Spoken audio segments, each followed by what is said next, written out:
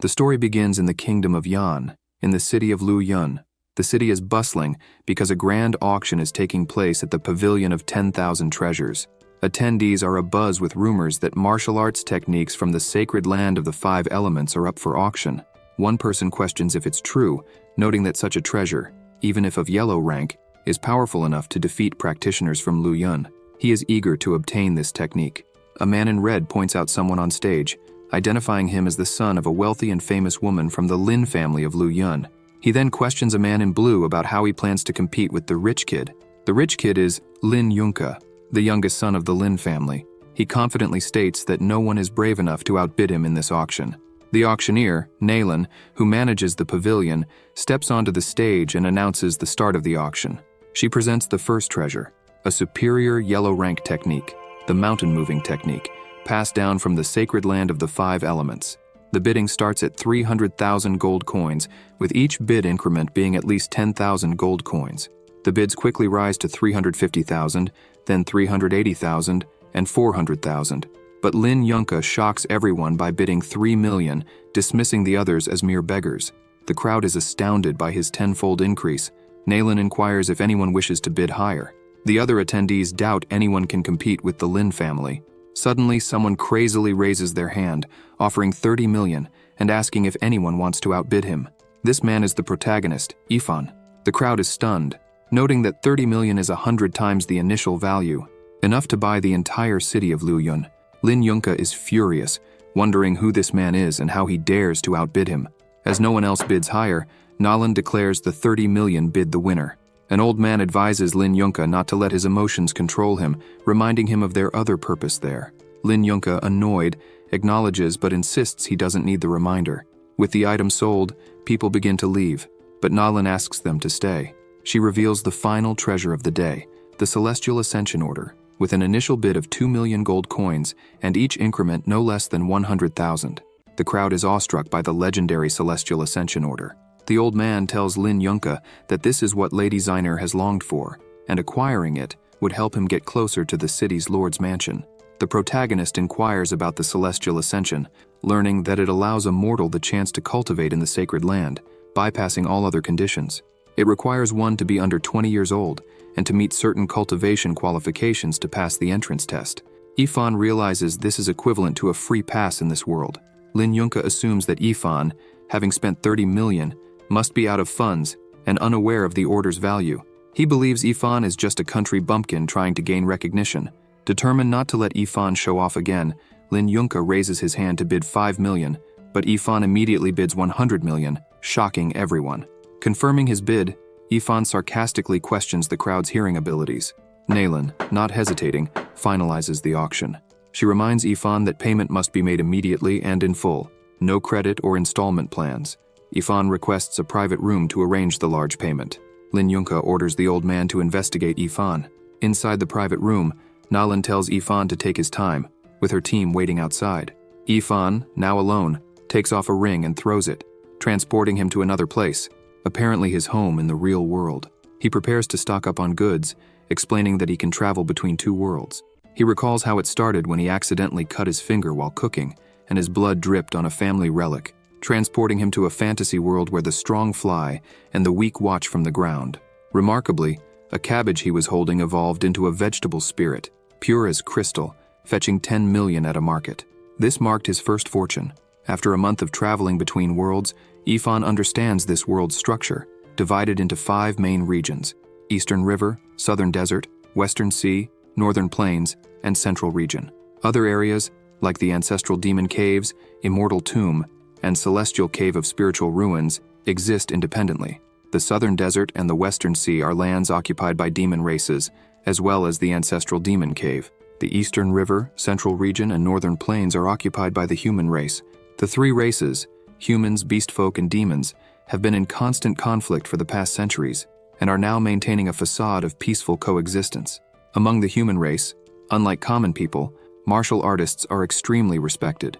Depending on their level of cultivation and their ability to transform spiritual energy into different forms, they are categorized into 2 main realms: the 7th level mystical realm of physical cultivation and the 10th level mystical realm of spiritual cultivation. The 7 levels of the physical cultivation realm are divided into body tempering realm, bone fortification realm, internal strength realm, blood transfusion realm, marrow cleansing realm, enlightenment realm, and profound heavenly realm. The 10 levels of the spiritual cultivation realm are spiritual energy realm, astral spiritual realm, spiritual sea realm, heavenly realm, returned realm, golden core realm, spiritual manifestation realm, divine transcendence realm, and wandering void realm. Moreover, the mechanism of the ancestral ring was something that only came to light through the protagonist's constant reflection. Firstly, for an object to travel to the other world, it must be a plant or animal. All other things cannot travel between worlds. There is also a strict weight limit on what can be brought, around 200 grams. On the other side, if something is taken from the other world to Earth, it turns into trash. Fortunately, the ancestral ring also has a clothing change function, which has been a great help to the protagonist. Returning to the protagonist, he realizes he was so focused on showing off at the auction that he forgot he had only a few vegetables left at home. Now he needs to find a way to get more supplies. He notices something out the window and comes up with an idea. One day later, in the ancestral world, the guards tell Nayland that the protagonist has been in the room for an entire day and hasn't come out. She asks them to wait a bit longer. The right guard says that Ifan is dressed like a common person and doesn't seem wealthy. The other guard says it's very suspicious for someone like him to appear out of nowhere. Nayland thinks about it and decides she won't wait any longer and goes in. But when the door opens, she finds herself face to face with the protagonist. The protagonist grabs her and says it's not New Year's yet, so she doesn't need to make such a fuss. She steps back and asks if Ifan has prepared the coins. She blushes, wondering how he dares to take advantage of her. And if he doesn't pay today, he'll be in trouble. Ifan says that gold coins are a bit hard to come by. Before he can finish, the guards start cursing, calling the protagonist a swindler. But suddenly, Ifan pulls out a beautiful flower. He says they will be interested in the flower. Nayland looks and is impressed. She thinks it's a dragon tail herb. According to legends, it has miraculous abilities to treat external injuries and can prolong the life of those who aren't injured, making it an invaluable spiritual herb. The protagonist asks how much it's worth. If that's not enough, he has more things. Nayland looks at a basket and notices it has more dragon tail herbs, which are a miraculous cure, the blue spirit flower, which can make any woman beautiful forever, and the 1,000-year rootless branch, which is extremely hard to find. These are all worldly treasures. She shouts that having a few of these flowers would be acceptable, but he has a basket full of them. They shout that this small basket is worth at least 200 million gold. And where did the protagonist get these flowers? By helping a janitor gather some dry weeds. He thinks they were just dogtail grass and leaves from some tree he picked up. Nalan, all happy, calls Ifan to talk. She asks if he would like to sell all these herbs to her, thinking that she's traveled the world for many years, but this is the first time she's had such an incredible opportunity, and she can't let it pass by. The protagonist tells her that each dragon tail herb is worth 40 million, and if she wants to take everything, she'll have to pay him. She responds that she has several treasures in her facilities, so he can take whatever he wants from there. Ifan smiles and accepts the offer. A while later, the protagonist is leaving with a bunch of treasures in his backpack. As he leaves, he shouts to Nalan that he took that treasure, but she still owes him. She responds that he can come back whenever he wants.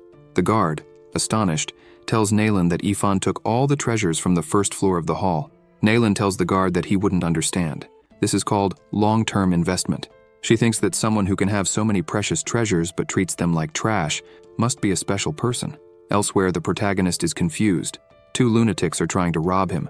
Ifan asks them if they think they can take him. One of the guys tries to attack Ifan, but he shouts, "Return to Earth," and simply disappears. The thief is left baffled. Back on Earth, the protagonist thinks he got lucky, as he hadn't traveled today yet.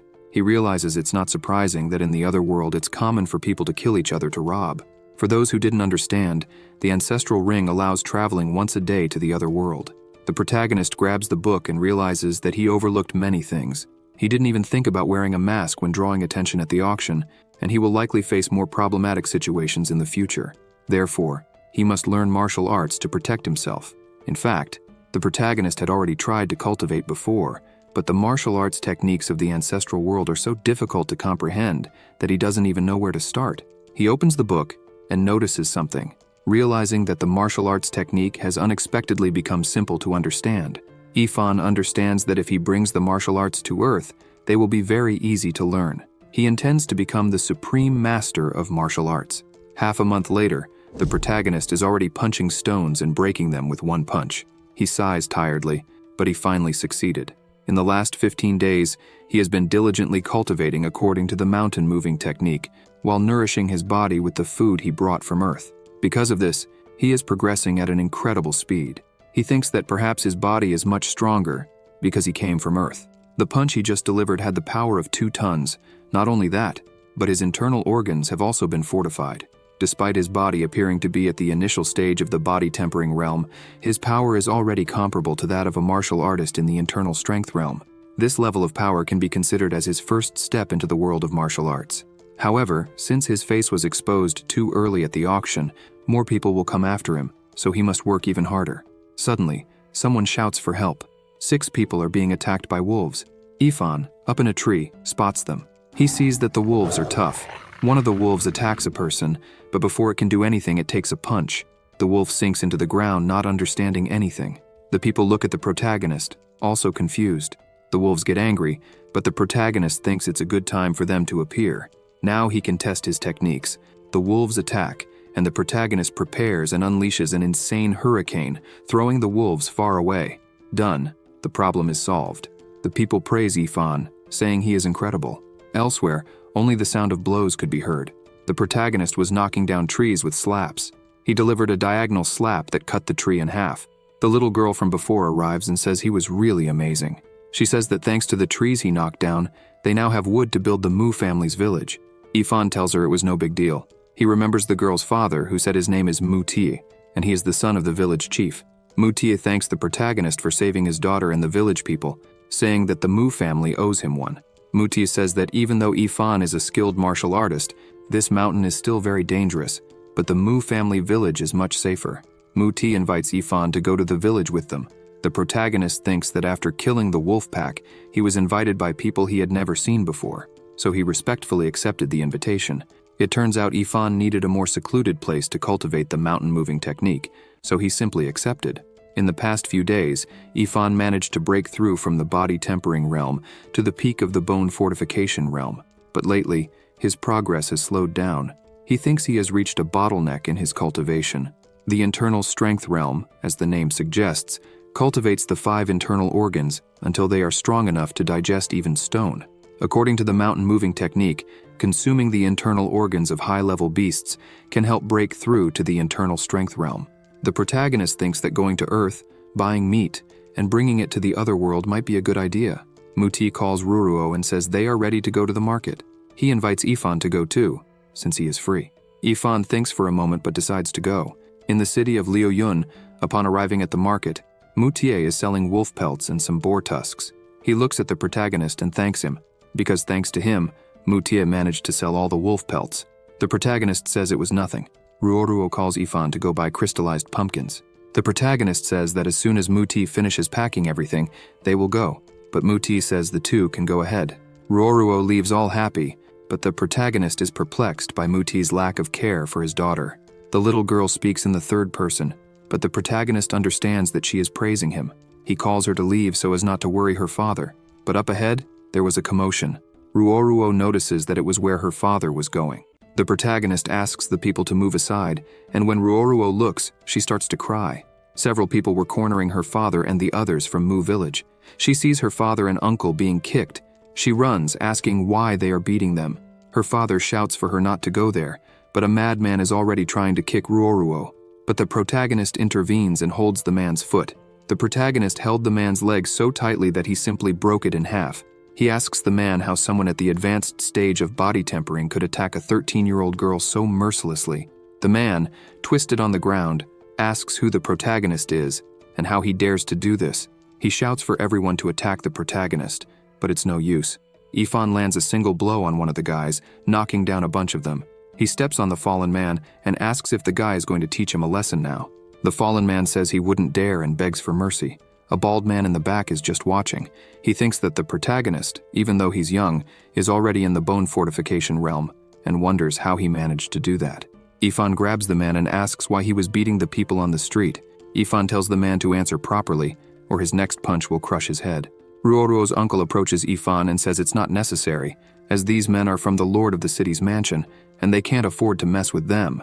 The protagonist looks at Yan and asks what exactly happened. Meanwhile, Ruoruo is asking her uncle if his leg is okay. Suddenly, the bald man arrives. His name is Zhou Heng, and he is the head guard of the city lord's mansion. He says he will answer the protagonist. The bald man says that Yan bumped into the young lady's carriage and therefore should have his legs trampled by horses, and still, he had the audacity to argue with the young lady. From the back, a man shouts that it was the carriage that lost control and hit Yan. They even went to ask what had happened, but they started beating them for no reason. Muti holds Li and tells him to be quiet, because what happened was their fault. Muti kneels on the ground and admits that the mistake was theirs. He asks the young lady to forgive them, since his brother's leg was broken. The protagonist thinks that this girl is the eldest daughter of the city lord. Since ancient times, people have not dared to fight with the nobility. Ifan understands why Muti doesn't want to mess with them. The girl begins to open the curtain and says that since they are wrong, they must pay for their mistakes. This girl's name is Lan Zener. She orders the bald man to cut off each of their legs to serve as a warning to others. They are shocked by how cruel this girl is. She says dismissively that they will only lose their legs, while she lost her good mood. She tells the bald man to cut. The bald man says that if it's what she wants, then he will do it. Zhou Heng tries to cut one of the guys, but the protagonist holds his sword with his hand. Zhou Heng is shocked. Then Ifan tries to slap the bald man, but he manages to dodge. Zhou Heng retreats a bit. Ifan asks the fallen man if he is okay, and the man says yes. Ruoruo is crying, afraid that Ifan will get hurt. Lan wonders where this boy came from and how he dares to go against her. Suddenly, the protagonist advances, and the bald man tries to defend himself with his sword, but the protagonist strikes the middle of it, breaking it effortlessly. The bald man wonders how this boy broke his sword with a single strike. He thinks the protagonist is very powerful. Without giving him time, the protagonist delivers another punch. The bald man tries to protect himself with his arms, but still takes the hit. The protagonist realizes he didn't knock down the bald man. The bald man says that the armor was given to him as a reward by the city lord. It is invulnerable against spears and swords, and no matter how strong the protagonist is, he won't be able to break it. But the protagonist delivers another punch to the bald man, breaking his stance and throwing him far away. The others go to check on the bald man to see how he is. The onlookers say that today is a good day for those who can see well. The girl next to one of them tells him to speak softly, or else he will get into trouble. Suddenly, the bald man gets up, furious. He uses a fortification skill called Bloody Chi Release. The protagonist is worried about this. The bald man uses another skill called Furious Tiger Fist and delivers several blows to the protagonist. But Ifan, after taking several hits, realizes something. The bald man continues attacking and realizes that the protagonist doesn't even know martial arts yet. He says that the protagonist is at the beginning stage of the blood transfusion realm. The protagonist says that the bald man is 2 realms above him, and even so, he is very weak. Ifan delivers a solid punch to the bald man, twisting his jaw. The others go to check again if the bald man is okay. The people can't believe what they are seeing. The bald man wonders how this boy who doesn't even know martial arts is so powerful. Ruoruo goes to Ifan and asks if he's okay. He says yes. He realizes that his physical body, upon going to the world, seems to have naturally become a divine body, and his strength has already far exceeded that of this realm.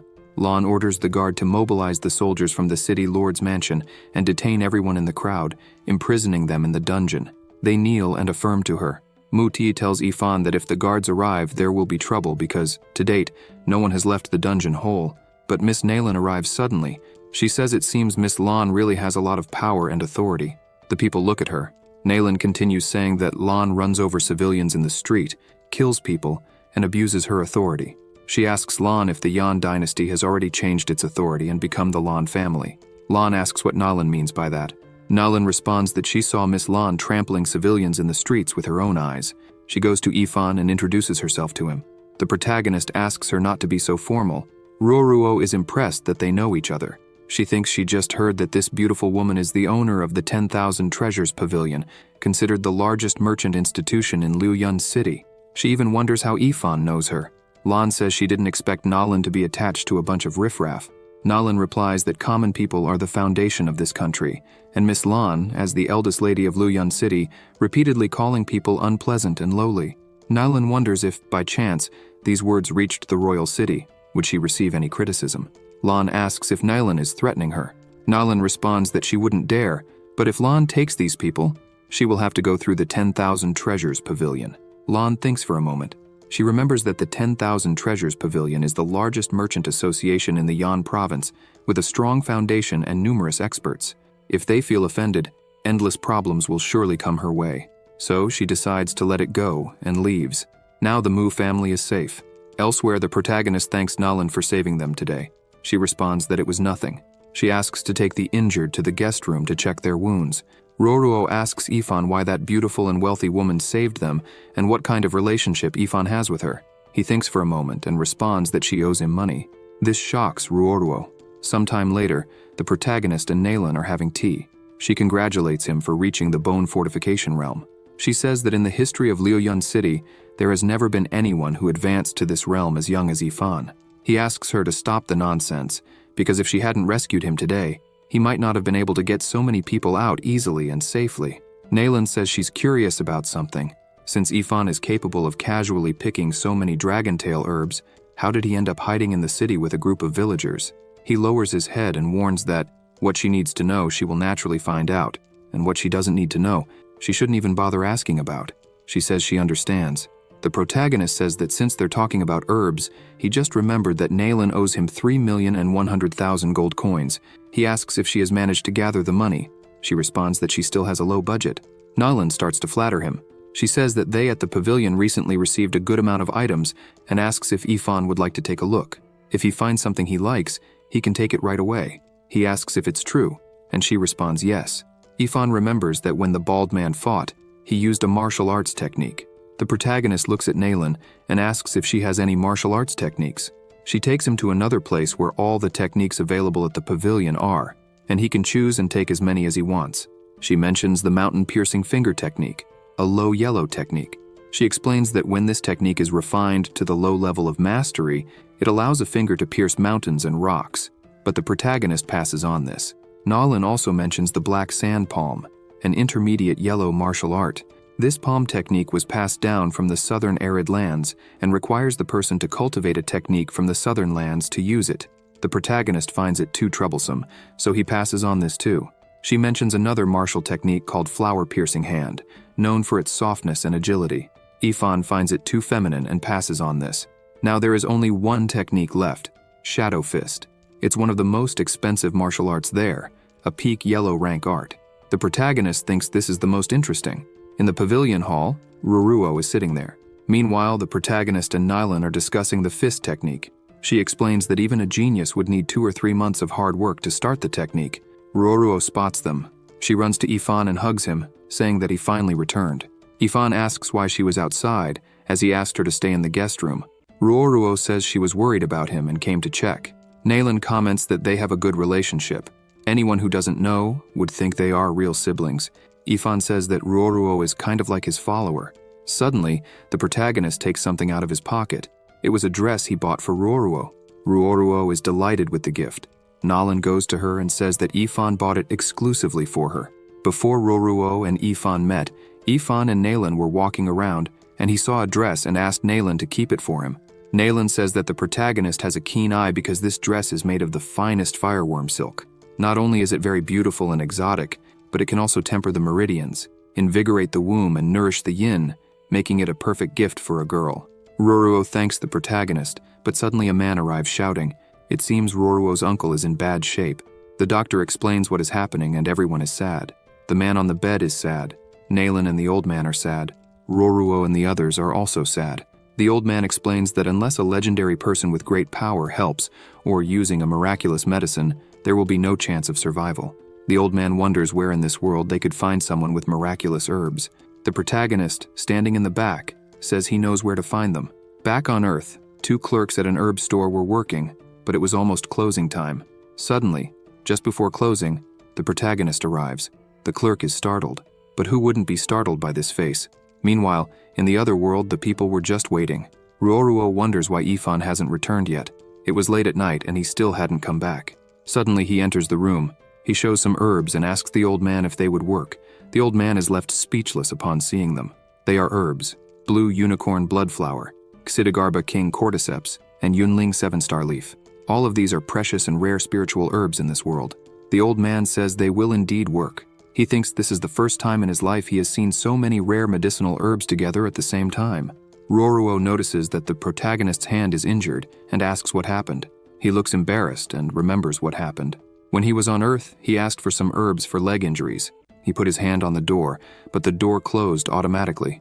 Ifan says that in the heat of the moment, when he returned to Earth, he thought he still had body fortification. 3 days later, Ruoruo was cooking. She scolds her uncle because she had told him to rest and he was there again. He tells her not to worry because now his legs are fine. He asks her where Ifan is. She replies that he went out hunting and said the injured need more nutrients. She says that Ifan didn't let anyone go with him. Meanwhile, with the protagonist, he was already fighting a giant snake. The snake coils around him, but it doesn't stop him. He uses the fist technique, and suddenly the snake attacks him again. The protagonist just laughs because it was all part of his plan. The snake simply explodes, and Ifan takes its heart. He says that this shadow fist is really impressive.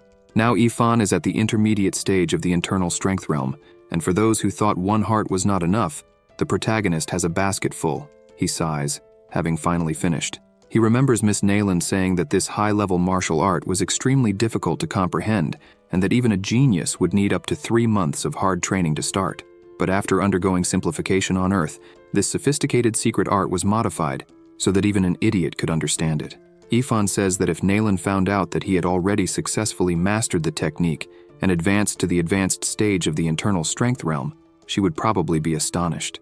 The protagonist thinks that although he has advanced so much, he had to eat wild animal organs for several days, and he will never forget the taste.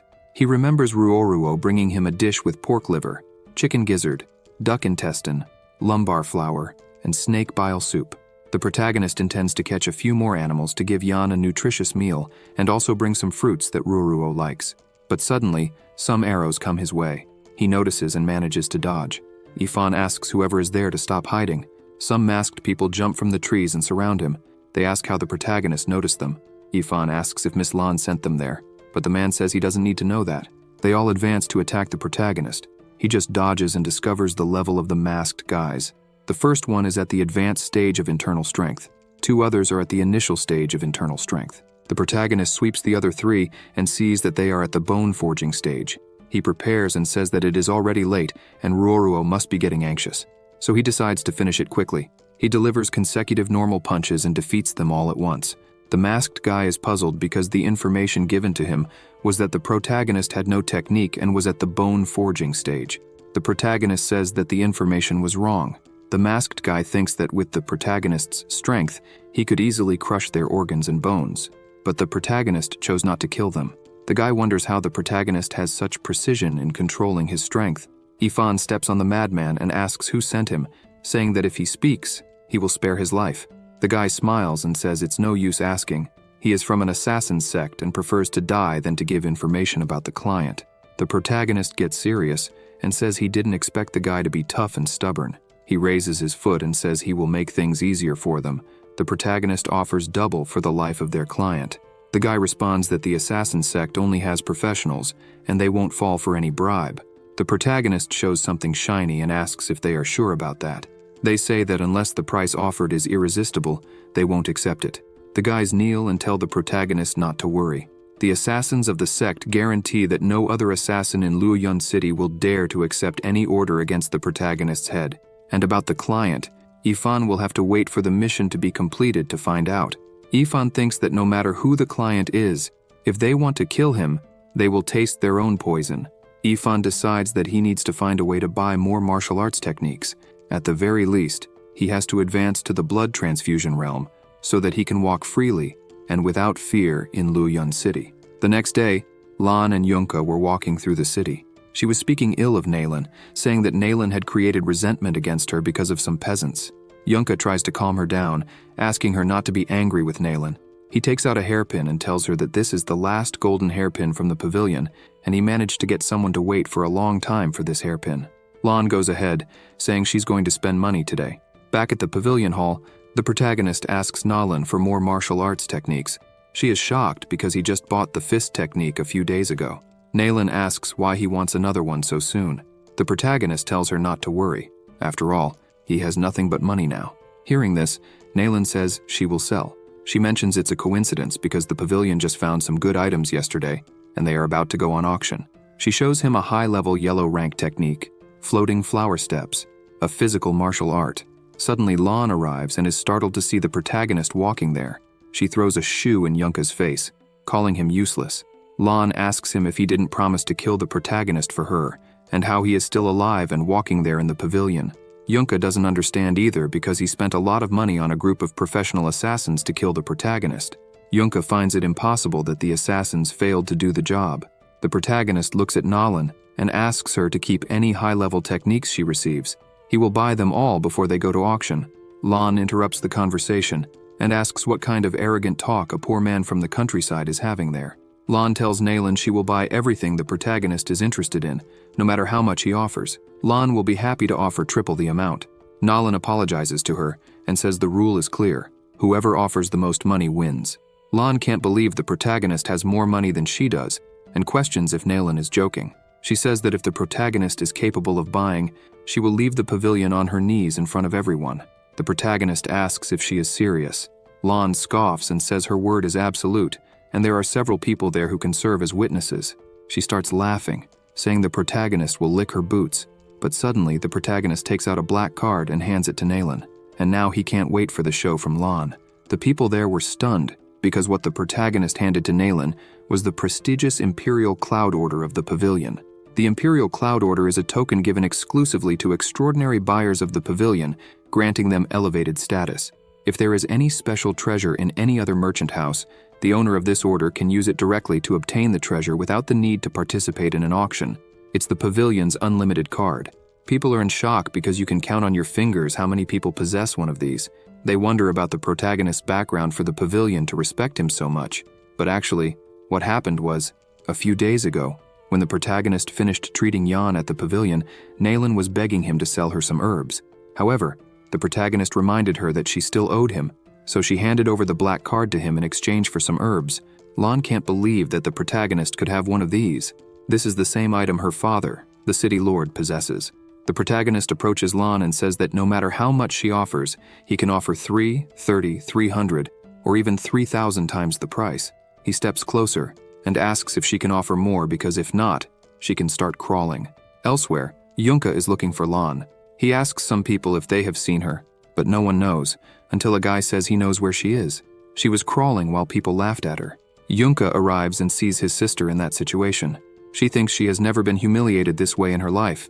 The protagonist tells her that if she thought he was someone who could be intimidated, she was wrong. He kneels down and says he doesn't like getting into trouble, but is not afraid of it either. The protagonist takes her hairpin and says that if she offends him again, she will end up like this. He starts to leave, saying that the show was fun. Suddenly Yunka arrives and goes to his sister. She tells him she has changed her mind. She no longer wants to kill Yifan. She wants to make his life worse than death. Yunka asks if that guy was by Yifan. Lan asks who else it would be. She starts shouting that he humiliated her now, and if Yunka doesn't help, he can forget about the marriage. Yunka yells at her, saying the protagonist is the mysterious man who stole his mountain-moving technique and celestial ascension technique a month ago. Lan doesn't understand this, but he tries to explain. He says he knew she wanted to gain admission to the sacred realm for cultivation, so he planned to get the celestial ascension order at an auction, but didn't expect it to be intercepted in the process. Yunka also sent some of his men to pursue the protagonist, but Yifan used some trick to escape. Since then, there has been no news of him. He remembers one of his men saying that Yifan is skilled in the art of moving stealthily, and that's how Yifan escaped. Lan becomes worried, wondering about the protagonist's background. She decides to tell her father about this. Back on Earth, in a small district, Yifan was relaxing on his bed. He looks at the notebook and thinks that the floating flower steps he just bought have a total of 108 variations and were originally quite complicated.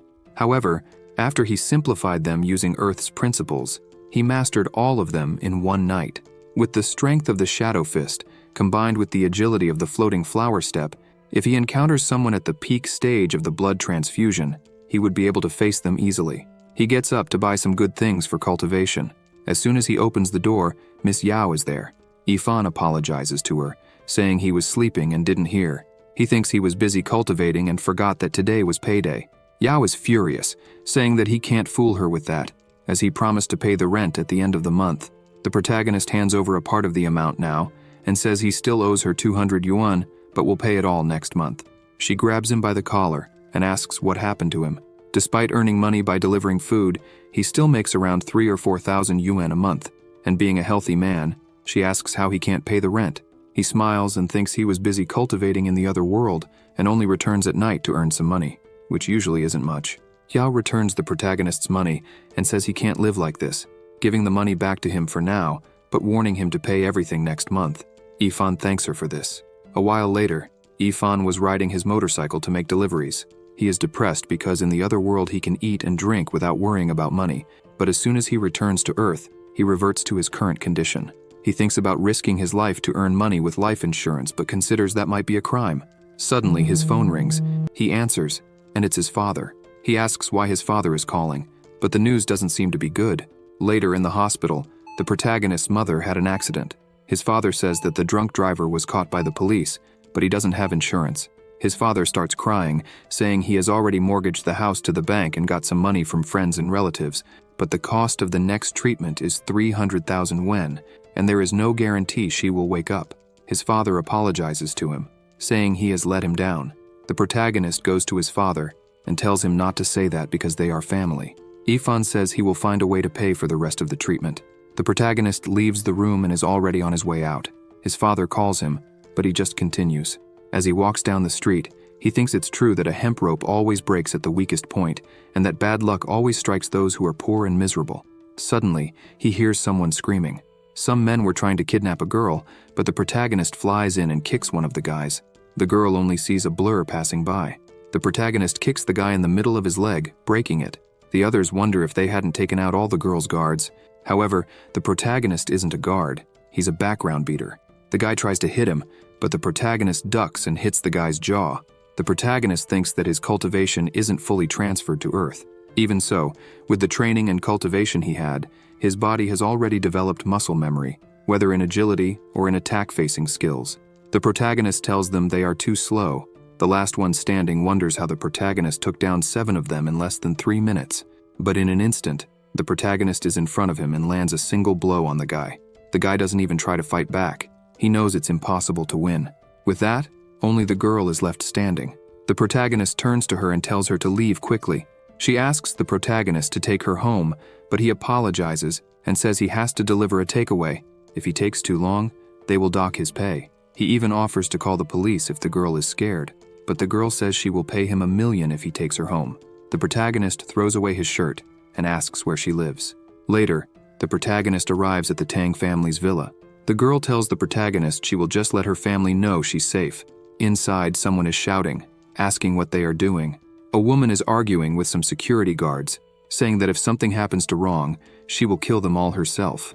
Everyone says they will find the second young lady. Rong shouts from the back, and her sister turns to look.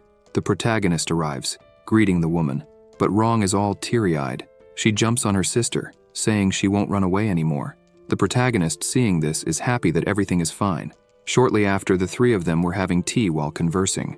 The woman tells the protagonist that she heard about what happened and is very grateful for him saving her sister's life. She says she would like to host a banquet for him, but the protagonist asks her not to be so formal, saying a banquet is unnecessary. He mentions that Rong had promised $1 million as a reward if he brought her home.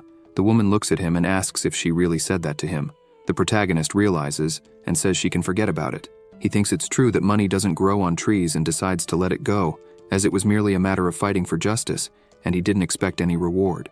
But suddenly the woman starts hitting Rong, asking if she thinks her life is worth $1 million. She questions whether Rong was trying to humiliate or belittle her own sister. The woman says she will give the protagonist $100 million as a small gift, and that he should consider it a token of appreciation from the Tang family. When the protagonist hears her say she is from the Tang family, he asks if it's the Tang family with a stock market value of over 50 billion. She confirms and says that the $100 million is still not enough to cover what he did for Rong, and if he needs anything in the future, he should just ask. The protagonist says that in that case, they don't need to wait for the future because there is something he would like her to do for him. 3 days later, at the hospital in Hang City, Yifan and Tang are conversing. She tells him not to worry, as she has resolved everything regarding this matter. She called the 5 best specialists in this field to work on the surgical procedure, and soon his mother will be well. Tang continues, saying she understands what the protagonist is feeling at this moment, because her relatives have been gone for a long time, leaving only her younger sister, and no matter what happens, Tang doesn't want anything to happen to Rong. Yifan thanks her and says that if in the future she needs him to do something for her, she should just ask. She responds that they don't need to wait for the future. She asks the protagonist to train her guards. Suddenly, everyone appears behind the protagonist, calling him boss. The protagonist wonders if he has time for this. Tang says that not long ago, she sent someone to investigate the people who attacked wrong, and her intuition was correct. They discovered that they were hired by one of her business rivals who wanted to use her sister as a means to destroy the Tang group. However, a surprising thing for Tang is that these professional fighters the protagonist fought with are still lying in the hospital, unable to recover, seemingly suffering from a mental shock caused by the fight. Tang asks the protagonist to teach this to her guards so they can improve. The protagonist smiles and says it's much more about practice combined with a bit of technique. Tang says she won't take much of his time. Half a month should be enough, and she will pay very well as compensation. The protagonist comments that she really is a businesswoman because she absolutely left him no reason to refuse. Yifan says he will do his best, but doesn't guarantee it will work. Tang accepts and says she will organize the training time and do her best to ensure it doesn't interfere with his personal life. The protagonist thinks this is good because he will have time for his family, and once he gets paid, there will be no debt between them. Thus, the protagonist had been training the Tang family's guards for half a month. At the hospital, the protagonist's mother finally woke up without any problems and was responding well to the doctor's treatment. Arriving home, the protagonist relaxes a bit because the training is finally over, and his mother as well. He decides to enter the other world to see how things are going. He has been very busy over the past month and doesn't know how Muti and Ruoruo are after returning to the village. But when he enters, he is completely shocked. The village was destroyed, everything on fire. He wonders what happened. The protagonist runs, shouting the names of his companions until someone calls him. It was Nalan. She says she was waiting for him. In the pavilion warehouse, the villagers were recovering from the disaster until the door opens. It was Yifan and Nalan arriving. They start talking. The protagonist asks if they are okay, but he notices that Muti's right arm is no longer there. He asks what happened, and then he realizes that everyone has lost a part of their body. Muti says it's okay because it's just an injured hand. The important thing is that everyone is alive. The protagonist notices that Ruoruo is not there and asks where she is. Muti says, somewhat sadly, that Ruoruo is not well. At that moment, Ruoruo is all bandaged up, and the old doctor is taking care of her. Her whole body is burned. She looks at her reflection in the water and wonders if that is really her. She starts screaming that she doesn't want to be treated, that she would rather die because she doesn't want to live looking like a monster. But suddenly the protagonist arrives and makes her faint. He tells her that everything will be okay after a night's sleep. She cries upon seeing that Yifan has returned. Nalan says they were lucky to find and save her, but her body was badly burned. There is almost no healthy skin on her body. Nalan says that Ruoruo was such a beautiful little girl at such an innocent age, and something like this happened to her. She says she doesn't know if Ruoruo will be able to live with this for the rest of her life. The protagonist, furious, asks who did this. Nalan says the culprits are the Lin family and the City Lord's mansion. Earlier, at the City Lord's mansion, Yunka was flattering the City Lord with spirit stones. The Lord appreciated Yunka for flattering him. Suddenly, Lan arrived and asked if Yunka wasn't going to break Yifan's bones. Yunka asked her to calm down.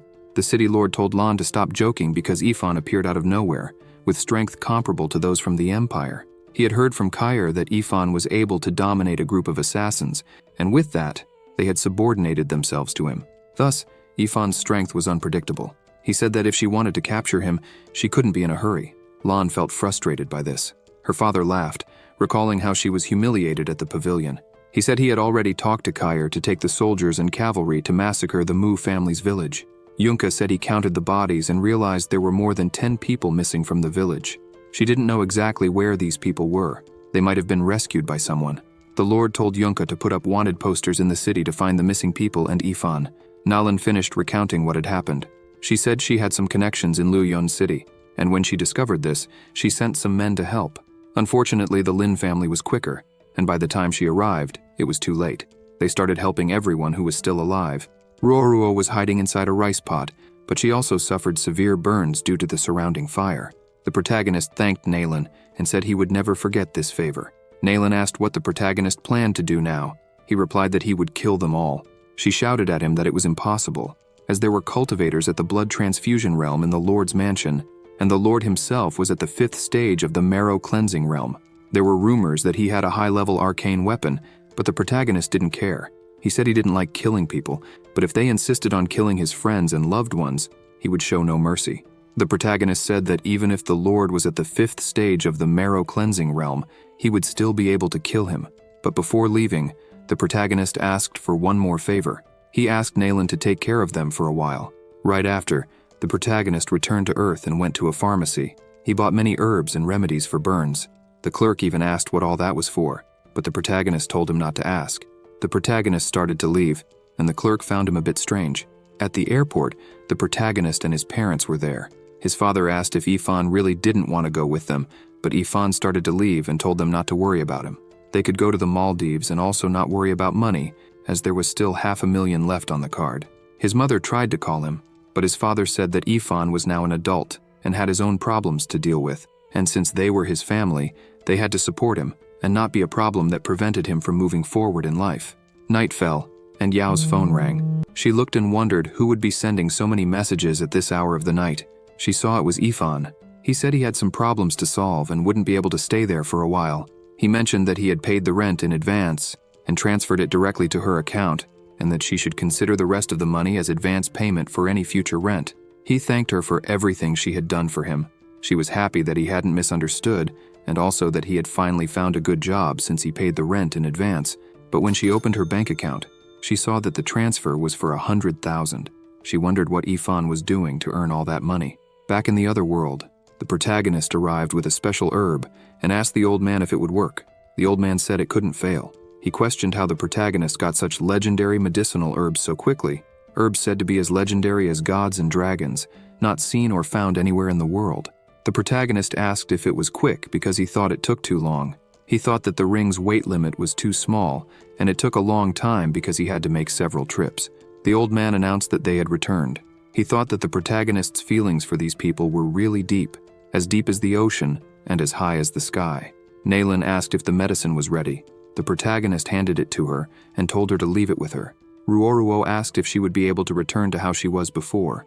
The protagonist said that once she was well, he would buy beautiful dresses for her. 15 minutes later, Ruoruo screamed and dropped the mirror. The protagonist, standing by, quickly opened the door asking what had happened. She was radiant, and her whole body was in perfect condition. Ruoruo said she had really recovered and even seemed to have grown 6 years older. She apologized for breaking the mirror. It had fallen from her hand when she was surprised. The old man said he was worried about her, thinking something bad had happened. The protagonist went to her and said she looked more beautiful than before. Could it be that the herb makes one more beautiful? Could it be that it also makes a girl older? Nayland couldn't believe that the protagonist was walking around with so many herbs considered worldly treasures. She wondered where exactly he came from. The protagonist went to her and said he would like to give this dragon tail flower as a symbol of his gratitude. Additionally, he had another favor to ask. He wanted all the high-level martial arts she had, and he also wanted to choose a place to train as soon as possible. Elsewhere, at the rural mountain property, the protagonist was training there. He was drinking high-grade beast blood. He took another and said it wasn't enough. He had to improve more. The protagonist was still an entire realm behind the marrow cleansing realm. He drank the blood and said he had to catch up to the city lord as quickly as possible. Ifan continued training. He used a technique called flaming yin slash, which cut through trees and stones with one strike. He drank more blood and used the flaming yin slash again, but for him it still wasn't enough. He thought it was far from enough. The old man asked Nayland how many martial arts techniques she had given the protagonist. He said he might be seeing things, but it seemed like the protagonist was drinking demon beast blood as if it were water. Nayland responded that when it comes to the world of martial arts, it's better not to ask too many questions and just go with the flow. She couldn't be surprised anymore by what the protagonist did now. The afternoon arrived, and the protagonist was training the Storm Rainsword technique. By night, he was training the Silver Moon Slash. The day arrived again, and the protagonist was still training. He was tired and sweating, and everything around him was cut down, both mountains and trees. He celebrated finally advancing to the blood transfusion realm. Nayland arrives, calling out to the protagonist. She mentions that he is incredibly strong, having reached the last realm of blood transfusion in just half a month. Ifan thanks Nayland for what she has done for him in the past few days, and informs her that he will soon begin his move. He warns her that if he does not return by tomorrow, she should take Ruoruo, Muti, and the others far away from the city to a safe place. Nayland asks to discuss this later and hands him a box, saying it is a gift. The protagonist opens it and asks what it is. She explains that it contains a wild talisman that can increase a martial artist's maximum strength and a protection talisman that defends against high-intensity attacks. Both last for half an incense stick and can help in battle. Naylan also brought a sword named Shark's Cut, one of the top 10 swords in the Yan dynasty's list, known to protect its master. She mentions that she transferred this sword from other branches of the pavilion for Ifan to use. The protagonist thanks Naylan for her efforts and insists on paying the fair price for the sword. She declines, stating that even though Ifan has excelled in martial arts, he is willing to risk his life for revenge on behalf of the Mu family, and she, Nalan Ruo, deeply respects him. She is helping him personally. She bows and says she will await his triumphant return. The protagonist thanks her again for her kindness, promising not to forget it.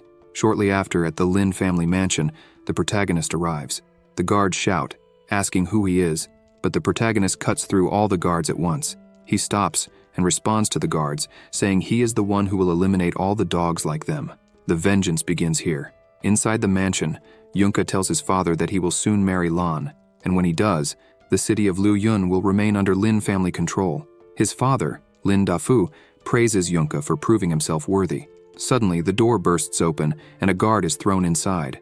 Yunka stands up, asking who dares cause trouble in the Lin mansion. Ifan tells Yunka they meet again, and the guard coughs on the floor. Yunka laughs, saying it's good because he has been looking for the protagonist for a long time, but now he is here at their door. He suddenly disappears and reappears in front of the protagonist, declaring he will capture Ifan and bring him to Lan for punishment. Ifan simply grabs Yunka's hand, asking if he alone intends to capture him. The protagonist breaks Yunka's arm with a slap. Yunka, in pain, asks how Ifan dares break his arm and is shocked at how quickly Ifan reached the blood transfusion stage. Ifan says he not only dared to break his arm, but will also break his legs. Ifan kicks Yunka's leg, twisting it. Yunka falls in agony, and his father is shocked. Yunka tells his father to run to the city lord. Lin Dafu starts running, but the protagonist appears before him, asking if he is fleeing. The protagonist grabs Lin Dafu by the neck, saying it's too late to run. Lin Dafu pleads that Ifan cannot kill them all. The protagonist asks why. Lin Dafu explains that the matter of the Mu family was handled by him and his son under the city lord's orders. If Ifan kills them, the city lord will never let him go. Yunka, from behind, agrees, saying he and Lan are engaged and considered siblings by law with the city lord. Yunka warns that if the protagonist harms them, the city lord will kill him. But Ifan, unfazed, breaks Lin Dafu's neck. He throws the body away, leaving Yunka in shock. Ifan says he will take his chances. Terrified, Yunka offers all the Lin family's treasures and properties to Ifan, begging for his life. Ifan finds it amusing, asking how much the Lin family would be worth if sold. 10 million? Or maybe 50 million? The protagonist crouches and tells Yunka that since he is about to die, he can reveal that a single medicinal herb Ifan can casually obtain is worth tens or even hundreds of millions. He asks if Yunka truly believes he is interested in the Lin family. Yunka starts pleading, admitting his mistake and asking for forgiveness. Ifan says there is no need to apologize to him. If Yunka is truly sorry, he should go with his father to pay for the deaths of the Mu family villagers. The protagonist twists Yunka's neck like a chicken. Ifan declares that next is the city lord's mansion. At the city lord's mansion, someone rushes in, reporting that something terrible has happened. A message just arrived stating the Lin family mansion is under attack. The city lord asks what exactly is happening. His messenger explains that according to a concubine who escaped the mansion, a man named Ifan is there seeking revenge and has already killed many people. Hearing the protagonist's name, the city lord orders the messenger to pass on his command, block all exits of Luyun City. He tells Generals Peng and Yulei to bring 300 armed guards and follow him to the Lin family mansion. As the city lord leaves, he wonders if Ifan shouldn't be dead. He mounts his horse and instructs his two companions, Yuan and Bing, to stay at the mansion and protect his daughter Lan. If there is any trouble, they must report immediately. The two acknowledge and confirm they will follow the orders. Thus, the city lord and all the guards head after the protagonist. Lan was returning and asked Bing and Yuan where they were going with her father and all the troops. Bing greeted her and said they were going to capture a criminal. She asked why they weren't going with her father. He replied that the lord asked them to stay behind to protect her. Lan got out of the carriage and asked the guards to stay outside the mansion. If anything happens, she will call them. Lan started heading towards her home, remarking that her father worries too much, considering there are 4 generals in the city, all in the blood transfusion realm, and her father himself is in the marrow cleansing realm. She wondered who would dare attack her mansion. Lan feared that the person might have the audacity and courage of a bear or leopard. One of her maidservants asked which dress Lan would like to wear today. Lan noticed a dress identical to the one Ruoruo was wearing and asked why that dress was still there. Her maidservant said it was valuable because it was a treasure. Nonetheless, Lan didn't want that dress there because Ruoruo, who wasn't even worthy of licking her shoes, wore the same dress. She complained that Yunka knew nothing by offering it to her as a treasure. Lan asked the maidservant to throw the dress away because just looking at it made her sick. She began to get angry, saying she despised the Mu family. And as for Ifan, she intended to kill him with her own hands the next time she saw him. But at that moment, her maidservants fell to the ground. She turned and asked what happened to them. Suddenly, the protagonist appeared behind her and asked how Lan intended to kill him. She backed away in fear, asking why he was there and how he dared to enter the Lord's mansion. Ifan asked, "So what if it's the Lord's mansion?" Lan started screaming for the guards, but the protagonist said there was no one to call for, as the 100 guards and the 2 generals in the blood transfusion realm were all killed by his hands. She began to panic, realizing that Ifan alone had killed 2 generals in the blood transfusion realm and 100 guards almost instantly since she hadn't heard any commotion. The protagonist drew his sword and asked Lan if she knew why he was there. He said he had warned her not to mess with him. Ifan put the sword to her neck and asked if she and Yunka had planned the massacre of the Mu family. He informed her that Yunka was already dead and now it was her turn. She fell to her knees and began to beg for her life, saying she was only 18 and too young to die. If Ifan spared her life, she would do whatever he wanted. The protagonist became even angrier because Ruoruo was only 13, and some children burned to death in the village because of Lan's actions, even newborns. How innocent were they? Lan started screaming that she was wrong and offered her body, saying she was still a virgin and it would be a shame to kill her. But the protagonist cut her arm, saying that a woman like her would make him vomit even if she were naked. Ifan sheathed his sword and said that the heavens are just, and he could give Lan a chance to live. He reminded her that she had said Ruoruo wasn't worthy of licking her shoes. Now she would have to clean the protagonist's shoes until they shined. She tried to protest, but the protagonist asked if she hadn't said she would do whatever he asked. She agreed. Then she said she would lick, and as long as Ifan didn't kill her, she would do anything. She started licking, and the protagonist said she was working hard to stay alive. She thought she would do anything for a while and delay as much as possible until her father returned, certain that Ifan would face a horrible death. She quickly made the shoe shine. The protagonist looked at her and said now that she had cleaned it, she could go. Then he slashed her throat.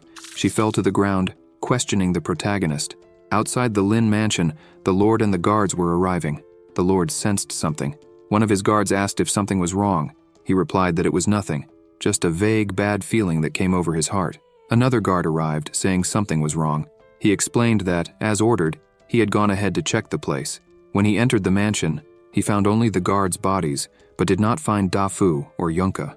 The Lord understood what was happening. He shouted to everyone that it was a trap to lure them out of the mansion, and now they must return as quickly as possible. As he ran, the Lord thought that if Ifan touched Lan, he would kill all 9 generations of the Mu family. When he reached the front of his mansion, he saw 3 bodies tied to the gate: Lan, Dafu, and Yunka. The protagonist was there, waiting for the Lord to return. The Lord, enraged, disappeared and reappeared in front of the protagonist to attack him. Ifan drew his sword, saying it was yet to be seen who would die today. He used a skill called Sword Rain, but the Lord dodged and wondered if it was sword energy, the violent sword rain technique. The Lord took a stance and thought about the violent rain technique, a high-level yellow-ranked sword technique. Even for him, it took about a year to begin understanding it. He remarked that Ifan had disappeared and after 2 months passed the internal force realm and achieved complete success. The protagonist said that the Lord had sharp eyes. The Lord is not surprised that Ifan was able to kill so many experts from his mansion, given the protagonist's strength. The Lord uses a skill called Qi Technique in Blood Veil. He declares that Ifan is a fool for thinking he can fight against him, who is in the marrow cleansing realm, while Ifan is only in the blood transfusion realm. But the protagonist doesn't care, and uses another skill called Tempest. The sky fills completely with blades of water and the Lord is shocked. All the blades attack the Lord, and as one is about to pierce his head, he uses a shield. The 9 clouds ring. The protagonist sees that the blades cannot penetrate the shield, and suddenly, a lightning bolt with absurd intensity comes from the Lord's hand. Ifan realizes it is a magical weapon. The Lord says that now that Ifan has forced him to use his magical weapon, Ifan deserves to die today. He launches a lightning bolt at incredible speed, but the protagonist uses the floating flower steps technique and dodges without difficulty. However, the Lord doesn't give Ifan time and attacks again, hitting the protagonist squarely. The Lord starts laughing at the protagonist, asking why he doesn't try to run again if he wants to escape. However, when the dust settles, the protagonist is standing in the middle, completely unscathed. The Lord doesn't understand how this is possible. Ifan says he was worried for nothing because the Lord's lightning and thunder power isn't that great. The protagonist realizes that the barrier absorbs lightning and thunder. This barrier is the talisman that Nalan gave him, and it is indeed useful. The protagonist tests the other talisman, the brutal buffalo talisman, which increases his magical and physical capabilities, making him superior to his previous state. The Lord becomes desperate upon seeing this. The protagonist uses the violent sword rain technique, third form, waterfall of swords. A wave comes out of his sword, but the Lord does not give up and launches a lightning attack again. The attacks collide, creating a powerful tornado that throws the Lord back. With this, the protagonist coughs up blood. The Lord sees this and laughs, saying that even though Ifan used the talisman to strengthen his body, he still cannot fight against him with his own strength. But Ifan asks the Lord who said he wants to use strength to kill him. The Lord thinks this is not good, and assumes that Ifan still has an ace up his sleeve. Suddenly, the protagonist is in front of the Lord and says it is not an ace up his sleeve. A small water blade reaches the Lord. The protagonist says this is the final move of the violent sword rain technique. This small blade causes severe damage to the Lord's chest. This is the sword drop. The Lord cannot believe he lost to the protagonist. He finds it impossible. The protagonist, on the other hand, is ready to finish off the Lord. He says that the moment the Lord committed all these injustices, it was clear that the heavens would demand retribution, and now it is his end. The protagonist then finishes off the Lord. He sees the ring on the ground and picks it up, remembering that it is the magical weapon. Ifan couldn't imagine that the power of lightning could be contained in such a small ring. The protagonist shamelessly takes the ring. Suddenly, several horses arrive. They are the Lord's guards. They are shocked to see that the Lord, his daughter, and all the clan members are dead. The protagonist, standing in front, shouts for everyone to hear. Those who surrender will not be killed, but those who disobey will be killed without mercy. This terrifies the guards. Meanwhile, at the pavilion, Nalan tells the old man that it has been a long time since the protagonist left. She wonders if Ifan is okay. Suddenly, a guard arrives and asks her to follow him because something really big happened. She asks what happened, and the guard says he was informed that Dafu, Yunka, and the entire Lin family are dead. And not only that, the city lord, Lan, and all 4 generals were also killed, and the Lord's mansion was completely burned and destroyed last night. Nalan faints, thanking God that Ifan really succeeded. The old man says that the 4 great generals, all of them in the blood transfusion realm, were capable of defeating someone in the intermediate stage of the marrow cleansing realm, and Ifan had just advanced to the internal force realm only 2 months ago. He thinks the course of Luyun City will change. A few days later, a commotion is happening near the wanted posters. People say that Ifan is the newest criminal, and those who capture him will receive 100 gold coins, and those who provide information will get 50 coins. They say that looking at Ifan's face, he doesn't seem like a bad person involved in something bad. Suddenly someone grabs the poster, the protagonist himself. He thinks that even though his bounty is low, there is no reason for them to paint his face so horribly, but he decides to forget about it and moves on to another place for more adventures. When night fell at the pavilion, Nalan wondered what Ifan was doing now, and what he planned for the future. Suddenly, a letter flew through the window. She looked and saw a small box along with the letter. Nalan picked up the letter and began to read. It was a letter from the protagonist, and it read, "I will be leaving Luyun soon. Thank you for taking care of me all this time. The brocade box is a gift from me to you and the Mu family. It will ensure that you have clothes and food for a lifetime. If we are destined to meet again, there will come a time when we meet once more. Until then, see you next time. Farewell, Bai Yifan." After reading the letter, Nalan opened the box and saw various divine treasures, things she had never seen before. She thought that she hoped to see him again. Meanwhile, the protagonist was leaving with his horse. Half a month later, on the border between the Wei and Yan nations, the protagonist was at a boat port. There he heard someone saying that recently the sacred land of the 5 elements, one of the 10 great sacred lands, had opened slots to recruit disciples. Even the lowest technique in the sacred land, once it goes to the secular world, becomes a supreme technique that anyone would fight to obtain.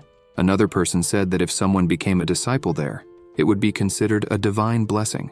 The man in blue said that if someone could become an elder of the sacred land, even the princess, Nobles and the emperor himself would have to show respect. The man in red said that the sacred land was 10,000 miles away, and if they missed the ship, they would never get there, not even using 20 horses to death. The man in blue urged them to hurry to get the best seats.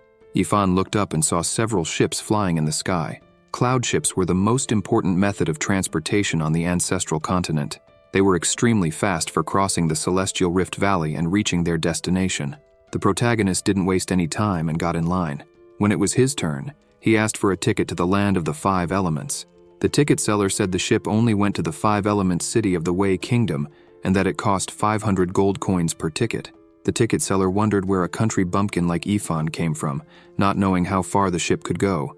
Besides, accommodations on the ship were very expensive, with even the basic room costing 300 gold per night. He told the protagonist that if Ifan couldn't pay for it, he would have to sleep on the deck, without any magic protection from the wind and sun. The protagonist didn't hesitate, and asked for the most expensive room. The ticket seller was overjoyed, and said he would prepare the best room for the protagonist. Then, 2 people arrived, and asked the ticket seller to wait because they would pay double for the best room. The girl was Meng, princess of Lingyang, and the man was Teng, son of Prince Kong. Ifan got angry and asked Teng what he meant by that. Teng began to say that if he wanted something, he could pay double, and so on. But the protagonist said he was the first to arrive, and the ticket seller confirmed this, saying the protagonist was indeed the first to reserve the room.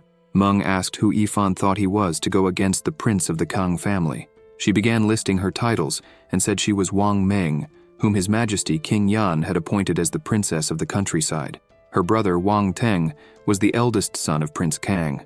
She said she was being generous just by talking to the protagonist, and yet he dared to covet something she wanted.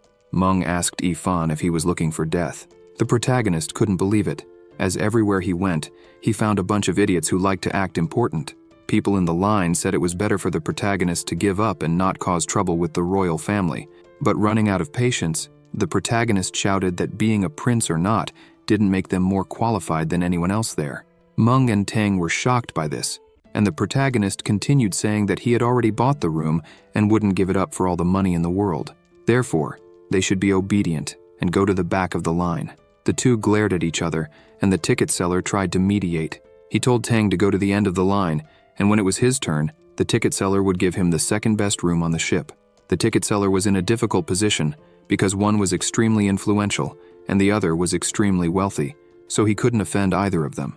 The prince said he would ask one last time and asked if the protagonist knew the consequences of going against the prince of the Kong family. Ifan asked if the prince knew the consequences of going against the protagonist. Teng warned the protagonist that making enemies could be dangerous when traveling abroad, as one never knew how Ifan might end up dead out there. Ifan agreed, but it was really hard to say who was more dangerous. Teng felt the pressure and said the protagonist was embarrassing him. The ticket seller reminded them that the ship would depart soon and they couldn't delay much longer. So the prince decided not to argue anymore and took the second best room. However, Meng was unhappy about it. But Teng asked her to relax because when they arrived in the city, he would buy her some dresses to make her happy, and she agreed. The ticket seller said he would immediately prepare the room for them and thought the problem was solved. However, Ifan said he did not accept that. Teng asked what he meant, and the protagonist said he didn't like hearing people talking in the next room when he was sleeping. Therefore, he would buy all the divine rooms. The prince got angry and asked what the protagonist was trying to do. Ifan replied that first come, first served, and asked if Teng had a problem with that. The ticket seller handed all the keys to the protagonist and asked the prince to go to the end of the line. He thought that after this, he would flee, as the money he received would be enough for a lifetime. Thus, the protagonist left with all the keys, but on the way, he gave one of the keys to a bald man who was standing there, just because he seemed like a quiet guy. Meng said that Ifan was trying to embarrass them and make things more difficult, but Teng already knew that. On the ship, the protagonist was walking down the corridor when a big guy asked him to wait. The big guy said they needed to talk. Sometime later, the two were chatting and drinking together. They toasted once more. The big guy said that what the protagonist said about princes not being better than others was something he wanted to say himself. Despite drinking and eating with the big guy, Ifan still didn't know who he was. The big guy introduced himself as Liu, from a merchant family in the Wu nation. Liu asked about the protagonist as well. Ifan introduced himself and said he came from the Yan continent. The protagonist thought that the Wu continent was neighboring the Yan continent. and that since most people there were martial artists, the overall strength of that continent was considerably stronger than that of the Yan continent. Liu said it was destiny that they met there today because he had witnessed the protagonist's act of bravery and admired his personality. Therefore, Liu wished to be friends with the protagonist. Liu said he wasn't afraid to admit that his journey was to participate in the admission exam for the Sacred Land. If those two people, Tang and Meng, dared to take revenge on the protagonist, he would be the first not to spare them. Tonight, he would stand guard so that the protagonist could sleep peacefully. Yifan thought, when did he ever say he was worried about such a thing? The big guy decided to toast once more. An hour later, the big guy was completely drunk when suddenly a lightning bolt almost hit the ship. Even though it didn't strike directly, the ship became very unstable, and the big guy went flying. The protagonist wondered what was happening. People on the ship were being thrown around by the force of the wind. A lightning storm was approaching. Another lightning bolt struck the ship, and everyone nearby screamed for help. Yifan saw the lightning and thought it was a good way to gather energy. He took out the thundercloud ring and said it was time for it to shine. He remembered that while on the way there, he had examined the ring thoroughly, and the magical weapon could store lightning during storms and release it when necessary. Unfortunately, he hadn't encountered any storms in recent weeks. Yifan said that now a storm had arrived just in time. A lightning bolt struck and went directly to the ring, exactly what the protagonist wanted. Then several lightning bolts struck, all heading towards the protagonist. People noticed that all the lightning bolts were going in the same direction, towards the cabins, but clearly aiming at the protagonist's cabin. One of the workers saw this and wondered if the protagonist's cabin, which was of divine grade, didn't have a protection formation as the lightning was heading there. While everything outside was flying around, the protagonist was calmly absorbing the lightning until the ring absorbed everything and the lightning stopped. Now, with this, the protagonist had another ace up his sleeve. After some time, one of the crew members spotted the City of Five Elements. The big guy Liu thanked heaven for finally getting off that ship, and the protagonist asked if this was the city where the entrance exam for the Sacred Land would take place. Liu, with a swollen forehead from the impact, said he had heard that King Wei had spent a tremendous amount of money to build this city to appease the Five Elements sect of the Sacred Land, and this city was much more luxurious than the King's city. The protagonist thought it was much better to see for himself than to hear it from someone else. So, he headed into the heart of the city. Now, in the middle of the city, a lot of people surrounded him. He thought there were many more people than he had imagined. Liu explained to him that this was the admission exam for the Sacred Land, and that thousands of martial artists from all over the world came here to take the exam, so naturally, there would be many people here. Liu asked Yifan to look at the sky, and there were people flying on swords and gourds. The big guy said that they were cultivators from the mystic spiritual cultivation realm. He mentioned that this was the 5th time he had seen a cultivator from the mystic spirit realm with his own eyes. Yifan thought that the spirit cultivation realm was different from the external release of qi and blood. They could generate spiritual energy with their own bodies, so they could fly in the sky and escape the earth, travel around on swords, and do whatever they wanted. And this was truly the Sacred Land. And the protagonist had indeed come to the right place. Suddenly a person shouted for everyone to be silent. An immense pressure came from the sky, and everyone started to feel unwell. The protagonist, not wanting to draw attention, pretended to feel unwell too, until a giant person appeared in the sky. This was Yan Yunsong, the elder of the inner hall of the Five Elements Sacred Land. He said he would be the examiner for the admission exam, and that those who wished to enter the Sacred Land to cultivate should head to the east side of the city at noon and register there to participate in the disciple evaluation test. If they passed the test, they would be allowed to cultivate in the Five Elements Sacred Land. With that, everyone rushed to register. Liu greeted the protagonist and said he was going to register. The protagonist asked Liu to do his best and said he would wait for him. The big guy said there was no need to wait and apologized for not being able to protect the protagonist now. But as he left, he asked the protagonist to hide when he was afraid. He said this because he thought they wouldn't see each other again, believing the protagonist wouldn't make it to the Sacred Land. But the protagonist had the Celestial Ascension Order and thought that he and Liu might meet again soon. Right after that, in the martial arts arena on the east side, everyone lined up to register. In the line, a little behind the protagonist, Tang and Meng were there. They noticed the protagonist ahead. Tang said he didn't imagine the protagonist was planning to take the admission exam. Meng asked the prince when he was going to kill Yifan to rid himself of his resentment. He told her to be patient and take care of their tasks first. And when they became official disciples of the Five Elements Sacred Land sect, The humiliation they suffered at the port would be repaid with Ifan's life. Then it was Ifan's turn. He introduced himself and said he was in the blood transfusion realm. Teng, from behind, thought that the protagonist wasn't even qualified for this competition since he was in the blood transfusion realm, and even if he passed, he wouldn't be able to stay safe fighting with the other participants. Back to the protagonist, he showed the Celestial Ascension Order, and the person there already knew what it was. He smiled and said the protagonist was exempt from the examination and asked Ifan to go ahead and wait a bit. The brothers were shocked to see that Ifan was exempt from the exam. Teng wondered about the protagonist's origin. Right after that, Yun Song, from the top of a building, asked who this person with the Celestial Ascension Order was. The person behind explained that this person's name was Ifan. He explained that he tested the protagonist with the spirit measuring tablet, and Ifan's qualification was only at the lowest level of the yellow rank. And according to what the person saw, Ifan was just another rich kid with a great fortune who was lucky enough to get his hands on the Celestial Ascension Order. He asked what they should do with the protagonist. Yunsong replied that the minimum requirement for an outer disciple of the Sacred Land was to have a level 5 physical body and be in the marrow cleansing realm, and Ifan was in the blood transfusion realm with the lowest qualification of the yellow rank. However, Ifan had the Celestial Ascension Order, so Yunsong would give him a chance to show what he was capable of. Sometime later, on the back of a giant bird, Ifan and the other participants were being taken to another place. The protagonist thought that he barely managed to qualify as an outer disciple. Even coming from Earth, he only had a yellow rank qualification. Obviously, his strength had already surpassed several realms, but Ifan didn't want to think about that, as the qualification assessment was truly inexplicable. He thought that since his rankings were poor, so be it. As long as he could sustain himself with the Earth's infinite resources and simplify the techniques to learn them faster, perhaps he could make great progress. Meanwhile, the bird was tearing through the skies and quickly arrived at the land of the 5 elements. Ifan was impressed to see that the sacred land was situated among the clouds. Suddenly, Yunsong explained that this was the 5 elements sacred palace, the core of the sacred land, and unless one was an elder of the inner sect or a true disciple, they could not enter without permission. There, in that palace, would be where everyone would cultivate from now on.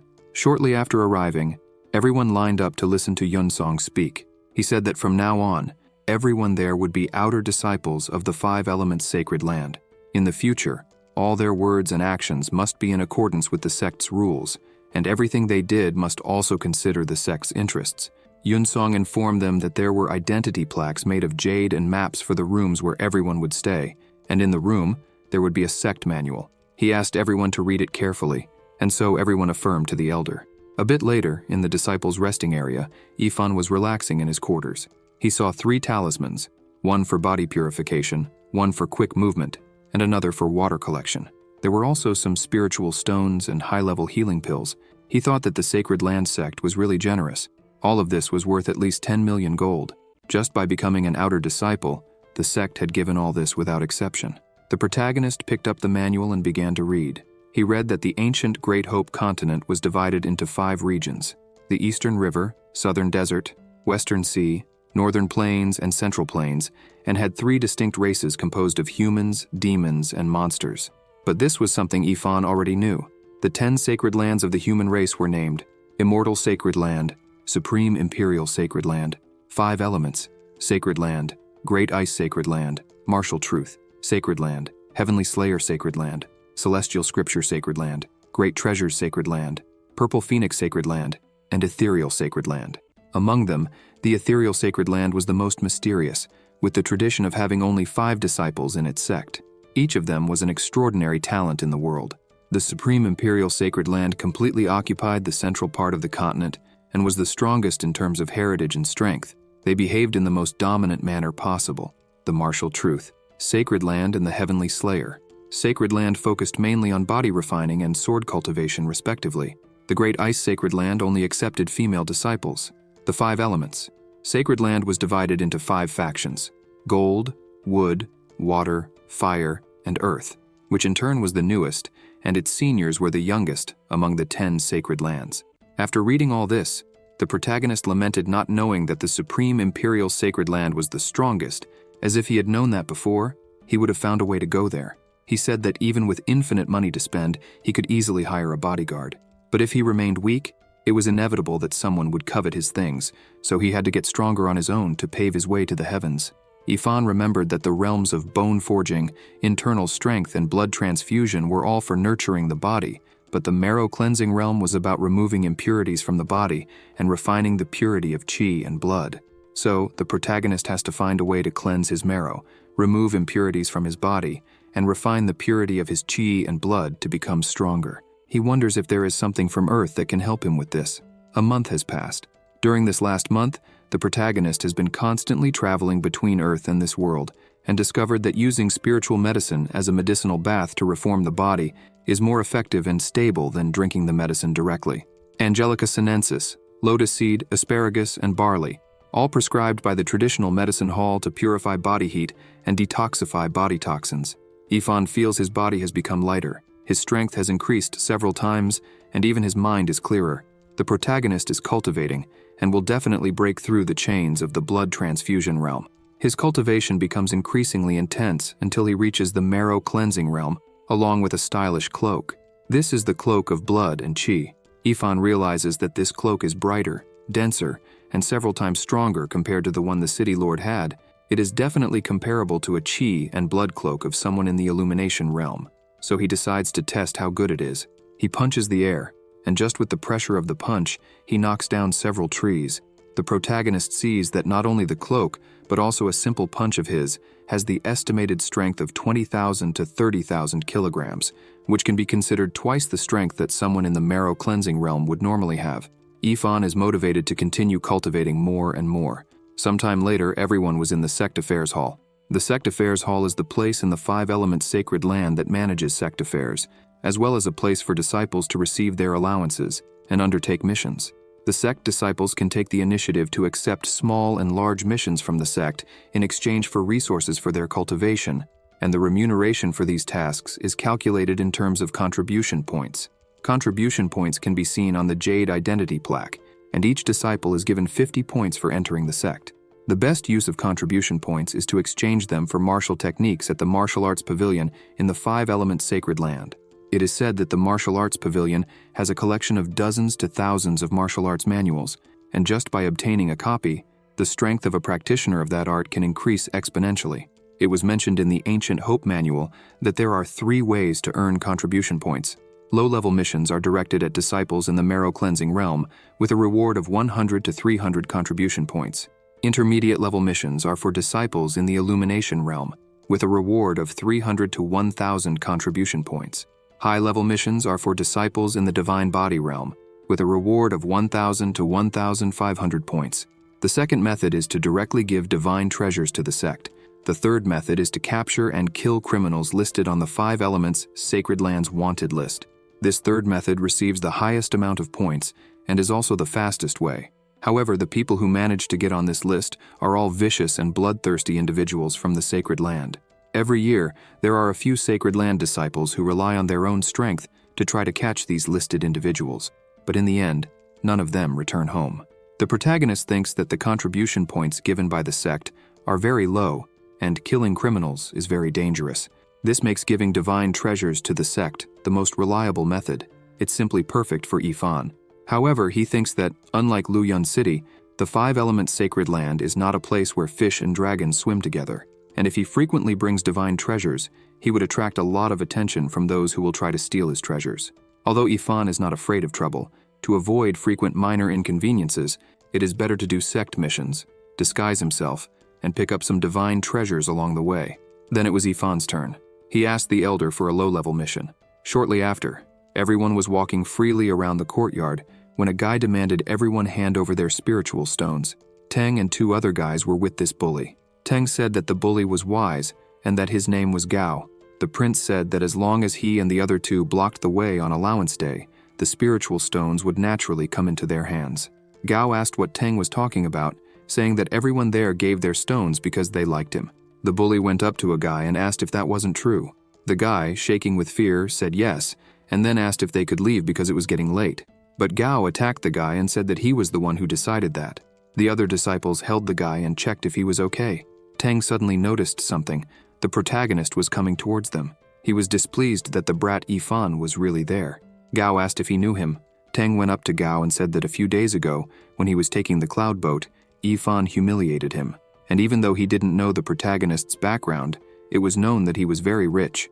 Tang said he investigated this thoroughly and found that the protagonist was the only person in the blood transfusion realm allowed into the sacred lands using the Celestial Ascension Order on Selection Day. Gao understood that someone who could buy the Celestial Ascension Order was very rich, therefore Yifan would have many good things with him. Meanwhile, the protagonist was thinking that if he showed a valuable treasure there, he would be a target for someone interested in it. Yifan wasn't strong enough yet. He thought that a weak man should never be caught in the middle of his hard work. It's best not to trust anyone easily, and not to show all his cards at once. Suddenly, Gao approached the protagonist and asked him to wait. He asked to borrow something, and Yifan asked what it was. Gao got closer and asked for the protagonist's spiritual stones. The other disciples said that the newcomer was in trouble now because Gao was used to being a troublemaker. He always picked fights with the weak, and almost no disciples could escape his fist. They told the protagonist to hand over the stones quickly and get out of there, because picking a fight with Gao was asking for a beating. The protagonist smiled and said that if Gao wanted his spiritual stones, it was simple. Gao would have to kneel and beg Yifan. This shocked everyone there. The bully became furious and tried to attack the protagonist, but Yifan easily dodged. Gao didn't understand anything, and the disciples couldn't believe that Yifan managed to dodge, thinking he was very fast. Tang wondered if Gao, who was at the peak of the marrow cleansing realm, had missed the opportunity to hit Yifan. He realized that the protagonist was stronger than he thought. Gao became furious and asked the protagonist if he dared to repeat what he just said. The protagonist asked why he wouldn't dare. If Gao knelt once, Yifan would give him a spiritual stone. If Gao knelt 10 times, Yifan would give an extra stone. Then the protagonist asked how many times Gao wanted to kneel. The bully became very angry and advanced.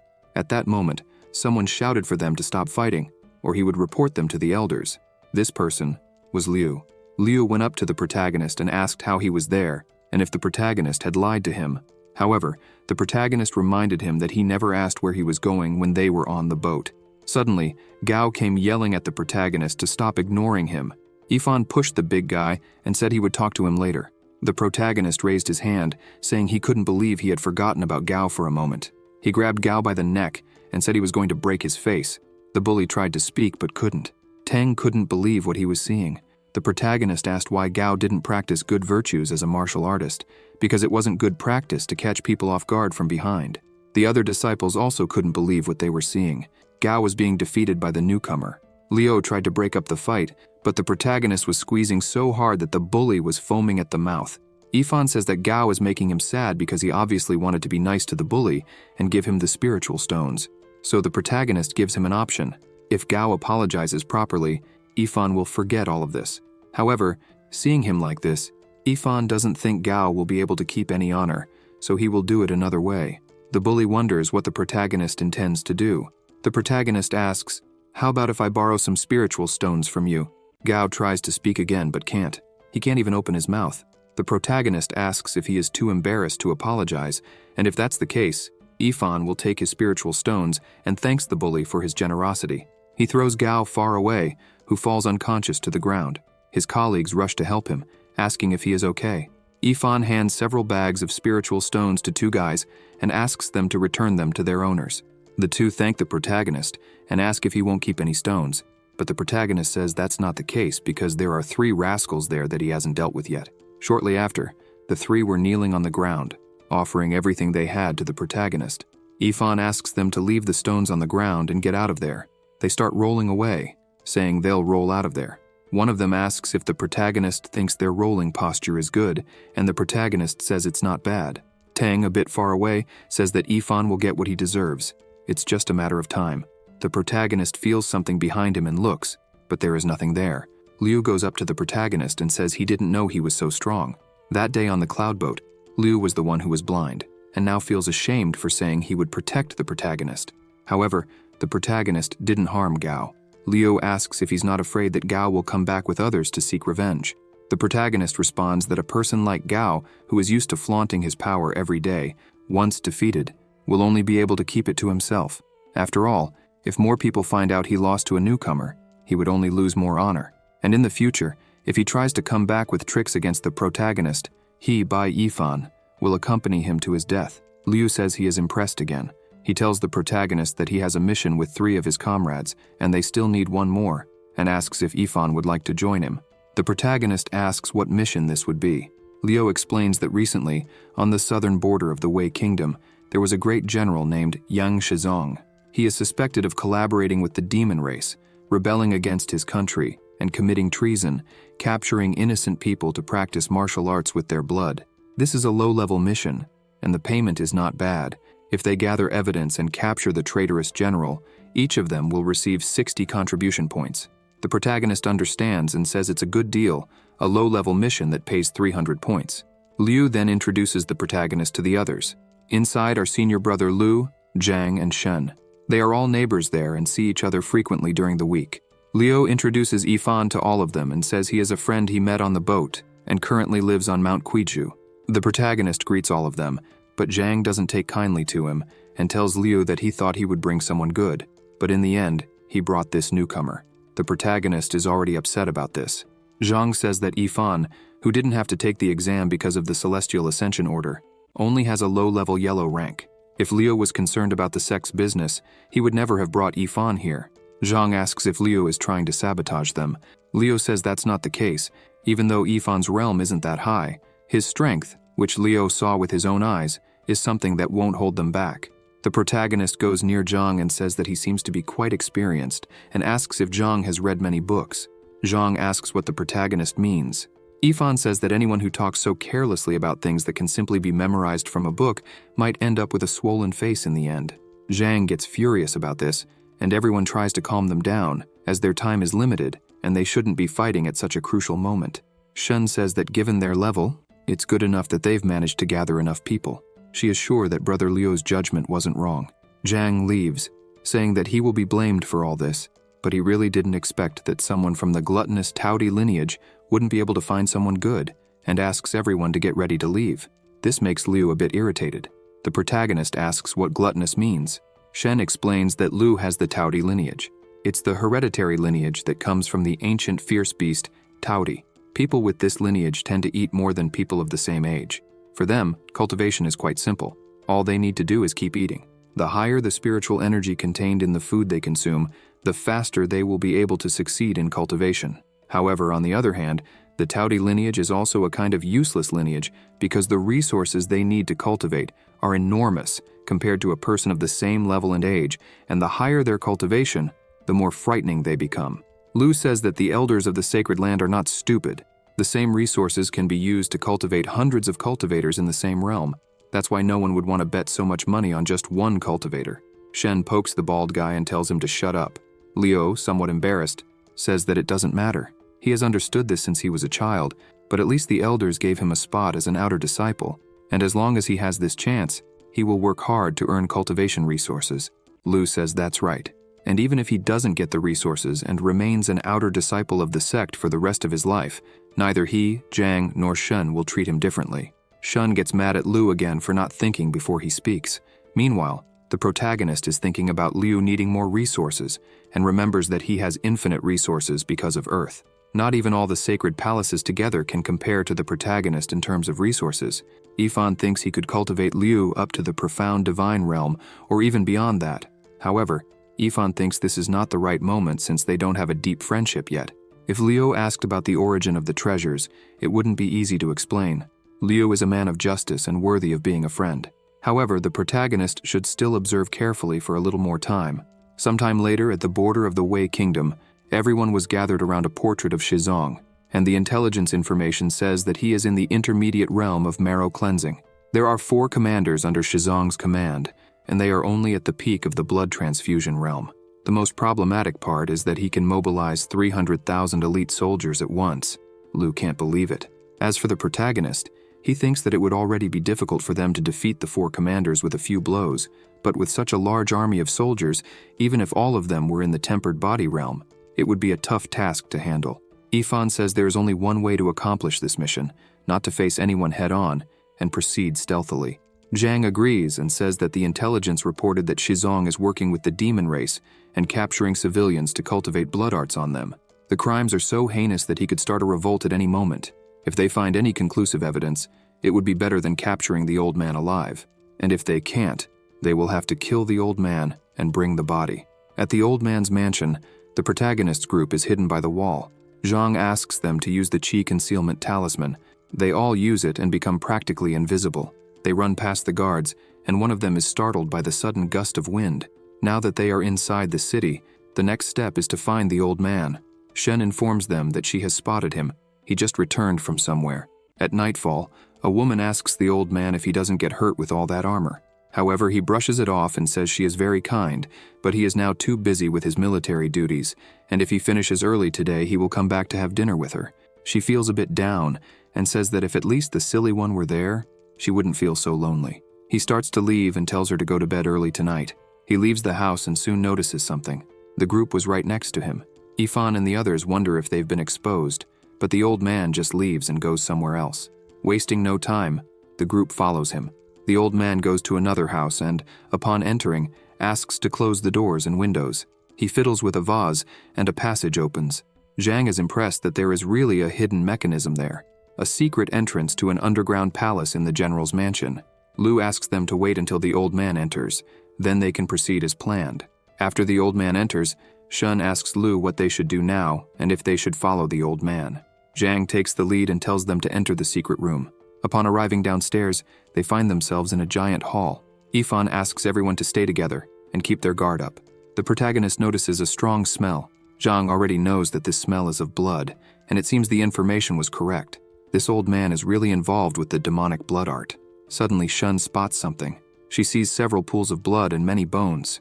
She wonders how many people this old man has killed. There is also demonic energy there, and the old man is refining the bodies. Zhang says they will surround the old man, and when he gives the signal, everyone will attack simultaneously. But suddenly the old man shouts, saying that now that everyone is there is no reason to hide. He attacks the group with a lightning bolt, but everyone manages to dodge. Zhang asks how the old man was able to detect them. Shizong says that this bunch of brats sneaked into his mansion and asks if they are looking for death. This was not good at all. It was the old man's plan to lure them down there. The door behind them closes, and the old man shouts that everyone there will now be his sacrifice. Zhang and Lu charge forward. Shen and Liu also try to go, but the protagonist asks them not to go just yet. Suddenly, all the demons break free from their chains and immediately attack the group. Zhang is startled by the demons' incredible speed. The protagonist pulls back, dragging Shen and Liu with him. This causes the demons to miss their attack. The protagonist realizes they are not normal bodies, but the bodies of demon kings. Lu takes a hit to the chest to stay alert, and Zhang is fighting for his life. Now the groups are facing each other. Sheng asks if Lu is okay, and he says he can hold on a bit longer. Zhang shouts to the old man that he will die today for what he's done. Ifan realizes those are demonic puppets, and the bodies are of people who died and are being used and manipulated through evil techniques. A demonic puppet is made using the body of a living person as a sacrifice. The puppet created this way can preserve all the memories and strengths of its previous owner and can become even stronger through cultivation. There are 4 demonic puppets plus the crazy old man, not to mention a beefed-up puppet still tied with wire. Now things are getting tough for the protagonist. Suddenly, the old man shouts for the demons to kill everyone there, and the fight resumes. Zhang slices a demon's neck and announces he has taken one down. However, the old man says it's not easy to kill his puppets. He uses magic to instantly heal the demon. Everyone is astonished by this. Liu says they can't keep expending energy like this for too long. Zhang asks them to hold off the puppets while he kills the old man. He uses a talisman, stating that if he kills the old man, the puppets will stop. A powerful sword emerges from the talisman and heads towards the old man. Shizong simply stops the sword with his hand and asks if Zhang is the one with the highest cultivation among them. He throws the sword back, saying that if Zhang wants to fight him, he'll need to eat a lot more beans. The sword flies back and hits Zhang square in the forehead. He realizes the old man is in the realm of enlightenment and that their intelligence was wrong. Liu is in shock, thinking that if Zhang, who has the highest cultivation there, is already struggling, there's nothing the others can do. Shizong orders the demons to throw everyone into the blood pools. The group is in shock, thinking they will die today. But suddenly, Ifan uses his floating flower steps ability and reaches Shizong. The protagonist slashes and cuts off the old man's arm. Zhang doesn't even understand what happened. Shizong screams in pain but quickly recovers, shouting that he will kill the protagonist. However, the protagonist uses another technique, the violent rainsword technique, second form, storm. The old man recognizes this technique. He tries to create a blood shield, but even with his shield, he can't block the attack, and every strike hits him without exception. Suddenly, all the puppets stop moving, and the old man is completely battered, unable to fight. The protagonist tells him to give up, as there's no way he can win. The fat man is stunned, and Shen is impressed by the protagonist's power. Shizong, trembling all over, can't believe that Yifan managed to hurt him using just a yellow-ranked sword technique. He thinks this was to be expected from a disciple of the sacred land. But suddenly the old man goes crazy. He says that everyone is destined to die today. Yifan becomes alert, as the growth puppet is unleashed. The group sees that the protagonist is in danger. They also can't believe Shizong managed to refine a puppet at the peak of the Enlightenment realm. Yifan shouts for everyone to get out of there, and at the last second, they all manage to dodge. The growth puppet is foaming with rage. They hide behind a pillar, and Liu tries to wake the old man, but he's already dead. The growth puppet is becoming more and more uncontrollable, to the point of becoming completely out of control. Yifan shouts that the puppet is coming. He realizes that the puppet is striking randomly, following only the sound. He tells everyone to hide and remain silent. They hide again, and Shen asks Zhang what they should do now. He responds that he plans to escape, as they alone cannot defeat the growth puppet. The protagonist says that fleeing is not an option, and that if they don't stop the puppet and leave it free, it will result in the death of hundreds of innocent people. So, they must end this quickly. Zhang gets angry at this, and tells Yifan to shut up, saying he can't do anything alone. The best option would be to leave quickly and call for reinforcements. However, Liu says that Yifan is not going alone because he will go with the protagonist. Zhang asks what Liu means by that. Liu tells Zhang to think carefully about whether they can really get out of there and how long it would take for reinforcements to arrive. The fastest would be about an hour, and in that time, the growth puppet would kill everyone in an area of hundreds of miles around there. Liu confidently says that even with a mediocre martial art, he is not greedy for life and is not afraid of death. He would rather die fighting this demon than sacrifice the lives of others to save his own. Shen and Liu agree and say they will fight too. Zhang says this is the same as throwing themselves to their deaths. The protagonist gets frustrated and asks Zhang how they will protect the nation and their families if they are the first to flee in a crisis. If none of them are willing to risk their lives, they can't do anything for their country or family. He says the world is made up of people who know they are destined to die, but still march forward bravely to complete their duty, and that is why there is peace in this world. Irritated, Zhang shouts, asking who is the leader of the group. With this, the growth puppet notices them and runs towards them. Liu draws his sword and says he will fight, but suddenly the protagonist steps forward with his floating flower steps. Seeing this, Zhang shouts to the protagonist that the demon is in the realm of enlightenment, and that Yifan won't even hurt the demon. But the protagonist is serious and puts on his thundercloud ring. He releases a lightning bolt against the puppet and asks who the idiot is now. The lightning bolt hits the puppet right in the chest and throws it far away. With just one bolt, the protagonist defeats the growth puppet that was in the realm of enlightenment. The group is impressed by his power. The protagonist says he is the only one who decides whether he can harm his opponent or not. The puppet starts crying and calls for the general and Susu, saying it has no regrets. The protagonist sees that the demon still has some humanity left. He thinks that usually, demonic puppets have their humanity erased by the practitioner to make them easier to control. Demonic puppets that still have humanity and are still obedient to their master can only happen if the person voluntarily transforms into a puppet. The protagonist wonders how this could have happened. Liu is stunned to see that the puppet was really destroyed. Zhang from the back says this is impossible. He sees that the protagonist used a magic weapon and asks where he got it, but the protagonist says it's one of his trump cards, and that's why he didn't mention it. The protagonist goes near the pool and says something is wrong with the blood. Shen asks what happened. Yifan says the blood there doesn't seem to be human but beast blood. Liu says the intelligence reported that Shizong is a demon and asks how the old man could use beast blood. Suddenly, the palace starts collapsing. The protagonist shouts for everyone to get out of there as quickly as possible. However, a pillar is falling towards the group, but suddenly a barrier protects them. Liu asks who is doing that, and a woman says luckily she wasn't late. This woman is named Xiaochai. She asks if everyone is okay. Liu knows who she is and is happy. Yifan asks if she is using spiritual energy. Xiaochai says it's a miracle they're still alive after encountering a demon puppet at the peak of the Enlightenment realm. She adds that she'll speak highly of them to others, which will make them famous for a while. Suddenly a pillar begins to fall towards her, but she snaps her fingers and evaporates the entire pillar. This even impresses the protagonist. As she approaches the group, everyone greets her, thanking her for saving them. Xiao Chai goes to the protagonist and asks if his name is Yifan. She comments that he's at the mid-stage of the marrow-cleansing realm and still managed to kill the growth puppet, which she finds impressive. The protagonist says he was just lucky. She smiles and mentions she heard everything he said and highlights that it's extremely rare for an outer disciple to have such great understanding. Meanwhile, Zhang thinks it's obvious the protagonist won because he has a very strong magic weapon. He rummages through the old man's body and finds a ring. He didn't expect to find it, as it's a rare magical storage treasure.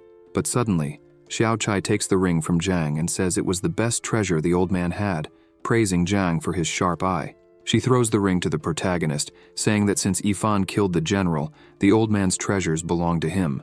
Yifan is happy with this and thanks the girl. He thinks a magical storage treasure is priceless in the outside world, as it's very hard to find. This way, when he returns to the contribution hall to give divine treasures and herbs from the earth, he'll have a good excuse for it. Zhang is very angry with the protagonist. Xiao Chai says the general was quite pitiful. His family had been loyal for generations, guarding the borders for the Wei royal family and protecting the people. He was a very good and rare general. His only daughter, Susu, fell in love with one of the commanders under the old man's command, but she was forced by the king of Wei to marry for peace with the barbarians. As a result, she was tortured to death, and her father sought revenge. He worked with demons to make a demon puppet so he could get his revenge against the Wei royal family. The group recalls Lady Yang saying that if Susu were there, she might not feel so lonely. Liu now understands why she said that. Xiao Chai points out that the scars on the old man's body are from battles he led with his soldiers. The protagonist remembers the demons saying it had no regrets. He then realizes that the puppet was actually the commander Susu was in love with. Zhang starts kicking Shizong, saying the old man doesn't deserve any sympathy. He thinks it was a waste to come there for nothing. Seeing this, the protagonist kicks a stone that hits Zhang's leg hard. Zhang asks what Yifan is doing. The protagonist says Shizong is already dead, and there's no reason to take out their anger on him. Zhang asks what the protagonist will do with the body. Yifan replies that he will take it to Lady Yang and explain everything to her. Zhang shouts that they need to cut off the old man's head to take it with them, otherwise, they won't be able to explain the mission. The protagonist turns and says he'll only say this once. Yifan wants the body to remain intact so he can return it to Lady Yang. Zhang asks if the protagonist really means that, and the protagonist tells Zhang to stop. Xiao Chai then gives Zhang a tiger amulet. She says this will prove the mission, as the old man used it to command the troops. For a general, this is something even more important than life itself, so this will clarify things. She says she agrees with Yifan. Zhang says he agrees with her, but thinks the protagonist is a scoundrel. Sometime later at the old man's grave, the protagonist says Lady Yang already knows everything. Shen asks if she's okay with it, and Xiao Chai says it seems Lady Yang had anticipated all this. She said the old man had been carrying a great burden on his shoulders, and now that he's reunited with his daughter in the afterlife, he'll be able to break free from the cycle of cause and effect. And now Lady Yang intends to devote herself to Buddha and chant Buddhist scriptures so that people may find salvation. She also hopes to help the lost souls in the world, freeing them from suffering and attaining happiness so they can cross over and reincarnate sooner. After this, the protagonist calls everyone to leave. Before they go, Shen asks Xiao Chai how she found them. She responds that she actually came there with senior brother Zhang to help kill a demon king. However, Xiao Chai is still too weak to help with that, so Zhang asked her to capture some of the demon king's subordinates. While passing by the general's mansion, she sensed a demonic power. Everyone is surprised to hear her say she is very weak. Shen asks if this Zhang is the maiden of the sacred land. Xiao Chai says yes, and that Zhang is also known as the Eastern spiritual flower among the 5 true disciples. The protagonist asks what a sacred maiden is and who the 5 true disciples are. Shen scolds the protagonist for not knowing anything. She explains that the 5 true disciples are the 5 most talented disciples from the factions of the 5 elements in the sacred land. They were personally taught by each leader of their respective faction in the sacred land, and are also the true successors of the techniques of the 5 elements of the sacred land. They are Eastern Spirit Song, Southern Sword Essence, Western Myriad Sounds, Northern Flying Tiger, and Central Divine Dragon. The legendary Eastern Spirit Song, Senior Sister Jiang, is the most talented and the youngest among all 5 disciples, as well as the #1 beauty in the entire sacred land of the 5 elements. That's why she is called the Sacred Maiden. Xiao Chai asks if they want to see the maiden's beauty with their own eyes. However, where Zhang is, the fight is intense. Various disciples are attacking from one side, and the demon is attacking from the other. This is the demon king of great sorrow. He says everyone there is a bunch of shrimp soldiers and crab generals, and that they are no match for him, the king. The demon asks if the sacred land of the 5 elements is running out of people to the point of having to send a girl to fight on the front lines. She responds, saying that to deal with him, she alone is enough. Meanwhile, from a distance, the protagonist's group is just watching. Xiao Chai says their realm is too low, so they should just watch and wait from afar. The protagonist wonders if that is the demon king, because he can feel the terrifying aura of the king from very far away. Back to the fight, the king shouts, cursing Jiang and saying that today will be the day of her death. At this moment, Jiang asks the disciples to form the divine dragon lock formation. Everyone begins to concentrate to form the technique. Several branches move towards the king, and he knows what technique this is. Suddenly, he is trapped in a magic cube. He thrashes inside, saying that Jiang won't be able to keep him there. The disciples are struggling to keep the king inside. Jiang says she's not trying to trap him. She sends some crows at the king, and he wonders when those golden crows appeared. Yifan notices that those golden crows appeared out of nowhere with a powerful energy fluctuation. Jiang tells the king that she was just creating an opportunity to use her technique. A giant crow appears in front of the king. She asks the crow to devour the demon. The crow simply swallows the cube with the demon inside. However, the king shouts that he won't let Jiang escape, but he stands no chance as the divine crow's flame will burn the king's entire existence, the burning divine extinction fire. And with that, the demon king is finally killed. But suddenly, a huge explosion happens due to Jiang's technique, and all the other disciples start protecting themselves. Jiang says the power of that explosion is insane because he can feel a burning sensation on his skin even from miles away. The protagonist group can't believe it only took one strike to incinerate an incredible demon king. They wonder if this is the power of a true disciple. At that moment, a group of people goes to Jiang and asks if she is all right. She replies that she is fine and asks if they have cleared the battlefield, to which they respond affirmatively. Xiao Chai explains that the technique Jiang used is the heaven and earth technique, which can only be used by those who are at the 7th level of spiritual cultivation, the realm of spiritual manifestation. Shun says that this is incredible and akin to the gods and immortals in the heavens. Yifan wonders if he will be able to reach Jiang's level in the future. Jiang looks towards the forest and asks whoever is there to come out. Xiao Chai says they have been discovered. She asks when Jiang noticed them. Jiang asks why Xiao Chai brought out her disciples, as it was very dangerous. Xiao Chai says she brought them to broaden their horizons, to understand the world better, and to witness Jiang's heroic beauty. She adds that she found a promising young man. Xiao Chai mentions that Yifan managed to defeat someone at the peak of the Enlightenment realm, even though he is in the marrow cleansing realm. Jiang asks if the protagonist is in the marrow cleansing realm and still managed to defeat someone at the peak of the Enlightenment realm. She asks Yifan directly if this is true. Yifan, embarrassed, confirms it. Jiang says that's impressive. The protagonist, blushing, tells Jiang she is being very polite and that his cultivation level is too low to be worth mentioning. He doesn't even look into her clear and pure eyes, as he is not used to doing so. Jiang, from behind, mocks, saying that no matter how powerful the protagonist is, he is just a guy with a yellow rank. Shun tells Jiang to try harder to hide his envy. She steps on his foot and asks him not to speak anymore. Jiang heard what Jiang said and asks the protagonist if it's true that he has a yellow rank.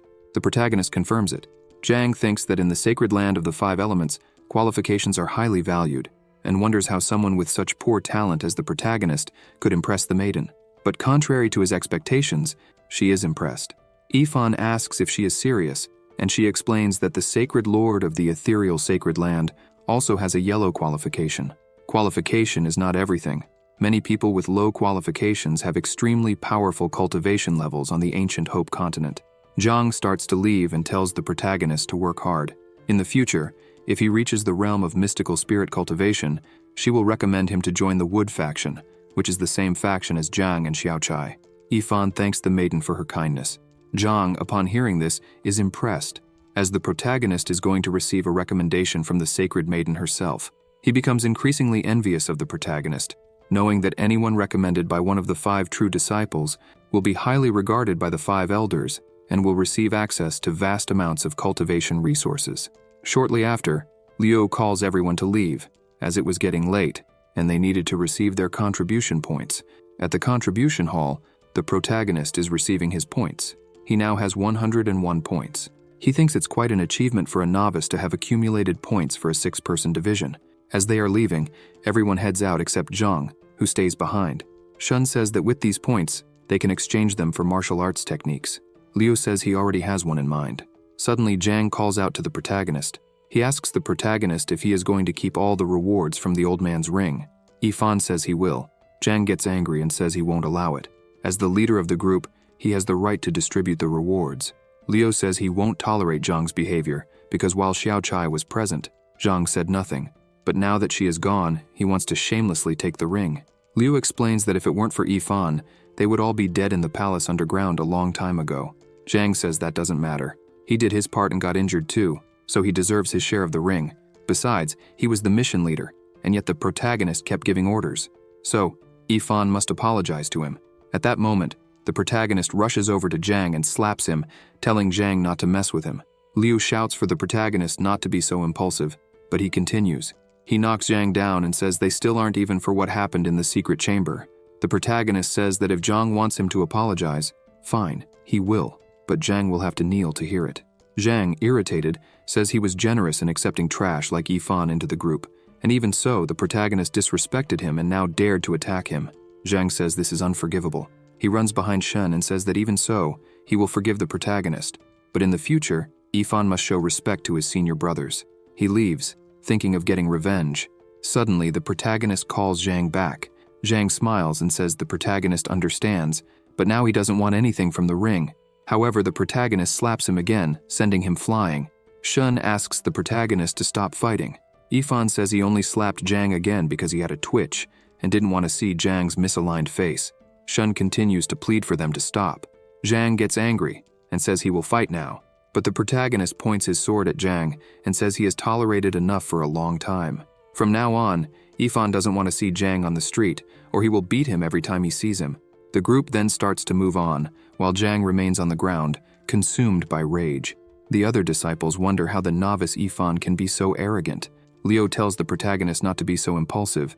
As if this incident reaches the law enforcement division of the contribution hall, the protagonist will be punished by the elders.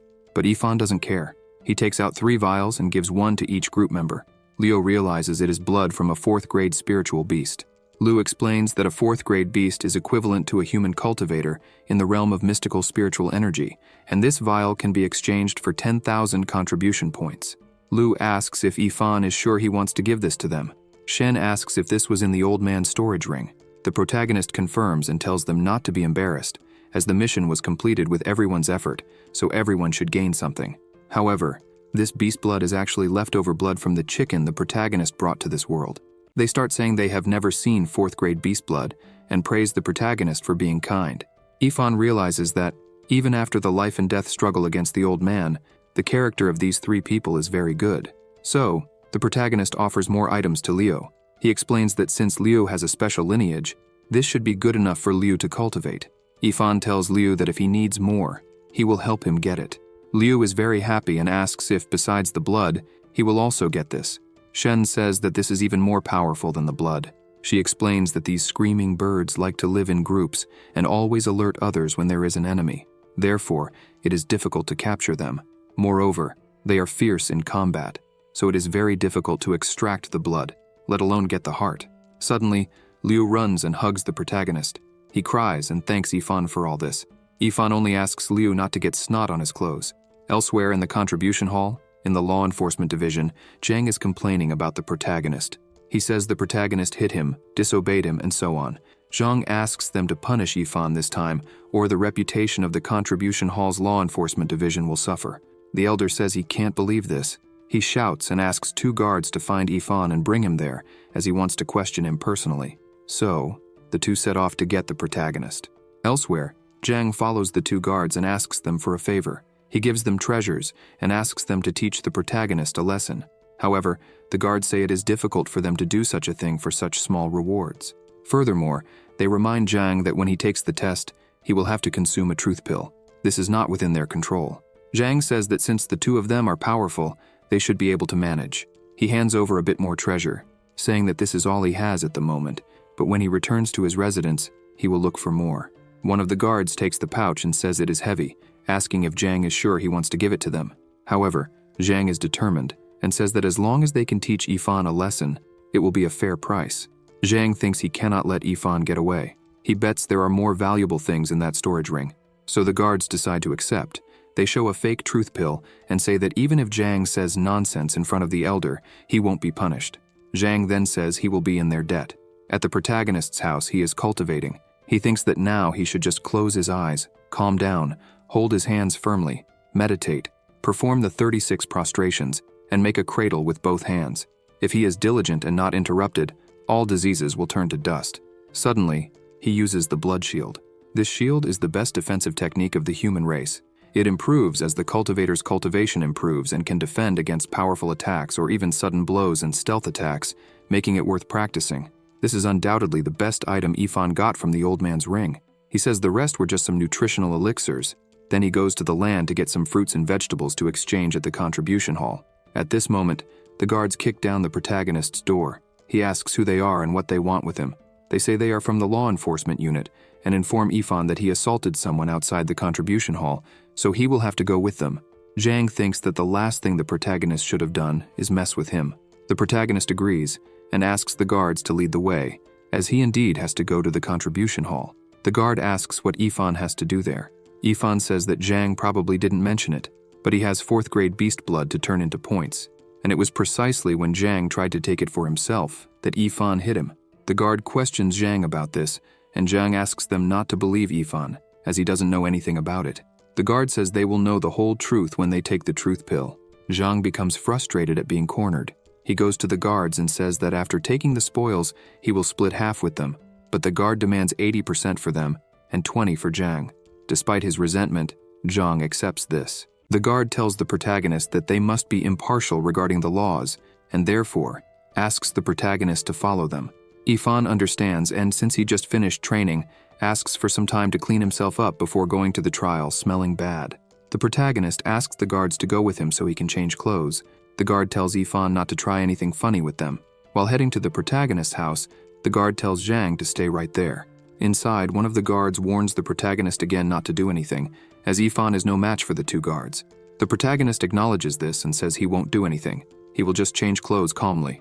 Meanwhile, one of the guards tells the other that the room doesn't seem normal. The spiritual energy there is richer than that of the guards' quarters, who are inner disciples. They notice something on the floor, a carpet made of the divine grass, Dulu.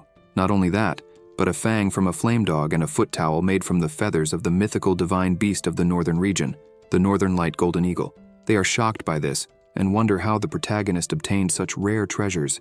Ifan, already prepared, pretends these are useless items to him, things he uses daily. He even questions the guards if they are playing a prank on him.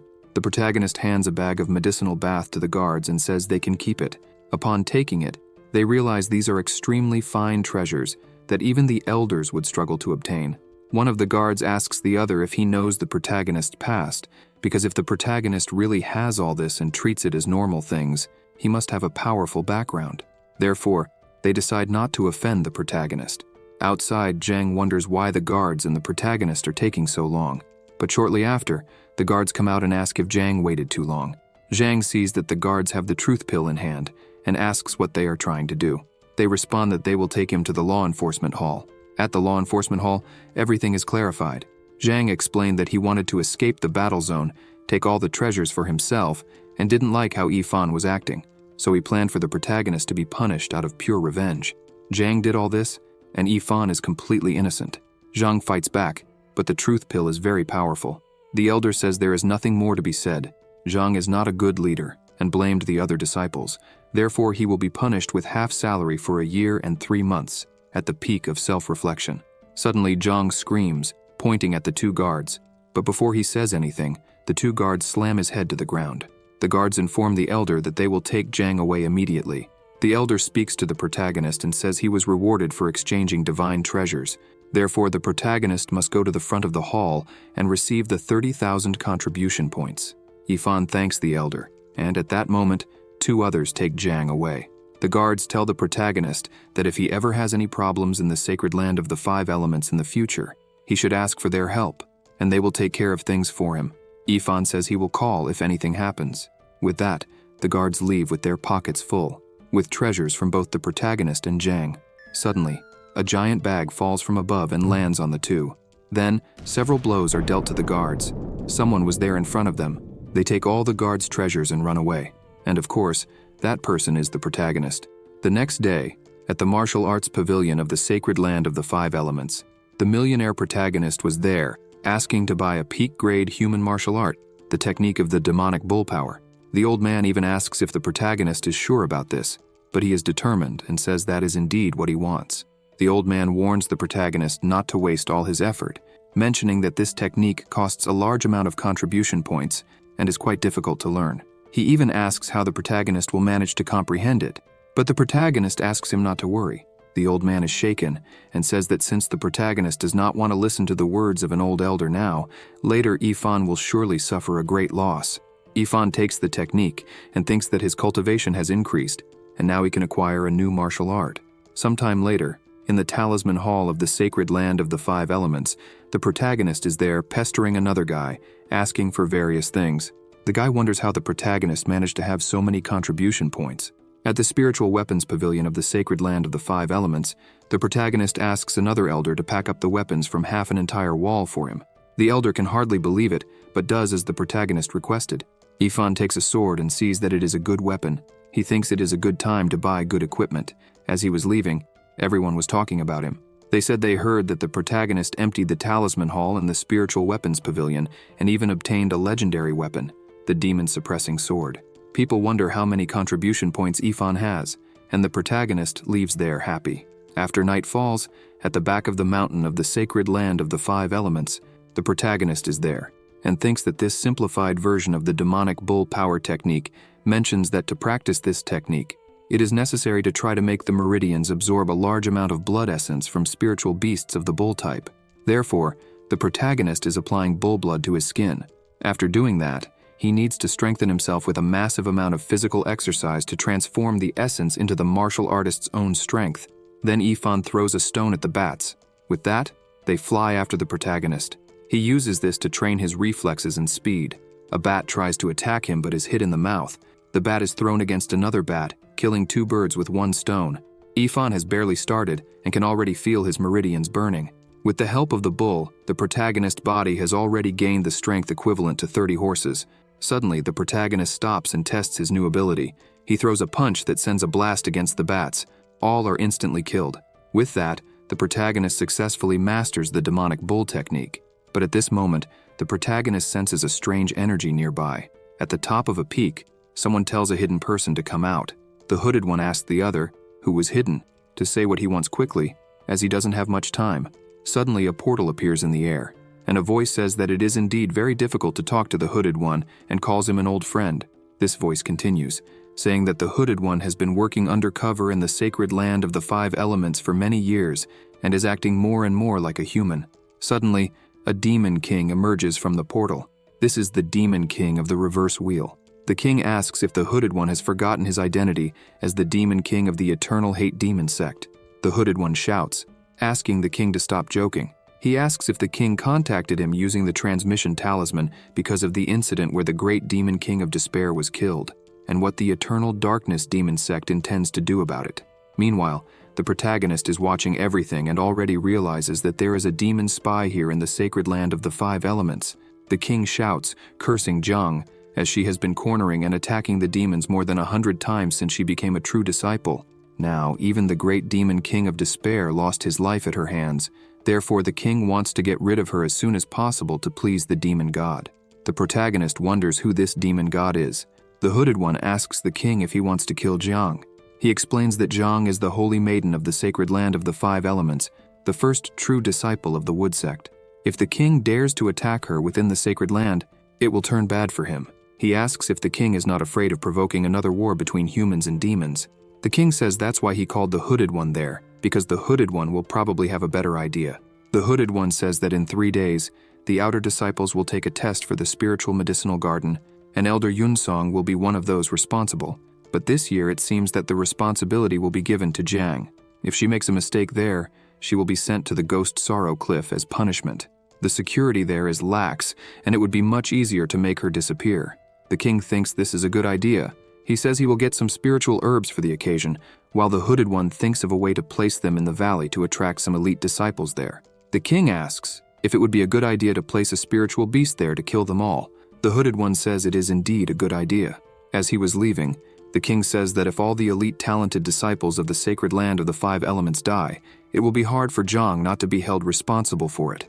Meanwhile, the protagonist was listening to their entire plan. Yifan thinks he has to do something about it quickly, but suddenly the Hooded One attacks the protagonist, having seen movement in the forest. The protagonist realizes they sensed his presence. The attack explodes everything where the protagonist was, but no one was there. The Hooded One thinks he was being paranoid. He uses a technique to sense the presence of someone within a kilometer area, but does not sense anything nearby. So the Hooded One decides to leave there as quickly as possible. Shortly after, the protagonist returns to this world. Luckily, he did not use the ring to go to Earth today, as he was almost killed by a hair's breadth. Yifan thinks that the demon race people are trying hard to kill Zhang, and he cannot let that happen. However, the protagonist has no evidence at the moment. If he reports this without thinking it through, he might alert the infiltrated enemy. Also, an outer disciple overheard a conversation between great venerable demons and survived. No one will believe that. But this issue cannot be left alone. The only way now is for Yifan to go to the spiritual medicinal garden personally and investigate this. 3 days later, at the spiritual medicinal garden, several disciples are there. The protagonist and the others arrive there too. Shen sees that there are many people there, and they are all very excited, but this was obvious, because if someone performs well in this test, they will have the opportunity to be recognized by one of the elders and perhaps even be promoted to an inner disciple. Therefore, everyone is excited. Suddenly, a guy arrives asking everyone to get out of the way. A bearded disciple says that this is Chang Feng, and not only him, but also Luang, Xiaodia, Min, and Yuan Bai. Shen explains that these 5 are the best among all the outer disciples and have already been pre-accepted by the 5 inner courts of the sect. As soon as they advance to the divine mystic spirit realm, they will be immediately admitted to the sect's inner court. Yifan thinks this must be the group the Demon King and the Hooded One were talking about. He asks Shen if she knows anything about the demon race. She explains that the demon race has been hostile to the human race since time immemorial. Unlike their cultivation, which is by realms, demons are simply and roughly divided from top to bottom according to their level of combat power. First comes the Demon God, then Demon Emperor, Venerable Demon, Demon King, Demon Commander, and lastly Demon Soldiers. The Demon God is the supreme leader of the demon race, and he is the only one of his kind. It is said that he is so powerful that no one can escape from him alive, and no one has ever seen his true face.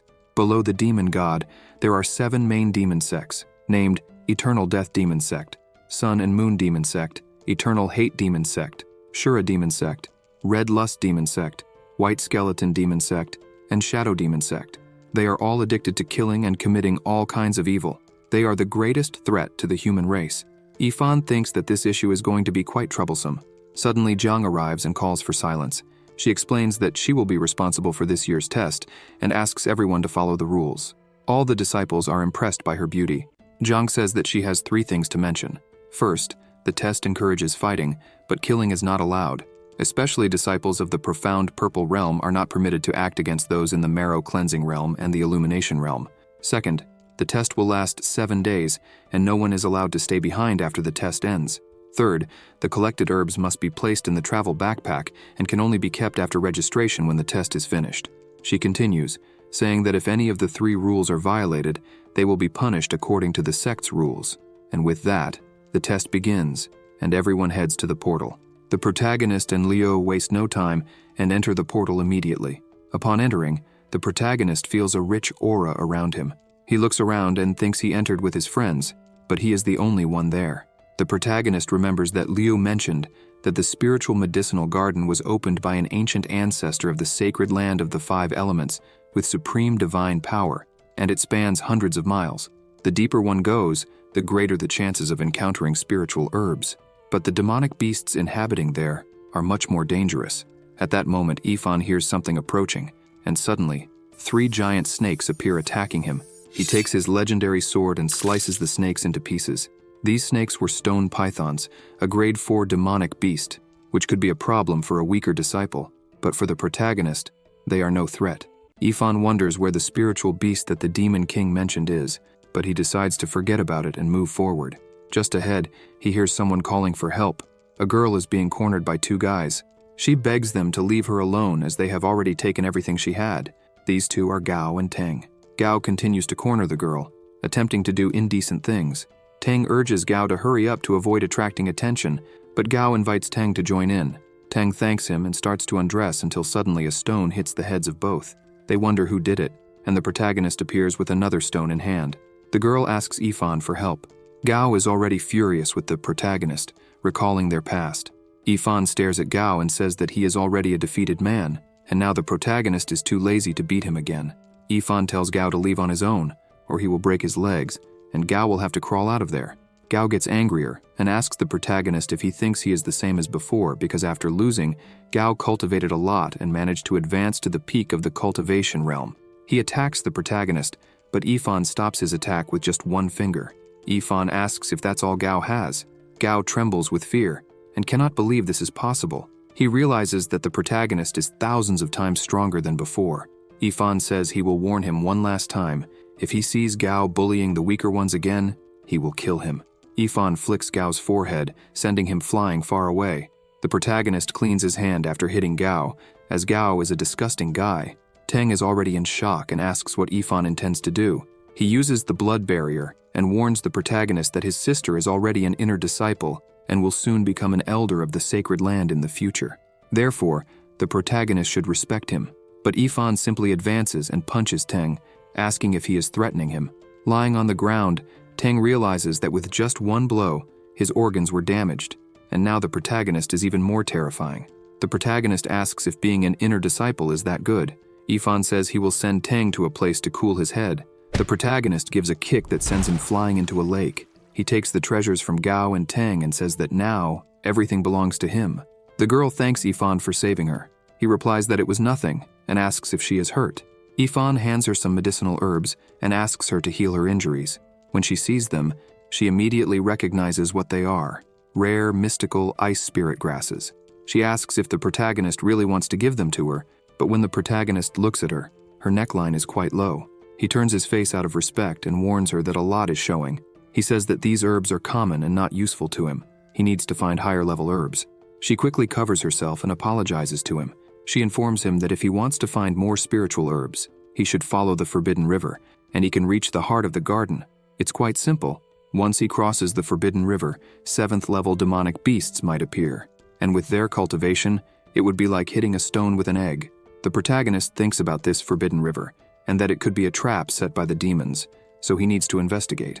Further ahead, at the Forbidden River, a celestial blue herb is spotted by some people, and if they can get it, their results will be significant. However, there is a beast guarding the herb. They hide behind a rock and realize that this beast is a lion monkey, and since it is very strong, the disciples there have no chance. The protagonist's group is also there. Liu asks how they will act without Zhang as a leader, as this monkey is at least level 6 and they cannot act recklessly. Liu agrees and says they should wait a bit longer, as more high-level disciples are arriving. It would be better not to draw attention. Liu agrees and says that seeing a high-level disciple fighting will also be good for them, as they might learn something valuable. Suddenly, someone arrives behind Liu and praises his admiration. Liu turns around startled, but it is just the protagonist. Liu asks where Yifan was, as they couldn't find him anywhere. Liu says it was very difficult to gather the three of them there, and Shen asks who that young lady with the protagonist was. He introduces her. Her name is Chun, and she is a new recruit of the sect. Chun explains how Yifan saved her from the wrongdoers, and the group asks her to join them. Suddenly, an elite group arrives at the site. The leader is Chang Feng. He is at the primary profound celestial realm. Chang Feng instructs Fei Shi, who is at the 8th level of the illumination realm, and Hu Yer, who is at the 7th level of the illumination realm, to lure the monkey away from the celestial blue herb. He also orders Huang, who is at the 9th level of the illumination realm, and Liang, who is also at the 9th level of the illumination realm, to attack the monkey from the sides while he goes from the front. They advance against the monkey. The other disciples think they are amazing, but the monkey sends everyone flying with one attack. Chang Feng lands on his feet, but his partners are sent flying. They scream that they cannot withstand a single attack, and that if they continue like this, they will die.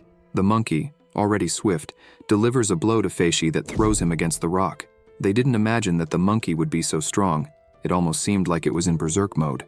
The protagonist is already alert, realizing that a 6th-level monster, without intelligence, is activating a frantic transformation in the midst of despair. Chang Feng tells everyone to get out of the beast's range, but Huier is clinging to his leg, asking for help because her legs are injured and she cannot walk.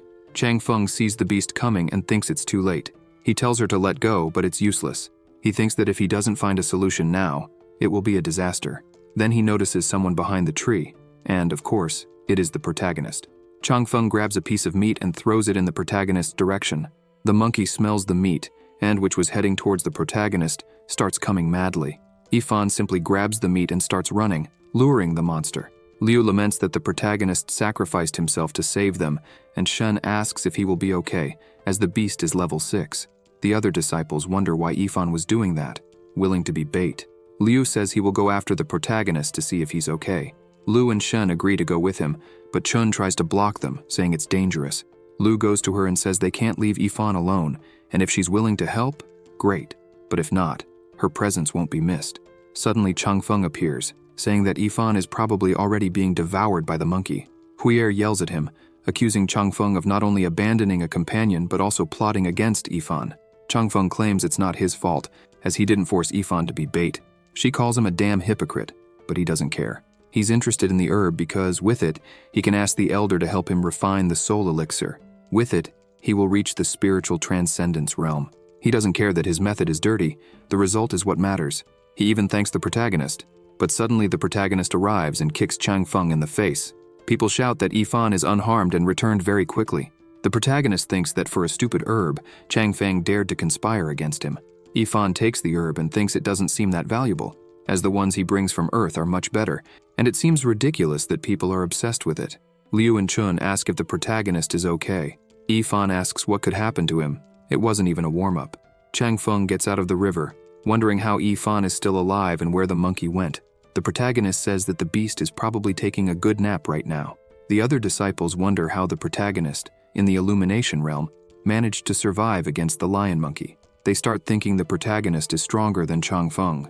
Chang Feng thinks that a novice in the yellow rank dared to embarrass him, and if he doesn't teach the protagonist a lesson now, he won't be able to stay in the sacred land. Chang Feng uses an ice ability and attacks the protagonist.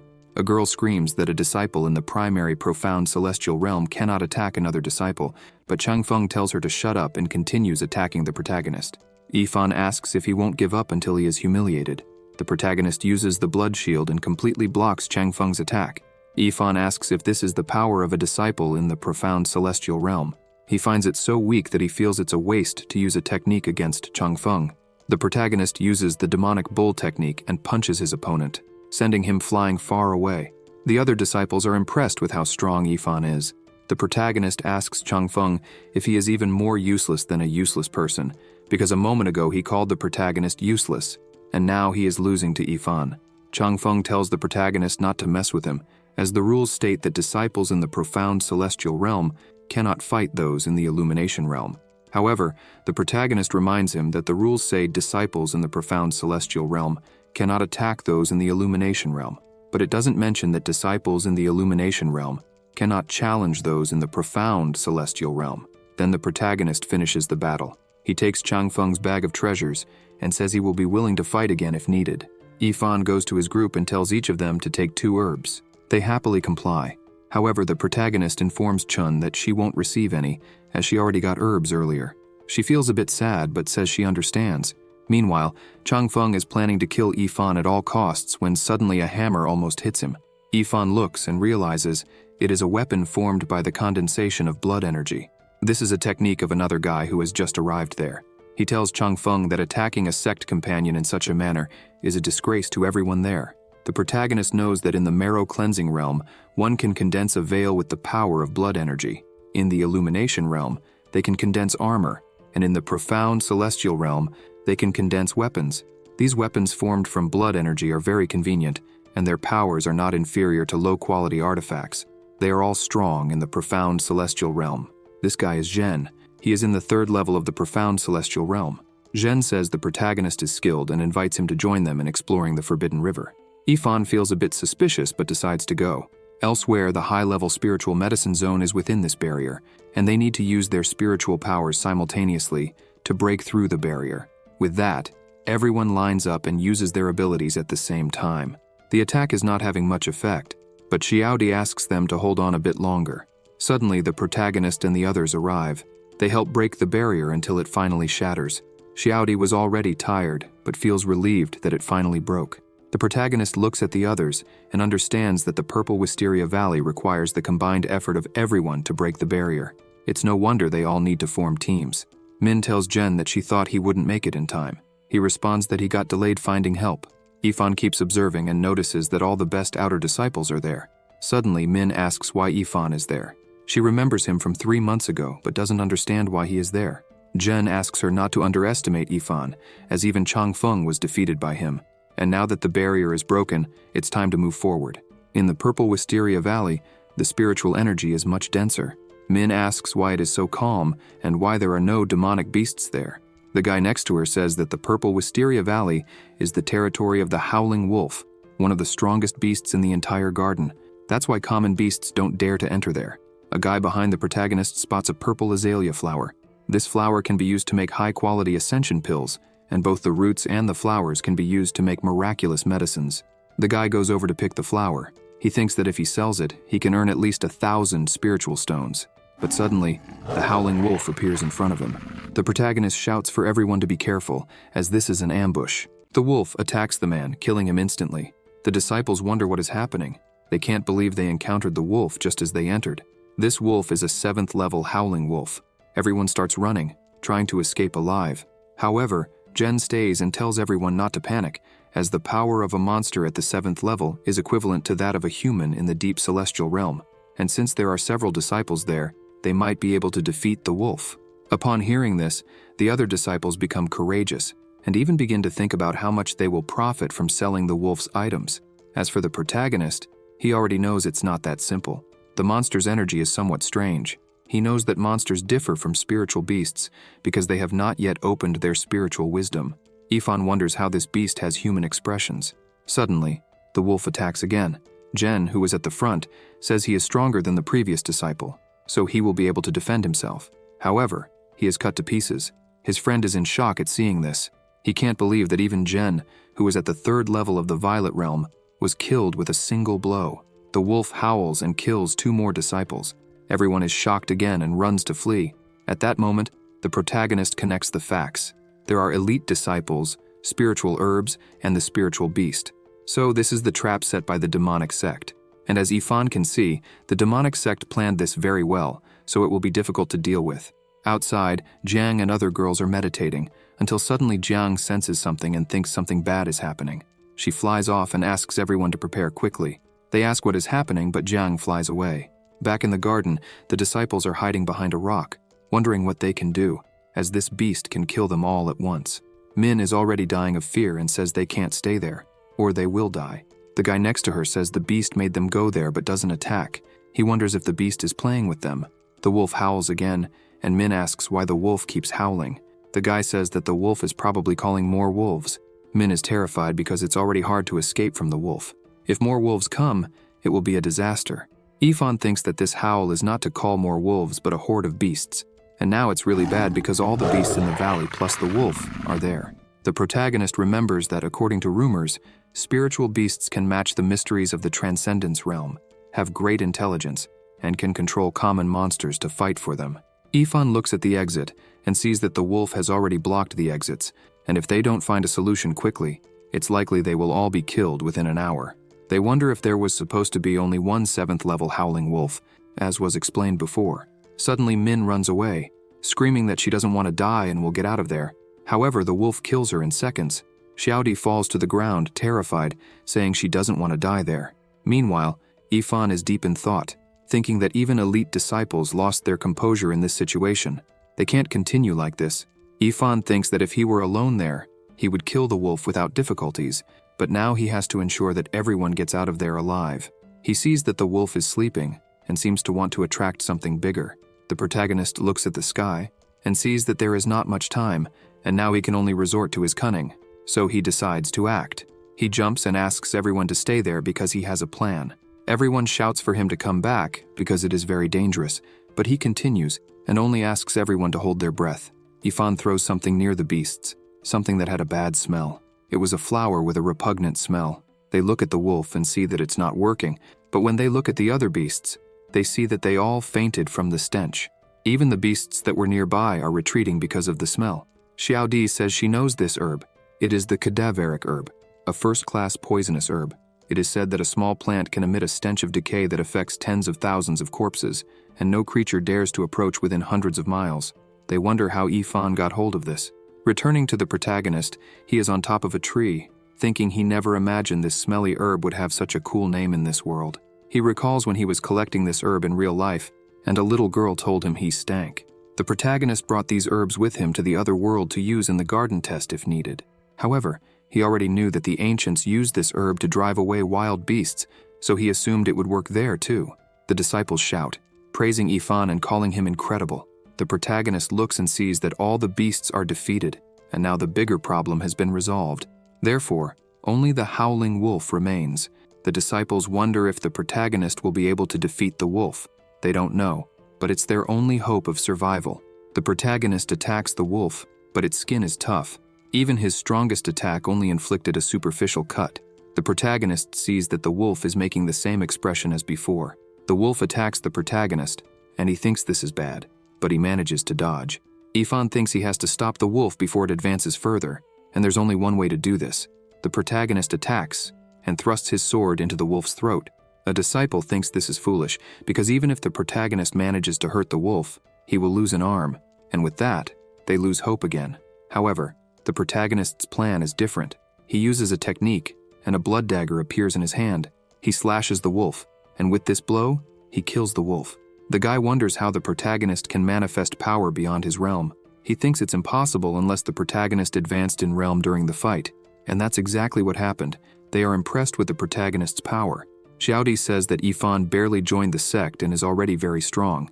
Yifan finds the chi condensation in the weapons in the purple realm not bad at all. And suddenly, the Demon King's voice comes from the wolf. The protagonist is startled by this, but some ropes arrive and seal the wolf's body. Along with them comes the celestial fire of demonic annihilation. It was Jiang using it. She asks if everyone is okay. The protagonist looks at her and feels relieved because she arrived just in time. A little more delay, and they would all be killed by the demon. The other disciples are also happy to see Jiang. She disperses her ropes and asks what happened there. However, the blonde is furious with Jiang because her negligence allowed this beast with liberated wisdom to enter the garden and nearly kill them. Yifan approaches him and says that since he doesn't know the blonde's story, he won't say anything about it. However, the problem they just faced is not something the spiritual beasts of this garden should possess. Maybe there was an external influence, and if Jiang hadn't arrived in time, they would all be dead now. The others agree because the wolf's energy was repugnant, opposite to the spiritual garden. Xiaodi says she will explain everything to Jiang. She says the situation began when they were searching for spiritual herbs in Wisteria Valley when they encountered this wolf, which was discovered to have liberated wisdom, being considered an evolved spiritual beast. Fortunately, Yifan used the cadaveric herb to drive away the beasts the wolf summoned, which allowed them to hold on until now. Jiang asks how the protagonist got cadaveric herbs, an extremely valuable treasure. The protagonist laughs and says he was lucky. She says he did a good job, but she will investigate this further. The protagonist asks how, and she says she will start the trial. She will review every 7th level spiritual beast in the garden. Jiang says that this howling wolf was about to fully evolve into a spiritual beast. However, she placed an internal restriction to completely suppress its power, but now that restriction has disappeared. Yifan asks if the wolf could break this restriction, and Jiang says it is not impossible, but she has the power of a level 7 divine skill. Even if the heavens fell, it is not possible for this beast to have broken the seal she placed. Yifan says there is only one explanation. Jiang was deceived. She says she thought about that too. Jiang asks everyone to leave for now. She will investigate this matter thoroughly and give everyone an explanation. The disciples leave complaining because they almost became cannon fodder. After everyone leaves, Jiang thanks the protagonist for his help because, without his assistance, the disciples would be dead, and somehow he also saved her from a big problem. She hands him a technique called Fragmented Goldfinger.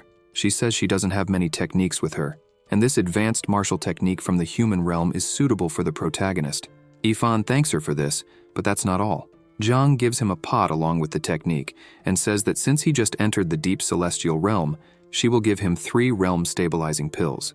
This is very beneficial for cultivation. However, she is curious because the protagonist is of yellow rank. and even so, he can advance rapidly in the realms. She also brings up the issue of the cadaveric herb because it is not found in the garden. Yifan, embarrassed, responds that he cannot hide anything from her. He says he got everything from Shizhong's ring. She says she will believe him this time. Immediately afterward, the protagonist tells Jiang that this is probably all related to the demonic sect. He was going to say something else but didn't. Jiang asks what he was going to say, but the protagonist remains thoughtful, thinking there are some subtle fluctuations there. He wonders if someone is watching them. However, he replies that it is nothing. Yifan just asks Jiang to be careful. He thinks there is a traitor in the 5-element sacred land with abilities superior to Jiang's. This is serious. Before fully investigating, it is better that fewer people know about this. A while later, the other girls arrive there. Jiang says they arrived too late. She asks everyone to follow her and stop all activities of the spiritual garden test and conduct a complete search. Shortly after, in the 5-element sacred temple, a lady at the front asks all the elders to refrain from making unfounded statements. In her opinion, this matter should be closed. This lady is the elder of the water faction, Shanrong.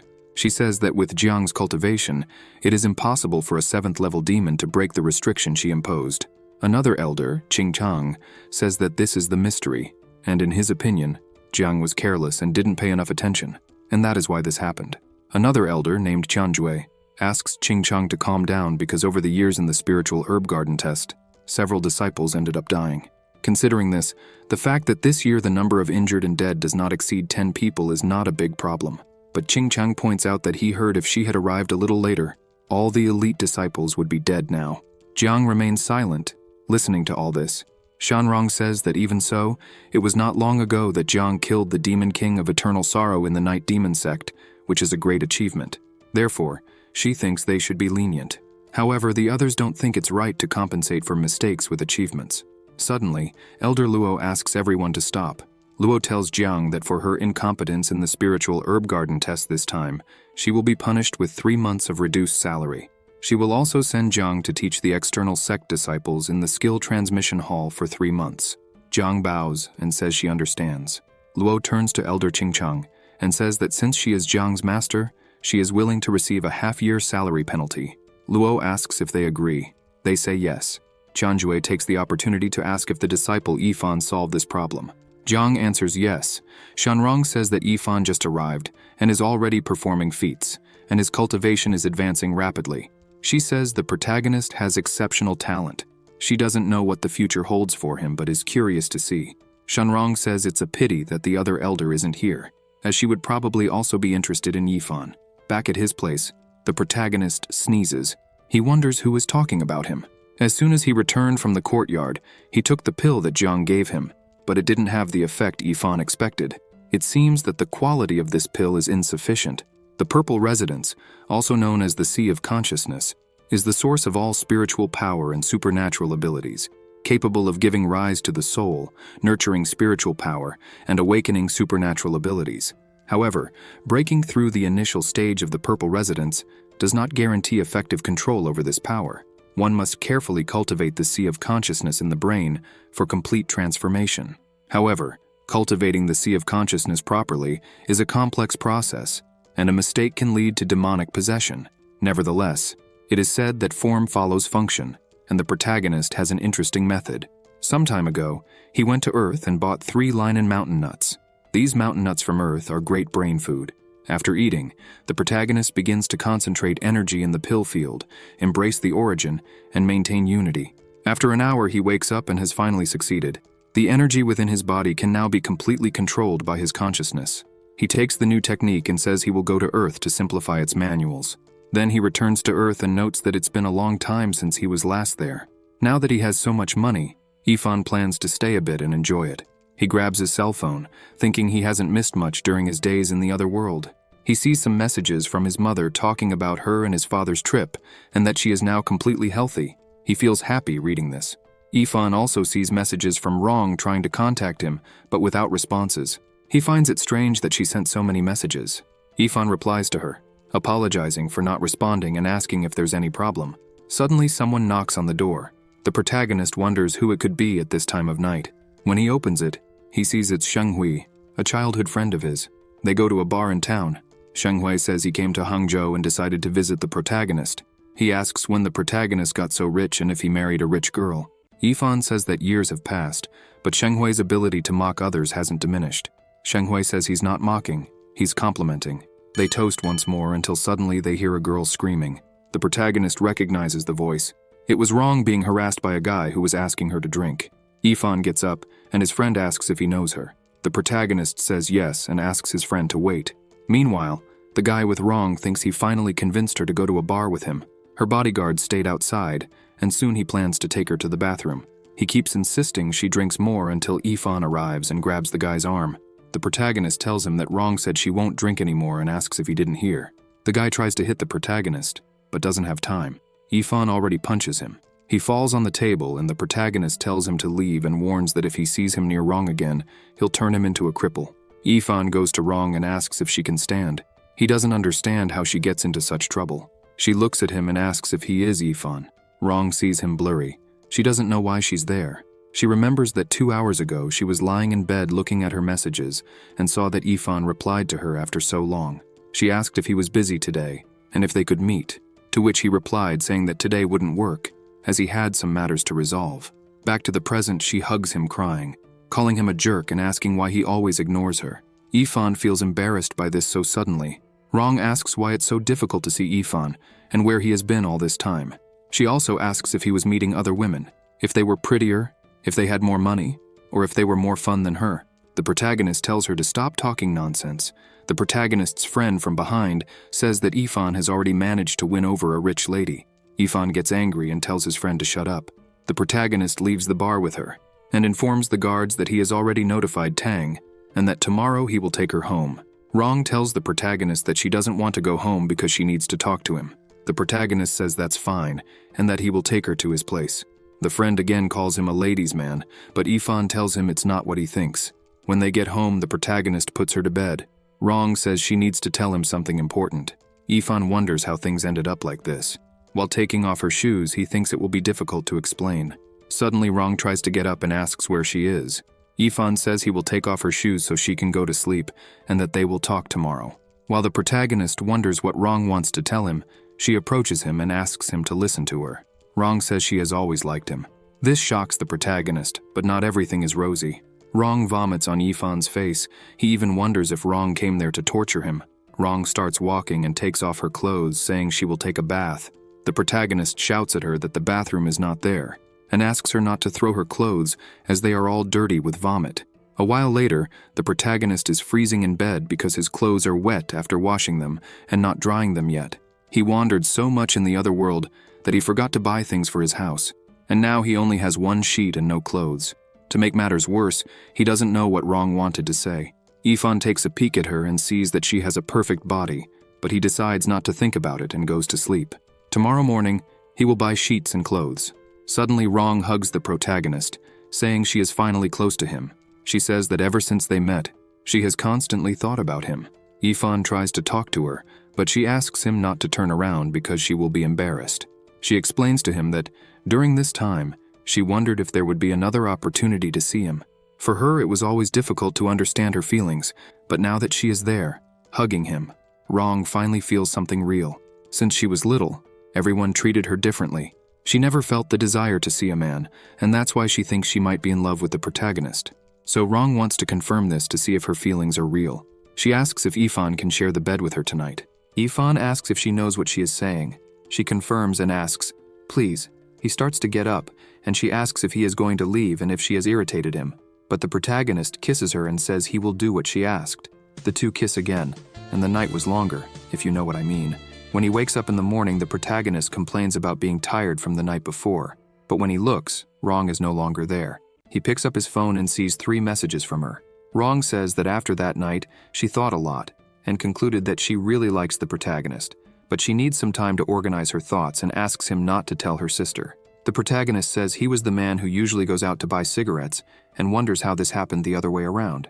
Yifan is scared, thinking that if Miss Tang finds out, he will really have a problem. He didn't even think about the class differences between them. Sometime later, Yifan went back to the celestial world. Back at his place, the protagonist shoots at a pigeon and thinks that with the simplified technique of Earth's golden fist, it is perfect for those at a distance and the force can be easily controlled. In the future, Against powerful enemies, this technique will greatly help the protagonist win. Suddenly, a beam of light and sounds come from a mountain. The protagonist turns around, startled, as Liu is shouting that the heavenly sound clock of Mount Wuxing is ringing. He comes running, informing Yifan that the elder is summoning all external disciples. With everyone gathered, the elder begins to explain that he just received the news that the head of the Shura demonic sect, the Fire Cloud Demon, massacred a small town on the border of the Yan Kingdom, capturing the 180,000 people who practiced martial arts, and this is a barbaric crime. The three sacred elders, along with the sacred elders of Zhenwu and Duobao, decided to take measures in the name of justice and enter the ancient demonic abyss to punish these demons. The disciples are shocked by this explanation.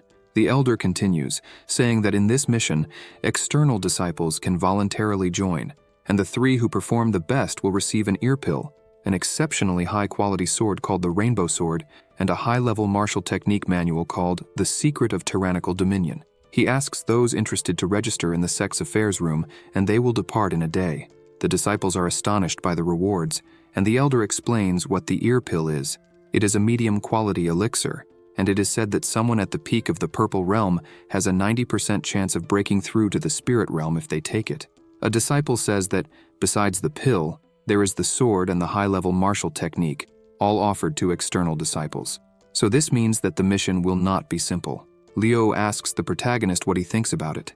Yifan says that this mission is coordinated by the three sacred sages and probably means that the leaders want them, the external disciples, to stand out and bring honor to their respective sacred element. If that weren't the case, the rewards wouldn't be so good. But Chun explains that the ancient demonic abyss is the central headquarters of the demons.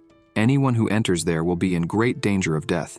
She asks if Yifan is sure he wants to go, and Liu joins the conversation, saying that even if he doesn't win the prizes, killing some demons and improving his skills is already worth it.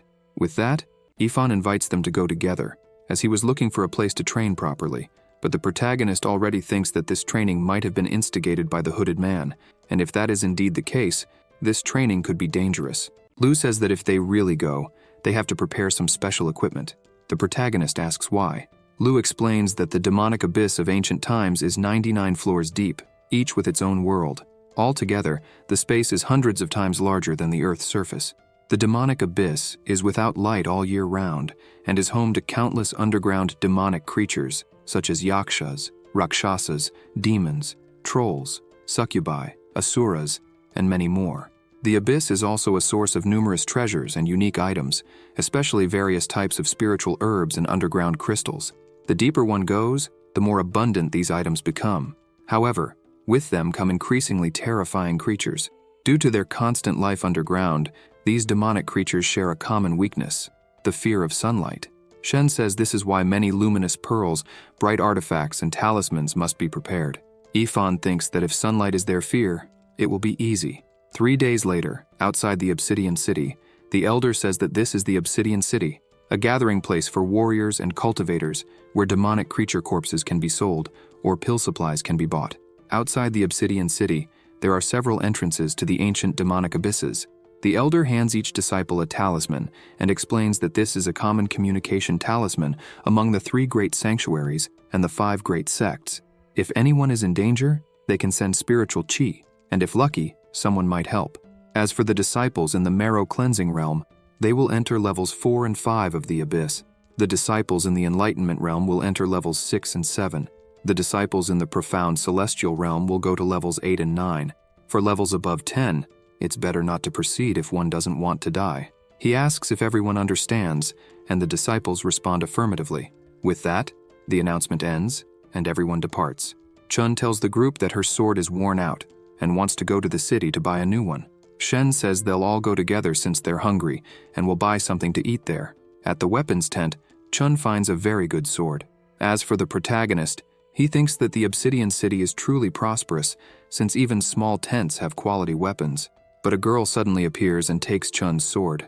This woman is named Sunk. Her sectmate asks her not to cause trouble with the people from the 5 Elements sect, but she mocks them, saying the 5 Elements sect are just poor wretches at the bottom of the sanctuary list.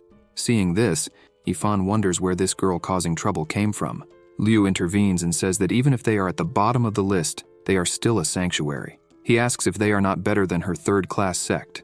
Sunk gets angry and says her sect is not third class but second class. Liu laughs and says it's the same thing because, in his eyes, everyone who is not from his sanctuary is trash. With that, Sunk gets mad and goes at him, but Yifan suddenly appears and says he doesn't hit women unless they behave like idiots. Sunk is startled because she couldn't even see the protagonist's movements. Yifan tells her to leave the sword and get out of there, so Sunk and her group leave without the sword. The protagonist turns to Chun and asks her to work harder. Otherwise, she will always be a victim of bullying, and when they enter the demonic abyss, he won't be able to protect her all the time. She says she understands. Shen goes to her and says the protagonist is only saying this because he cares about her, and she says she knows that. In another inn, Sunk gets slapped in the face. She apologizes to the elder for embarrassing the sect. The elder named Yang says he has already warned her that in the Obsidian City, she should not confront others unless she is 100% sure of winning, especially against the Five Elements sect. He explains that the Five Elements sect is in decline and will likely be downgraded in the next ancient assembly, leaving a vacant position among the 10 great sects. Jiang says that they cannot stop fighting, but here they are, his disciples tarnishing the sect's name at this critical moment, losing to outer disciples of the Five Elements sect. He says that no matter what method they must use, they have to regain their dignity right now.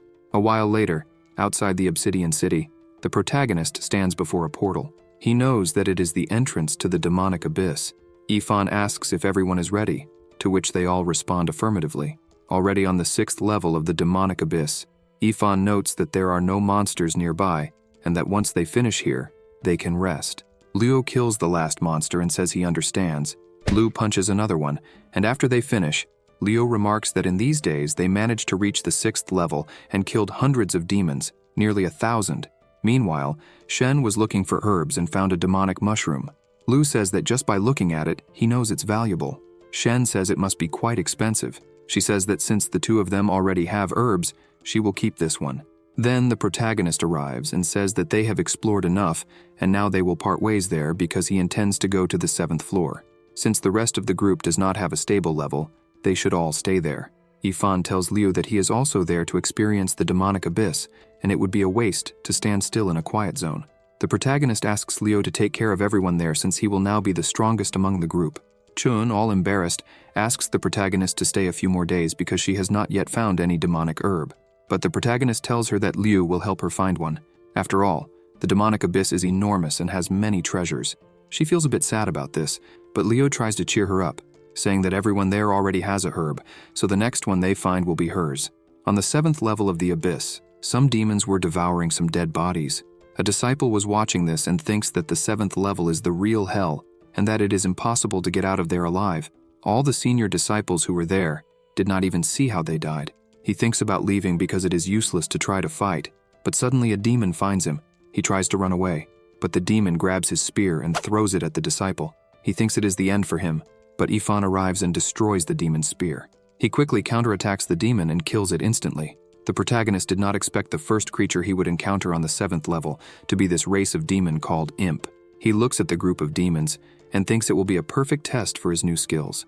The disciple behind him feels relieved to have been saved, and the protagonist is there calling the demons to fight. More demons come at the protagonist. He wonders why only those are there. The disciple, terrified, shouts to the protagonist that the creatures are coming and asks if the protagonist has anything bright with him. Yifan says he does not, but he will not need it either. The disciple asks if Yifan is crazy because even the strongest seniors died there. But the protagonist just makes a flaming slash, and the fire goes to the demons and slices them all at once. The disciple is impressed by the strength, and Yifan says that strength is not judged only by appearance. More demons appear in the sky, and the protagonist already knows that some of them are in the marrow cleansing realm and others in the enlightenment realm. But he starts shooting at everyone and quickly finishes them off. He notices something and sees that even their leader has appeared. This imp leader is similar to a cultivator of the mid-profound celestial realm. Yifan advances with the first attack, but the demon manages to defend itself. But the protagonist uses a technique that slices the demon in half. He asks if that was all the leader had. The disciple finds it crazy that the protagonist killed the demon leader with just one strike. He realizes that the demons are fleeing from the protagonist and wonders if they are from the same sect because the power difference is enormous. As for the protagonist, he will not let anyone escape. He shoots the newbies and kills the rest of the demons, while the disciple is still in shock. Ifan starts harvesting the demon horns, as they are worth 200 contribution points. Even though he doesn't need more points, having more and more is never a bad thing. As he leaves, he says that just a small demonstration of the fragmented gold finger technique has this much power, and wonders if he should train his toes as well. Since then, 2 days have passed, and Ifan has continued to encounter many underground monsters. He managed to kill 2-headed demonic dogs, black water demon snakes, cadaveric scarabs, and groups of 3 to 5 demons. It was so easy that the protagonist wanted to move on to the 8th floor right away, but suddenly, the talisman started to glow. He sees that someone needed help, and smoke guides him to the location. Elsewhere, 3 girls were in trouble. One of them was Huir, the same girl from before. Sunk was once again bullying the disciples of the 5 Elements sect. She says that the 5 Elements sect is the weakest of the 10 sects, and will soon lose the title of a sacred land. The crazy guy behind her laughs at this. Sunk orders all of them to throw their communication talismans on the ground, or else the girl there will die. With this, they all throw their talismans away, which are then burned. The other disciples with Sunk surround Huir and the others. Huir asks what they want, since they've already done everything they asked. The strange guy shouts at them to take off their clothes, because they want to see everything. Sunk throws the other 2 into the middle, and tells her comrades to enjoy themselves. With that, Sunk leaves, and only the men remain. Huir and the other girls are very scared, but one girl in the back says they will fight them, and if necessary, die fighting. As long as they are alive, they will not let them go unpunished. The strange guy starts to talk, but he quickly takes a slash and falls dead. Sunk realizes that things are going wrong. The others who were intimidating the girls start to panic. Ifan says he doesn't like what's happening there. He walks over, and Sunk already knows who he is. She tells everyone to run or things will go bad, but the protagonist shoots them all and takes down 2. He simply appears behind Sunk and says he already told her he doesn't hit women unless they are despicable. Sunk starts crying and begging not to be killed, but she doesn't even finish her sentence before taking another quick slash. Huir and the others thank the protagonist, because if he hadn't arrived, they would have been doomed. Ifan says it's nothing since they are from the same sect and should take care of each other. He takes the opportunity to ask if she knows where the entrance to the 8th floor is. Huir is impressed that he wants to go down to the 8th floor. However, she explains that on the 8th floor, there may be demonic leaders of the Shentong realm and asks him to be careful there. Ifan thanks her, and she says that if he goes straight, turns the corner, goes down 3 streets, turns near the furniture store, and goes straight all the way, he will reach the entrance to the 8th floor. The protagonist then thanks her and gives them 2 demon horns for their help, as well as beast milk. He explains that this milk helps recover vitality quickly. The little girl next to them says that this is quite expensive, worth 700 to 800 spiritual stones. Ifan thanks them and continues on his way, and Huir asks him to keep in touch when he has time. As they stay there talking about how handsome the protagonist is, a crazy guy watches from afar. And of course, it's the disgusting Tang and Gao. Tang starts complaining that he met Ifan again, but his sister arrives, saying Tang is really useless. He asks what she's doing there, and Gao tries to talk nonsense, but Meng is not interested in what he has to say and puts a sword to his throat. He begs for forgiveness, and she tells him to shut up. Meng calls him a perverted dog and orders him not to come near her, or it will get ugly for him. Gao, in shock, says it won't happen again. Tang asks again what she is doing there since now that she is an inner disciple, she shouldn't be there. She says she has already left seclusion and is now there to train on the 9th floor along with the elder. Meng asks her brother if he was not going to teach Ifan a lesson, and now he doesn't even dare to get close to the protagonist. He says he will explain, and Gao speaks up, saying that their strength doesn't compare to Ifan's, which is why they're hesitant. She says they shouldn't kill the protagonist because she has a foolproof plan to make him die without a proper burial. Back to the protagonist, he finally finds the entrance to the 8th floor, but suddenly his talisman beeps, indicating someone needs help. He rushes to assist and quickly sees some demons chasing a girl. He recognizes her and asks how she got there. It was Chun, trying to fight off the demons. The protagonist swiftly slices through the demons, thinking she shouldn't be there since they were on the 6th floor. Chun realizes she has been saved and runs to the protagonist to thank him. Ifan asks why she is there, and why Liu and the others aren't with her. Chun starts crying, begging the protagonist to save Liu. She explains that they encountered a demon leader and are all in trouble. She says some have died and Liu is trapped in a cave. The protagonist is shocked by the situation and asks how she got to the 7th floor, but she didn't even know she was on the 7th floor, having entered in her desperation without realizing it. Ifan shouts for her to take him to Liu immediately. A while later, they arrive near a cave, and Chun says that Liu and the others are inside. They enter the cave but hear nothing.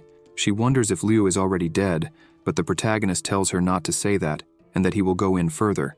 Chun says it's very dark, and the protagonist tells her not to worry and stay behind him. Suddenly, a horrible smell appears. Chun continues to say she is afraid of the dark, but she grabs a talisman and thinks she will take advantage of this opportunity. Ifan, already suspicious, grabs her hand. She asks how he knew. He takes the talisman and sees it's an immobilization talisman, and asks if she wanted to trap him. Chun says no, that she was just afraid of the dark and grabbed a fire talisman to light the way, but took the wrong one.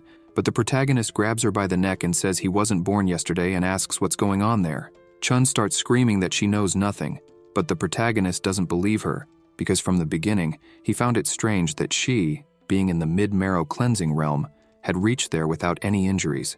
He tightens his grip on her neck and demands she quickly tell him where Liu and the others are. Chun screams for help, and suddenly the cave explodes, blocking the exit completely. From the depths of the cave, 2 red eyes appear until suddenly thousands of eyes appear. It was a swarm of bats. The protagonist lets go of Chun and asks if her plan was for them to die together. She screams that wasn't it, and begs to be let out because before this, Meng promised that if she helped capture the protagonist, they would let her go. Outside, Meng and the others comment that Chun is very stupid because she believed everything they said. 2 hours earlier, Meng and her group had captured the protagonist's group. Tung explains that he doesn't want anything with them, but given their good relationship with Ifan, Meng will have to use them to lure the protagonist. Shen says they will never let them go unpunished. Teng goes to her and says it all depends on them because if someone lures Ifan, they will let them live. But Shen refuses. Liu shouts that they would rather die than betray a brother. Teng kicks him away and points a sword at Liu, asking if he wants to die, and Liu tells him to do whatever he wants because he isn't afraid of death. Meng notices that the only one who seems afraid of death is Chun. Meng tells Chun that if she lures Ifan, she will not only get out alive, but also gain some spiritual herbs. Meng messes with her head, saying that even though she's been with them for a long time, she has no spiritual herbs, and asks if Chun is really their friend. Meng tells Chun not to think too much because, in the end, both Liu and Ifan will be dead, and when it's all over, Chun will be one of them. Meng emphasizes that she is an inner disciple, so no one will intimidate Chun anymore. Liu, hearing this, shouts that Chun would never do something like that, but Chun is completely undecided about what to do. Tang starts laughing and praises his sister for having this idea. She says she will return to the elder so that he doesn't suspect anything. Then, she will leave the rest to Tang. Tang says he will bring good news later. Back to the protagonist, he thinks that the attack of a demonic bat is strong, but with this quantity, not even someone in the advanced stage of the profound celestial realm could handle it. Even so, if they think they can defeat the protagonist this way, they are underestimating him too much. The protagonist uses a talisman that creates a caged wooden shield. This is the strongest defensive talisman he has, and should hold off all these bats for a while. Chun begs the protagonist to let her in, and Ifan asks her to tell him who sent her to deceive him. She quickly responds that it was Teng, Gao, and a woman she doesn't know. Now she begs to be let in since she has said everything she knew, but the protagonist emphasizes that he never said he would let her in. She continues to plead to be let in because she doesn't want to die there, but the bats have already reached her and are attacking her. Ifan reminds her that those who live by the sword die by the sword, and that heavenly disasters can be avoided, but self-inflicted ones cannot. And this lesson is the last one Ifan will give Chun as a sect brother. Teng says he hears screams and presumes the protagonist is dead. Gao thinks it's a shame he didn't see it all. Teng says that as for the others, he will destroy their communication talismans and leave them to fend for themselves. Inside, the protagonist realizes there are many bats, and it seems the shield won't hold for long. With that, he decides to draw his sword and attacks the bats, slicing each one of them. He thinks that with the combination of the blood leaf and floating steps, he can cause a lot of damage while moving quickly. Even if there are more bats, none will escape death. Ifan uses a spiritual fire talisman, and a dragon emerges, exploding several bats. After killing all the bats, he plans to deal with those outside. However, something appears and attacks him. It is a much larger and stronger bat, and since the cave has an echo, the bat's sonic attack is dozens of times stronger. Ifan realizes that this place is very bad for fighting. The bat is also very fast, as the protagonist didn't see when it attacked. With that, the protagonist takes the full attack and is thrown into an abyss in the cave. He says that if he doesn't think of something quickly, he might end up dying. With that, he draws his sword and plants it in the wall, reducing his falling speed. He continues to slide down as the abyss is very deep and the walls are very smooth until he finally manages to stop. He was sliding there for 15 minutes. If he had fallen, he would surely be dead. He jumps to the ground and decides to see what is there. The protagonist uses a light talisman and a fire appears to illuminate the way. He thinks that in novels, the protagonist always gains some fortune when they fall into a chasm, so he decides to move forward to see what will happen. Everywhere there are only skeletons and weapons. Ifan thinks that since there are many demon skeletons and some cultivator skeletons, he presumes that there was a great battle between humans and demons there. Nearby there are 2 corpses. The protagonist wonders who they could be. He gets closer and sees that it is a person from the demonic clan, killed by a single spear strike. And what about the other one? It's a human, and that large hole in his chest is also a mortal wound. Ifan thinks that even though this demonic elder and the man in golden armor died many years ago, their bodies show no signs of decomposition. On the contrary, they look incredibly fresh, with the blood not even dried. This indicates that both were very powerful. He realizes that these 2 were the strongest warriors of their respective races and died fighting each other. The other skeletons were their subordinates. Looking around, the protagonist sees something. He picks up this scroll and sees that it is emitting a strong energy fluctuation until suddenly a voice speaks to him. Ifan turns around, asking who it is, and it was the body of the dead man. He says he is the emperor and managed to survive for over 9,000 years with this soul fragment and finally found someone with destiny. Ifan, seeing this, is impressed. For a soul fragment to survive for more than 9,000 years, not even an expert with 10 levels of skill can do that. The man asks what the protagonist's name is. He replies that he is Ifan and that he is a disciple of the 5 Elements sacred land. The protagonist thinks that even if it's just a soul fragment, it still deserves all the respect. The man laughs, impressed that the protagonist is a disciple of the sacred land. He asks if Ifan knows who he is. Ifan asks for his name and thinks he will listen to everything he has to say. And if something goes wrong, he can return to Earth immediately. This man says he is the ancient patriarch of the Supreme Emperor Sacred Land, the human emperor Jingyan. Ifan is impressed that this guy is the patriarch of the Supreme Emperor Sacred Land. He thinks that, in the Great Canyon of ancient history, it is said that the Supreme Emperor Sacred Land had 3 great patriarchs known as the 3 Emperors of Heaven, all with unlimited divine abilities. Jingyan asks if the protagonist does not believe him. Jingyan thinks it is understandable because after almost 10,000 years have passed, the external world has probably forgotten his deeds. He explains that in those years, during the great war between humans and demons, Jingyan led 3,000 guardians of the sacred land to face the demonic emperor of the sun and moon awakened eyes. Jingyan almost destroyed the eternal demon pit and destroyed countless demon nests.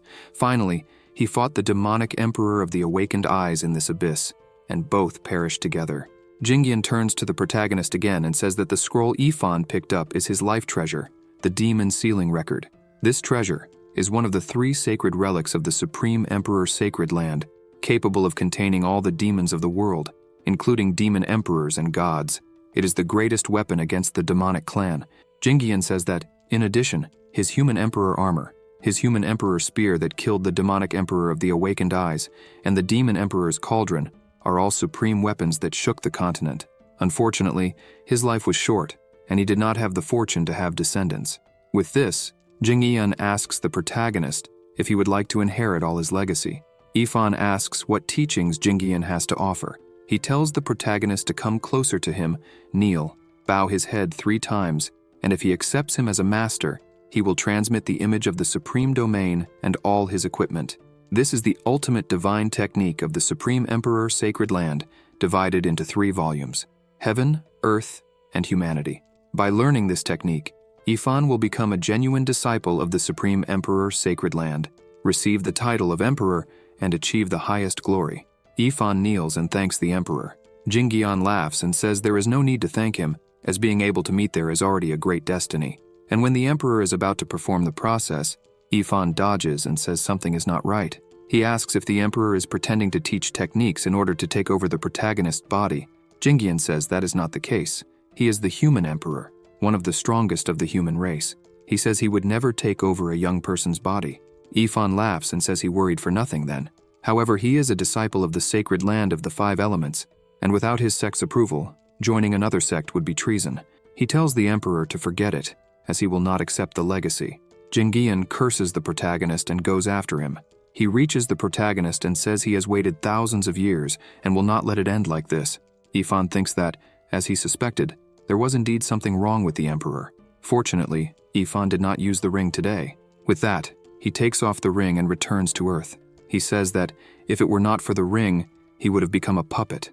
Yifan stretches and says that first, he will rest a bit, then he will get some treasures and think about how to deal with that old emperor. Suddenly, a small ball asks if the old man the protagonist is talking about is referring to him. Yifan is startled and the small ball looks around, wondering where it is and how it got there. He asks the protagonist what spell was cast on him, as his spiritual energy has completely vanished. Yifan wonders if this small ball is the human emperor and how he managed to get there. The emperor approaches the chandelier and wonders what kind of artifact emits such a bright light. Yifan thinks that, aside from techniques, anything brought from the continent to Earth rots or becomes useless. So why hasn't this fragmented soul turned to junk or rotted away? He thinks that the secret of this ancient ring goes beyond just that.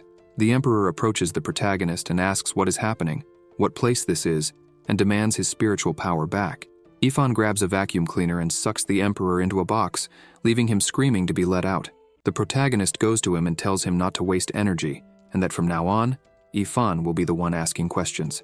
The emperor starts to complain, saying that he is the ancestral emperor and will not respond, but the protagonist shows the vacuum cleaner, and the emperor screams that he will answer. The protagonist asks if the small ball is really the ancestral human emperor of the Supreme Emperor Sacred Land. The emperor responds that he is. Yifan then asks, as the leader of humans, why he tried to harm his descendants and sought ways to steal the protagonist's body. He responds that anyone trapped in an abyss for 10,000 years would go mad for freedom. Yifan asks if the artifacts in the abyss are damaged and if they can still be used. He thinks that he does not lack cultivation resources. What he needs most are artifacts and martial techniques. The emperor says that his spear, the human emperor armor, the demon emperor's 8 illusions thunder prison cauldron are all destroyed, their artifact spirits annihilated, completely ruined. The protagonist is annoyed by this and says that all of that is worthless, so he will let the small ball die. It's better for him to die soon and move on to the cycle of reincarnation. At this, the small ball screams, saying that even if everything is ruined, his demon sealing scroll still works. The origin of the demon sealing scroll is a page from a celestial book fallen from the immortal realm. Its power is infinite, considered the nemesis of demons, an artifact of humans. He tells the protagonist that if he releases him, he will teach him how to use this artifact. However, the protagonist first asks how it works. Despite his anger, he explains that the demon sealing scroll has 9 marvelous uses. First, it devours souls, especially those of powerful demons, to strengthen and repair itself. Second, it enslaves demons, putting them at its service. Third, it cultivates the technique of both immortals and demons. Fourth, it stores the elements of heaven and earth. Fifth, it refines demonic materials. He continues up to the 9th use, which is to activate the artifact without requiring spiritual power, instead consuming mental strength. The protagonist finds this impressive. He takes out his cell phone, and the emperor is already in shock, asking what kind of artifact it is. Yifan tells him not to worry and to continue talking, since he had said before that he would teach Yifan the supreme techniques of the Supreme Emperor Sacred Land. The protagonist asks what it is called and if it is the Supreme Emperor's dominant map. He asks the small ball to explain everything in detail, and after saying everything, Yifan will let him go. The small ball thinks that a wise man doesn't lose immediately, and when he regains his freedom, Yifan will pay. With that, he responds to the protagonist saying that the Supreme Emperor's dominant map is divided into the volume of the Heaven Emperor, the volume of the Earth Emperor, and the volume of the Human Emperor. The small ball is the Human Emperor and only has the volume of the Human Emperor. 2 hours later, the Emperor says that, in summary, anyone who practices this technique, after mastering it, will be invulnerable to weapons, water, and fire, will not be affected by poison, and will not suffer physical damage. These are the wonders of this technique. Yifan says that this technique is very good and thanks the small ball for explaining it very well. The small ball is even tired after saying all that. The protagonist picks up the box and says that since the small ball said everything it knew, it won't be useful anymore. He tells the small ball to rest in peace. The emperor gets angry, asking if Yifan is going to discard him now that he got what he wanted. However, he thinks Yifan won't remember everything he said about the technique.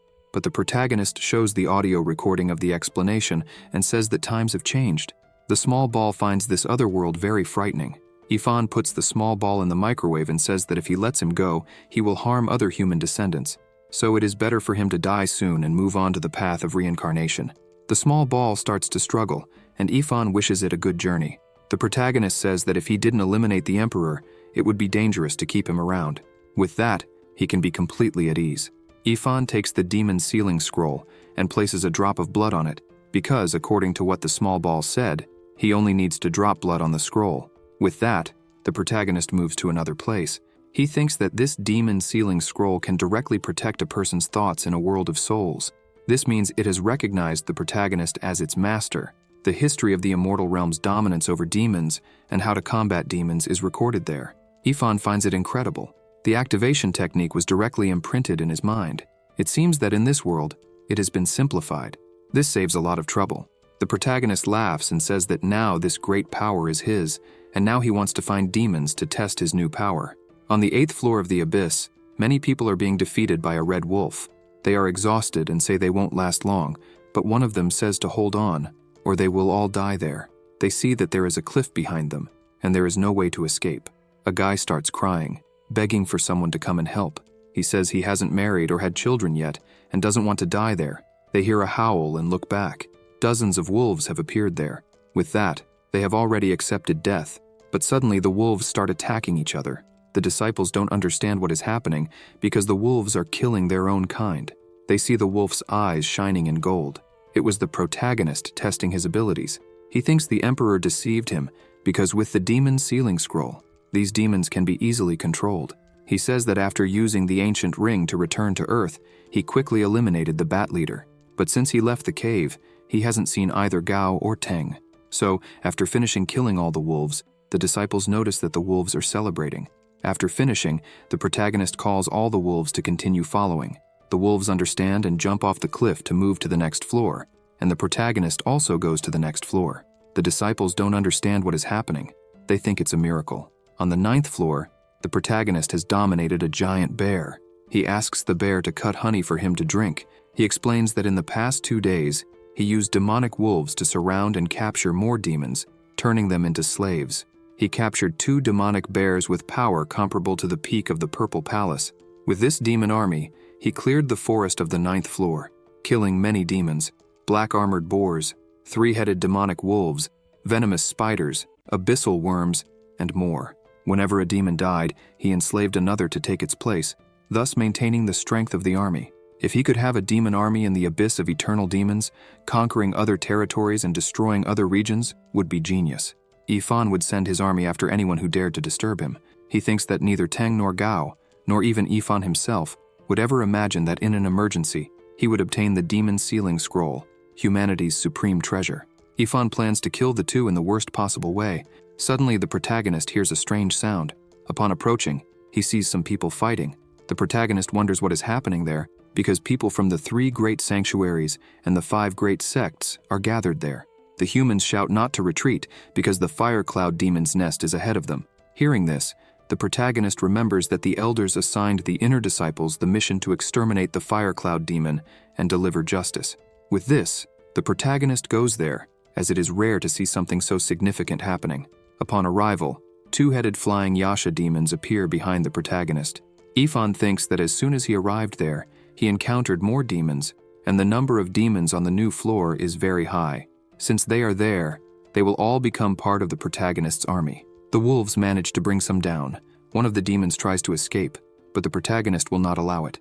The 2 bears attack the demon, instantly defeating it. The protagonist sees that the bears are very strong, and it will be difficult to defeat them. Ifan uses the slave technique because he needs a flying demon like that. With the demon sealing scroll, he manages to acquire several flying demons. Ifan thinks that with these 5 additional Yasha demons, his army is becoming increasingly powerful. The protagonist still feels good and strong. With this, he can still recruit about 10 more demons. But suddenly, lightning strikes 2 of the protagonist's wolves, startling him.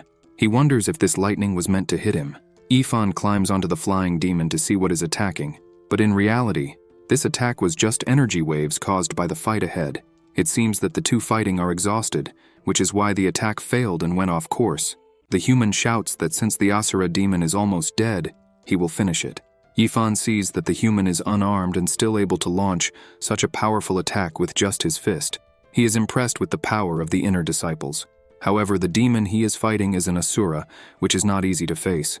The Asura is an underground creature stronger than the Yashas and Rakshasas, with commander-level power comparable to human mystical secrets. These creatures are covered in bone spines, are very terrifying, so intelligent they can converse with humans, and are cunning and treacherous.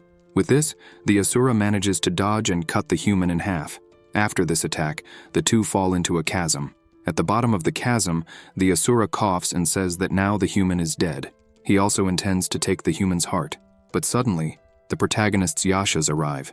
The Asura shouts for them to go to hell, but he is already bitten in the neck. He wonders why these inferior Yashas are not obeying. He attacks the Yashas, but a more powerful being appears behind him. Yifan cuts the Asura in half. With him almost dead, the Yashas move in to try to finish him off. But the Asura does not intend to die to these inferior creatures. He manages to scatter them all with his energy. The protagonist is already in shock, as with a single blow the Asura managed to kill more than 20 creatures. With this, he decides to use the demon seal. The Asura, seeing this, already knows it's the enslavement seal, but he doesn't believe the protagonist will be able to dominate him, as he thinks Yifan is weak. But the protagonist knows he is capable. The Asura starts to struggle and asks what kind of powerful seal this is.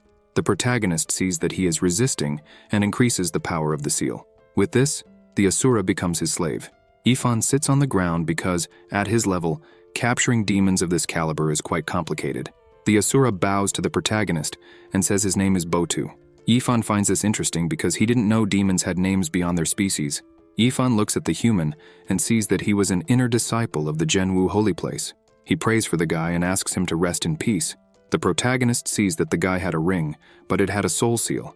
He asks Botu to open it. Botu uses his demonic energy to unlock the ring. Yifan takes the ring to see what's inside. He finds wolf pelts, bear pelts, Yasha horns, Asura spikes, spiritual herbs, and some common artifacts.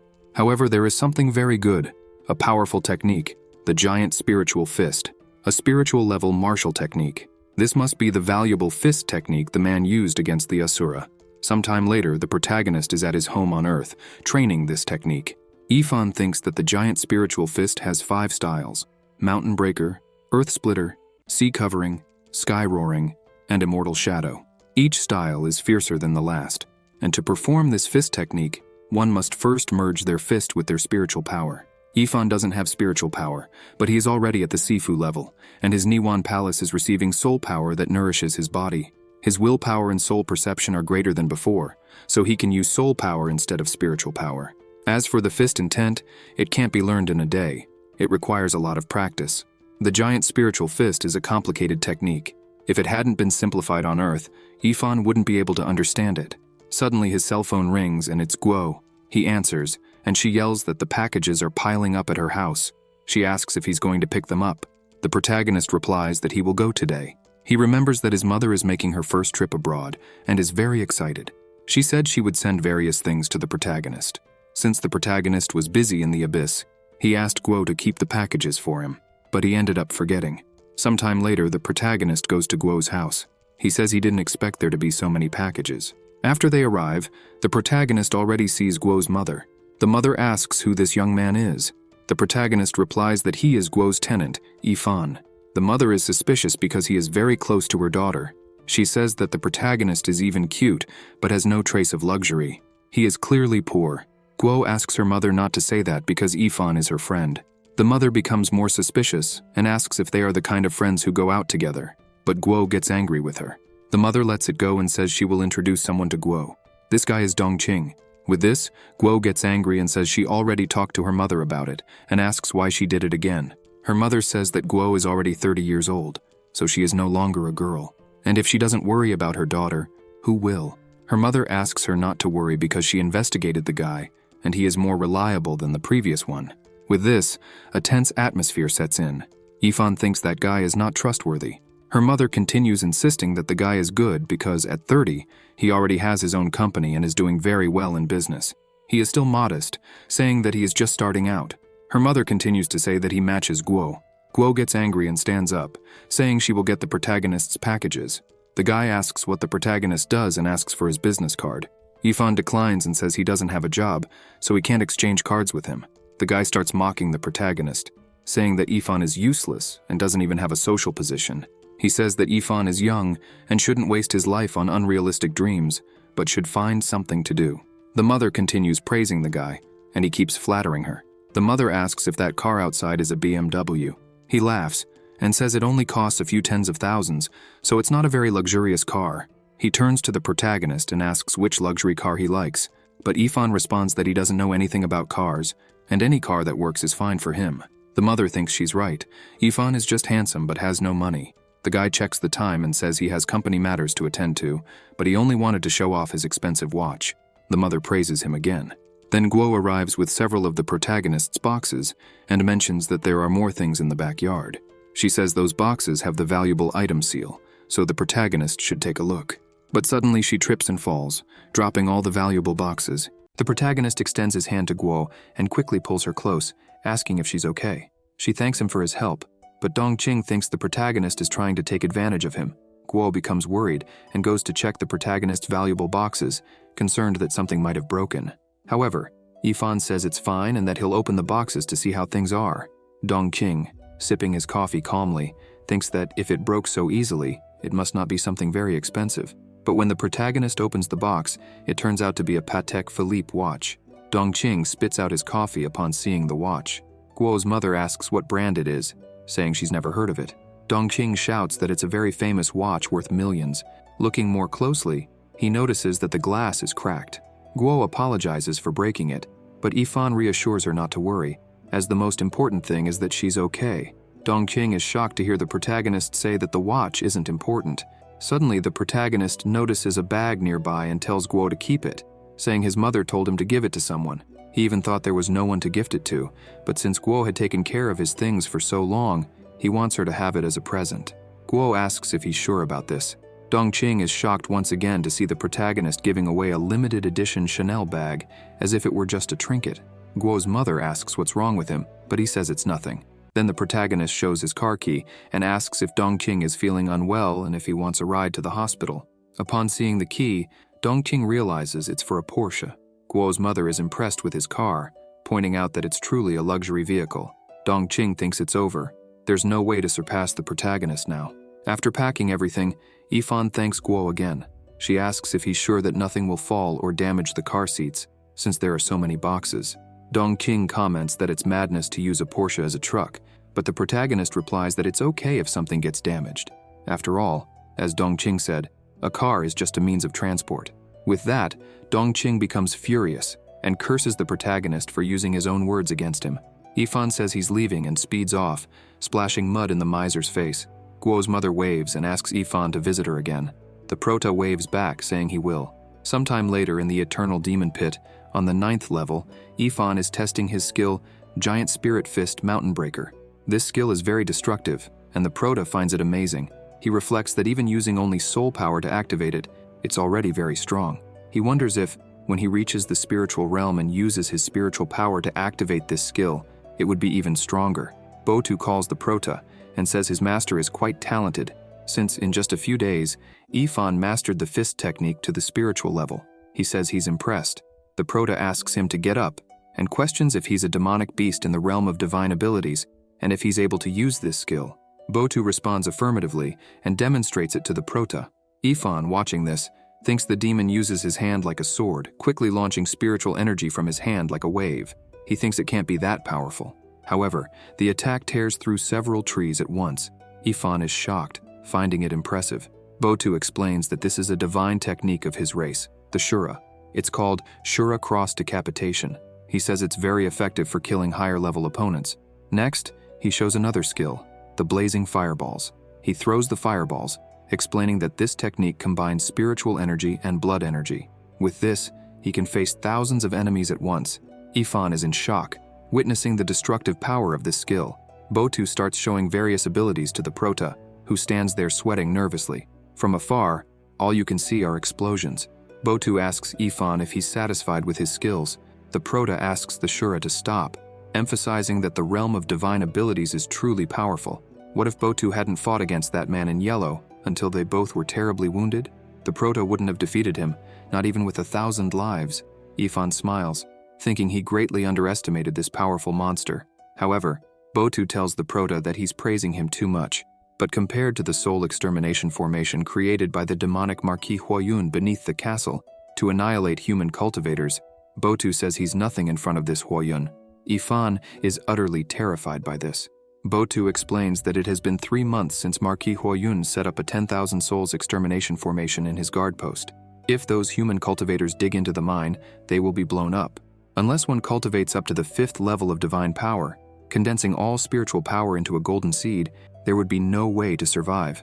The Prota recalls that the disciples of the sanctuary and the forces attacking Marquis Huoyun are not only seeking justice and revenge for the thousands of citizens of the Yan Kingdom, but they also have another goal, a set of soul stones beneath the castle. Soul stones are crystals produced in the eternal demon pit, full of spiritual energy. They can nourish the Niwan and Purple palaces, strengthening the divine soul, and are even used in the realm of divine abilities. This type of crystal only forms in the depths and is very rare. One single stone is worth many spiritual stones. Ifan asks if Marquis Huoyun intends to die along with everyone in the explosion. Botu responds that no, Huoyun isn't foolish. He has already set up a teleportation formation in the castle so he can escape whenever he wishes. The Prota reflects that he never imagined such a conspiracy existed. He wonders if Huoyun plans to exterminate the elite disciples of the sanctuary. Ifan questions whether, with this method, Huoyun has a spy helping him. With that, he comes up with an idea. Ifan asks Botu to pretend that the Prota is his captive and take him to the main battlefield. On the main battlefield, Xiao Chai was defeating some demons when the Prota arrives, shouting for help. She looks and sees that it's the Prota, and asks how the demons captured him there. Xiao Chai asks Rosen and Xingner to cover her as she goes to rescue Ifan. They start providing cover, and Xiao Chai charges forward with her sword, ordering the demon to release Ifan. Botu drops the Prota from above and pretends to be afraid of her. The Prota falls on his back to the ground, and Botu flees, shouting that he's scared of humans. Xiao Chai approaches the Prota and asks how he's doing. He replies that he's fine, but thinks that he needs to teach Botu a bit about acting. Suddenly, Xingner finishes off the last demon in that area. Ifan greets her and thanks her for saving him. Xiao Chai explains that the monsters there are very strong, so she asks him to stay in the camp and be careful not to end up dead. At that moment, Rosen arrives, shouting and asking Xiao Chai if she caused all this commotion to save an outer disciple, saying it's a waste of her spiritual energy. Xiao Chai responds that Ifan is also a disciple of the Five Elements Sanctuary and asks how he can say such a thing. Rosen retorts that an outer disciple isn't even a real disciple, and that they are nothing but useless. Ifan smiles and points out that all the senior brothers there started training just like the so-called useless ones he mentioned. Then, the Prota asks if Rosen is saying that everyone there is useless too. Ifan mocks him, saying Rosen's power must be magnificent since he was accepted as an inner disciple right away. The other disciples say they were also outer disciples and ask Rosen what he meant by that. Rosen gets irritated and asks the Prota what he meant by that. Suddenly Elder Ding appears. He asks Rosen not to say such things anymore. Rosen looks at the Prota and says he got lucky. Ding approaches Ifan and introduces himself, saying he's responsible for leading the inner disciples of the Wood Academy, but he asks how an outer disciple managed to get there. The old man is surprised that an outer disciple made it there alive. The Prota greets him and says that the story is quite complicated and that he'll explain it later. He has something more important to say now. Ifan warns that they must not go to the castle because it's a trap. He explains that the demonic Marquis Huoyun created a 10,000 souls extermination formation beneath the castle, intending to bury all the sanctuary's inner disciples. The old man is shocked and asks if he has any proof. The Prota says he discovered it by chance and notes in his mind that he cannot mention Botu. Rosen joins the conversation, saying that the Zhenwu and Duobao sanctuaries are already heading to the castle, so they must go too, as the soul stones are extremely important to the sanctuary, and they cannot let others take them. He states that, in his opinion, this Ifan is nothing more than a coward afraid of death, scared to fight alongside everyone else, and that's why he made up this story. Rosen grumbles that Xiao Chai shouldn't have rescued him. Hearing this, the Prota stares at him and asks what he said. With this, Rosen soils himself in fear, but he doesn't understand why. He wonders what's happening, as just looking at the Prota makes him tremble in fear. His eyes were incredibly terrifying. The Prota states that this is a life-or-death situation, and he's not in the mood for chit-chat with Rosen. Ifan turns to Ding and says that this matter is of great importance and will affect everyone's lives there, and he would never dare to lie. So, he asks the elder to make a decision. Suddenly, someone contacts Ding, asking what happened since all the others are already on the battlefield, but only the 5 elements land has not arrived. Rosen says that even the elder of the fire hall is urging them, and if they don't hurry, they won't even be able to taste the soup. He asks Ding if he will believe what the outer disciple said without any proof. Then, Ding decides to move forward, saying there's no more time to lose. He calls everyone to go quickly. He calls the Prota and says that since Yifan is weak, staying there is dangerous. So, Ding invites the Prota to go with them and not take too many risks. Yifan agrees but feels uneasy, worried about these stubborn people. At the former lair of the fire demon, several cultivators are attacking a barrier preventing them from entering. They shout to hurry up, as it was close to being destroyed. The disciples of the sacred land of treasure shout that they will be the first to break the magic formation. The disciples of the sacred land of the true warrior shout that with them there, that will never happen. Meanwhile, Elder Du wonders where Ding is since their formation requires 100 disciples to be activated. Then they arrive. Ding apologizes for the delay. Du then orders all the disciples to advance at full speed to the castle. Meanwhile, the Prota is thinking they can't advance any further since they are almost within the range of the Thousand Souls Annihilation formation. So for the good of everyone, the Prota throws some seeds there. As a result, several explosions occur. Du looks and sees that they are the 7 heavenly punishment beans and warns everyone to be careful. He emphasizes that this plant has limited power and won't cause damage, but will affect their meridians. It will be difficult to concentrate spiritual and vital energy for a while. Ding asks if this is a tactic to delay them.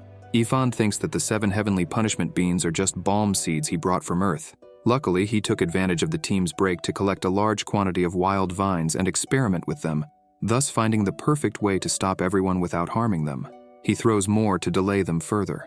More explosions occur, and Yifan reflects that once the Thousand Souls Annihilation formation is activated, everyone will understand his good intentions. Upon seeing more explosions, Du shouts for everyone to stay in the formation, as this is just a trick from the enemy to delay them. He will not allow this.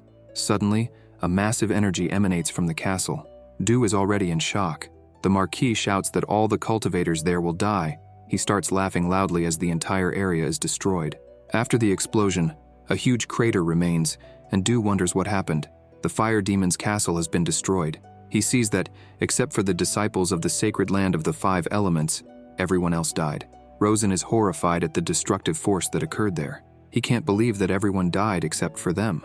The Prota sighs and says that fortunately they didn't arrive in time, but in his thoughts, he reflects that today they truly achieved a great feat. Suddenly, Qing Kang appears, calling for the 2 elders. He says he detected a powerful energy there and asks what happened. Du says they were attacking the fire demon's castle, but aside from the disciples of his sect, all others died in battle.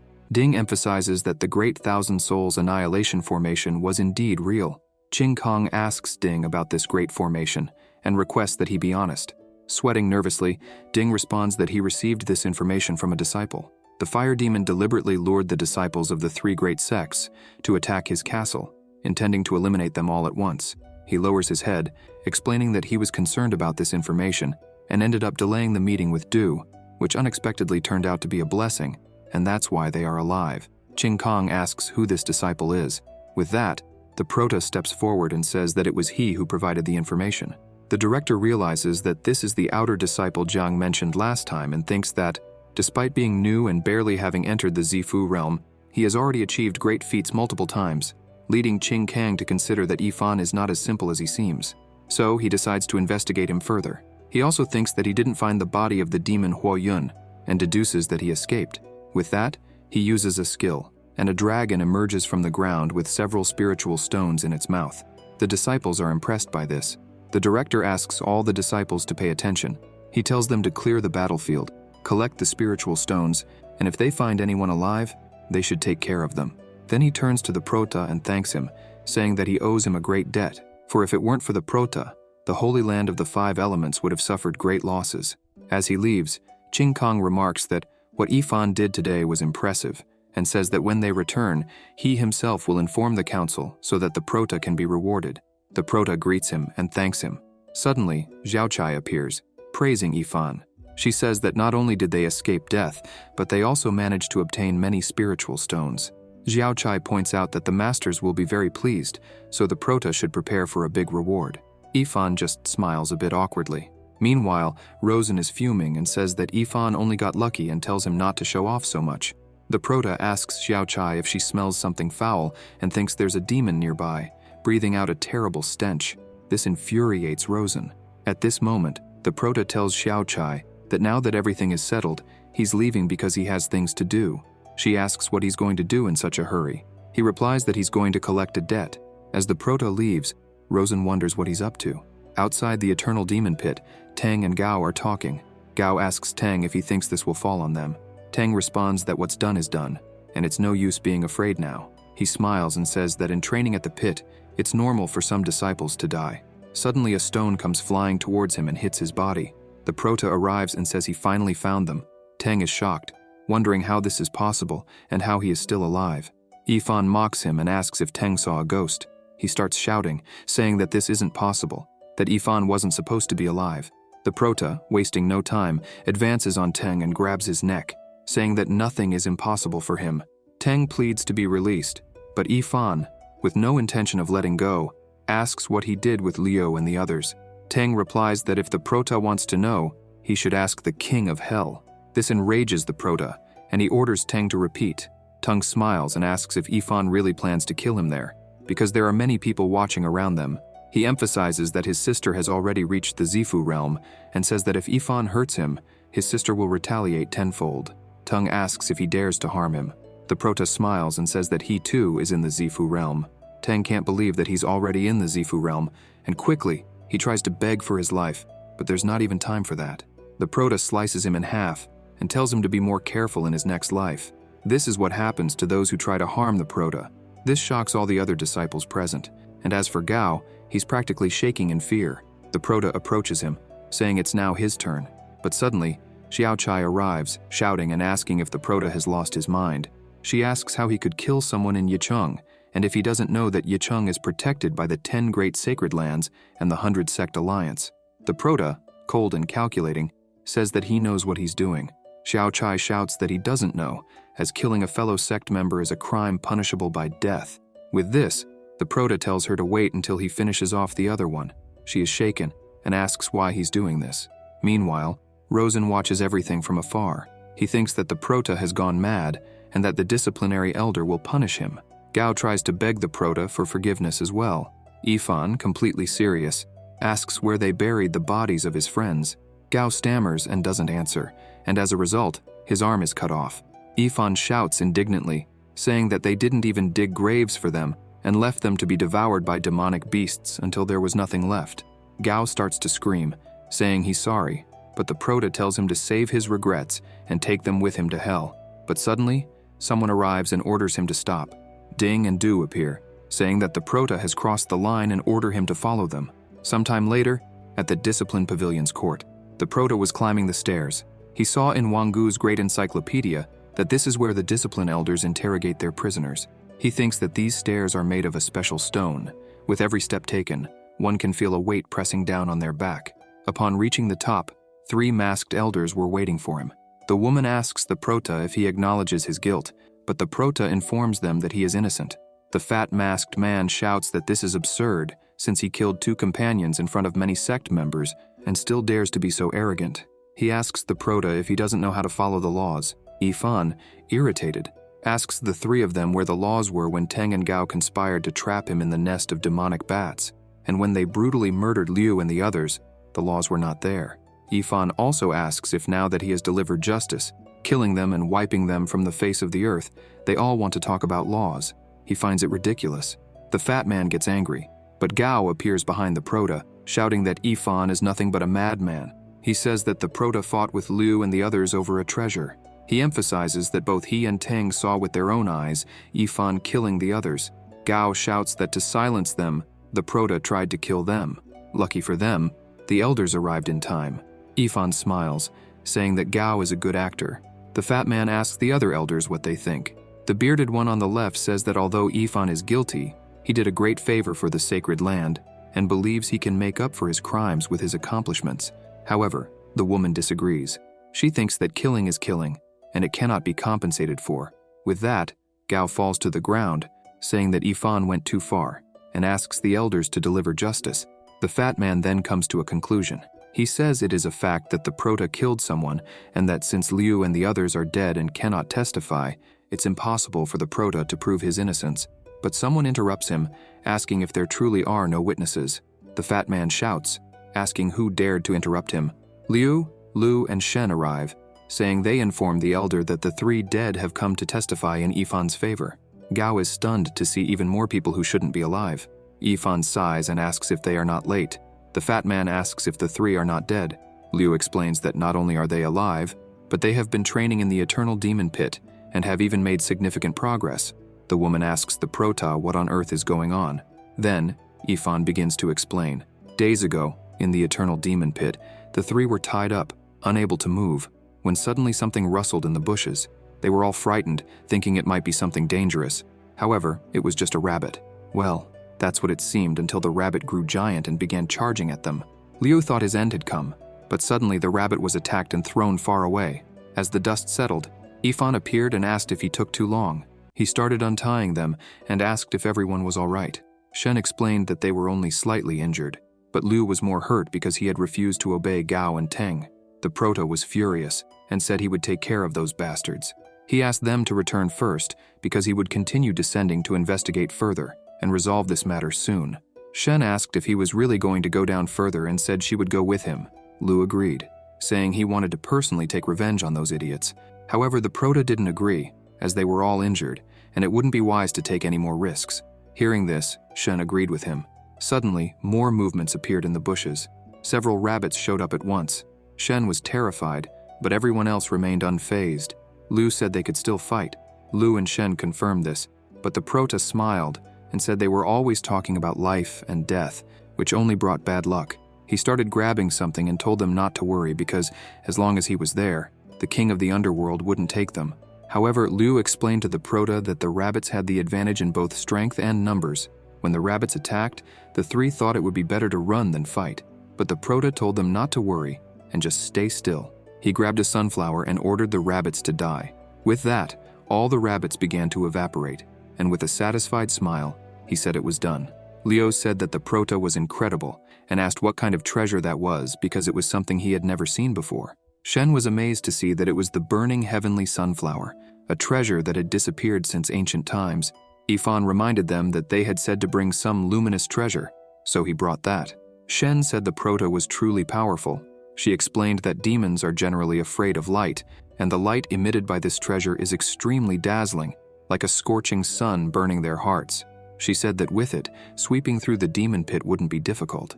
The prota then handed the treasure to the 3 and asked them to find a way to return to Obsidian City and recover from their injuries. Afterward, he would meet them. With this treasure, many common demons wouldn't be able to harm them. The 3 were astonished to see the prota giving away something so valuable as if it were nothing. Yifan smiled and said that, for him, the most precious thing is friendship, where even when life is threatened, they still uphold their principles and refuse to betray their friends. Liu began to cry upon hearing this, and Lu became determined. As the prota left, he said that those who harm him, he would repay tenfold, and those who betray him, he would take revenge on. Returning to the present, Yifan explained that this was the whole truth. The fat man asked if what Yifan said was true. The 3 kneeled and testified that it was Teng and Gao who had ambushed Yifan first. With that, the prota turned to Gao and asked if he hadn't seen him killing Liu with his own eyes. Yet now, they stood right in front of him. The fat man then pressed Gao about this. Gao confessed and tried to beg for forgiveness, saying he was blinded by greed, but he was not spared. The woman cast a lightning bolt that pierced his chest. She said to the others that Gao was utterly wicked and deserved no mercy, and as she represented the punishment hall, she would execute him immediately. The woman said she hoped everyone would take this as a lesson. Yifan looked at Gao and thought that this was too hasty and wondered if the elder had some kind of problem. The elder states that, as for Yifan, although his actions were provoked, he cannot be entirely innocent. Even if he had evidence to prove that Teng hurt him, he should have endured it and reported it to the punishment pavilion, as there are rules to punish Teng, and Yifan should not take justice into his own hands. She continues, saying that cultivators, if they constantly suppress their emotions, will have demons arise in their hearts. She says her opinion is to punish Yifan by making him face the wall for 10 years. Liu and Shen disagree with this, but the prota has a plan. He smiles and says that the elder has a good eye for judging cases, but asks if, should he present a treasure to them, she would change her verdict. She asks what he means. With that, the Prota reveals the sunflower and says that he remembers that, in the ancient palace, it is said that if someone delivers divine treasures to the sacred land, they can be exempted from punishment. So he asks if that applies here. Ifan says he can offer an ancient burning heavenly sunflower herb. The fat man is shocked to see this. He asks if the Prota really has such a treasure. The elder says that although this medicinal herb is extremely rare in the world, human life is also exceedingly precious. Then the Prota offers 10 sunflowers. The fat man thinks the value of these plants is immeasurable. The bearded man says this is inconceivable. The elder chokes, but mentions human life again. Then, Ifan offers 20 plants. The three are in shock, but the Prota doesn't stop there. He offers 30 at once. The fat man stammers, seeing that Ifan has many ancient materials, and the combined value of all these herbs is enough to buy 20 cities. The elder asks the Prota how he managed to get so many herbs. He responds that it was by chance. He fell off a cliff and found them. The fat man wonders what to do. Ifan then decides to persuade them further. He says that since it seems none of them are interested in these herbs, then all of them will go to the grave with him. Immediately after, he pulls out several other items, saying he was planning to give them to Zongwu Hall in exchange for contribution points. However, now, everything will go to the grave with him. The bearded man calls the fat man and says these ancient herbs are extremely rare, not to mention the numerous monstrous materials Ifan possesses. He points out that if they destroy them, it would be a huge loss for the sacred land. So, he says they need to find a way to appease the Prota quickly. The bearded man then turns to the Prota and says that, as he found 30 sunflowers for the sacred land, his contribution is not small. The fat man adds that, in the battle at the demon fortress in the fire cloud, the other sects were almost completely wiped out, and they, the sacred land of the 5 elements, have all the veins of the soul stone underground, which is also not insignificant. The fat man turns to the bearded man and says that the Prota has achieved many great feats for the sacred land. He considers Ifan very fortunate. The fat man emphasizes that if they punish him, even with so many accomplishments, it could shake the other disciples. The bearded man says that in his opinion, Ifan should not only avoid punishment, but also be rewarded. The fat man agrees.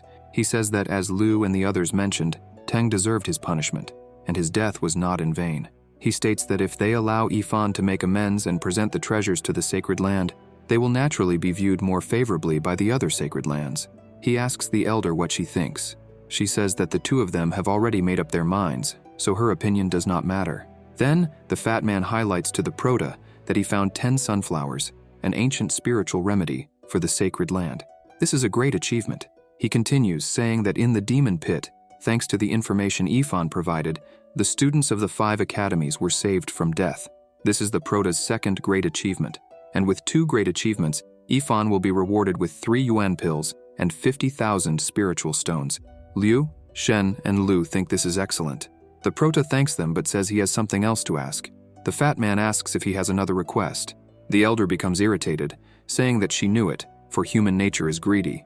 But the Prota says that he voluntarily requests to be sent to the Ghost Cliff of Sorrow for self-reflection for 3 months. This shocks everyone. Shen explains that the Ghost Cliff of Sorrow is a place where one cannot see the sun and is where the greatest criminals are kept. Ifan replies that he knows this, but what the elder said is true. In Teng's case, the Prota did not follow the pavilion's procedures and violated the sect's rules.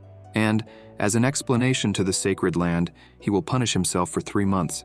With that, the fat man sees that the Prota acknowledges his mistakes and has a broad mind. The bearded man emphasizes that the Prota's spirit is admirable and believes that he will achieve great things in the future. They then ask the elder what she thinks.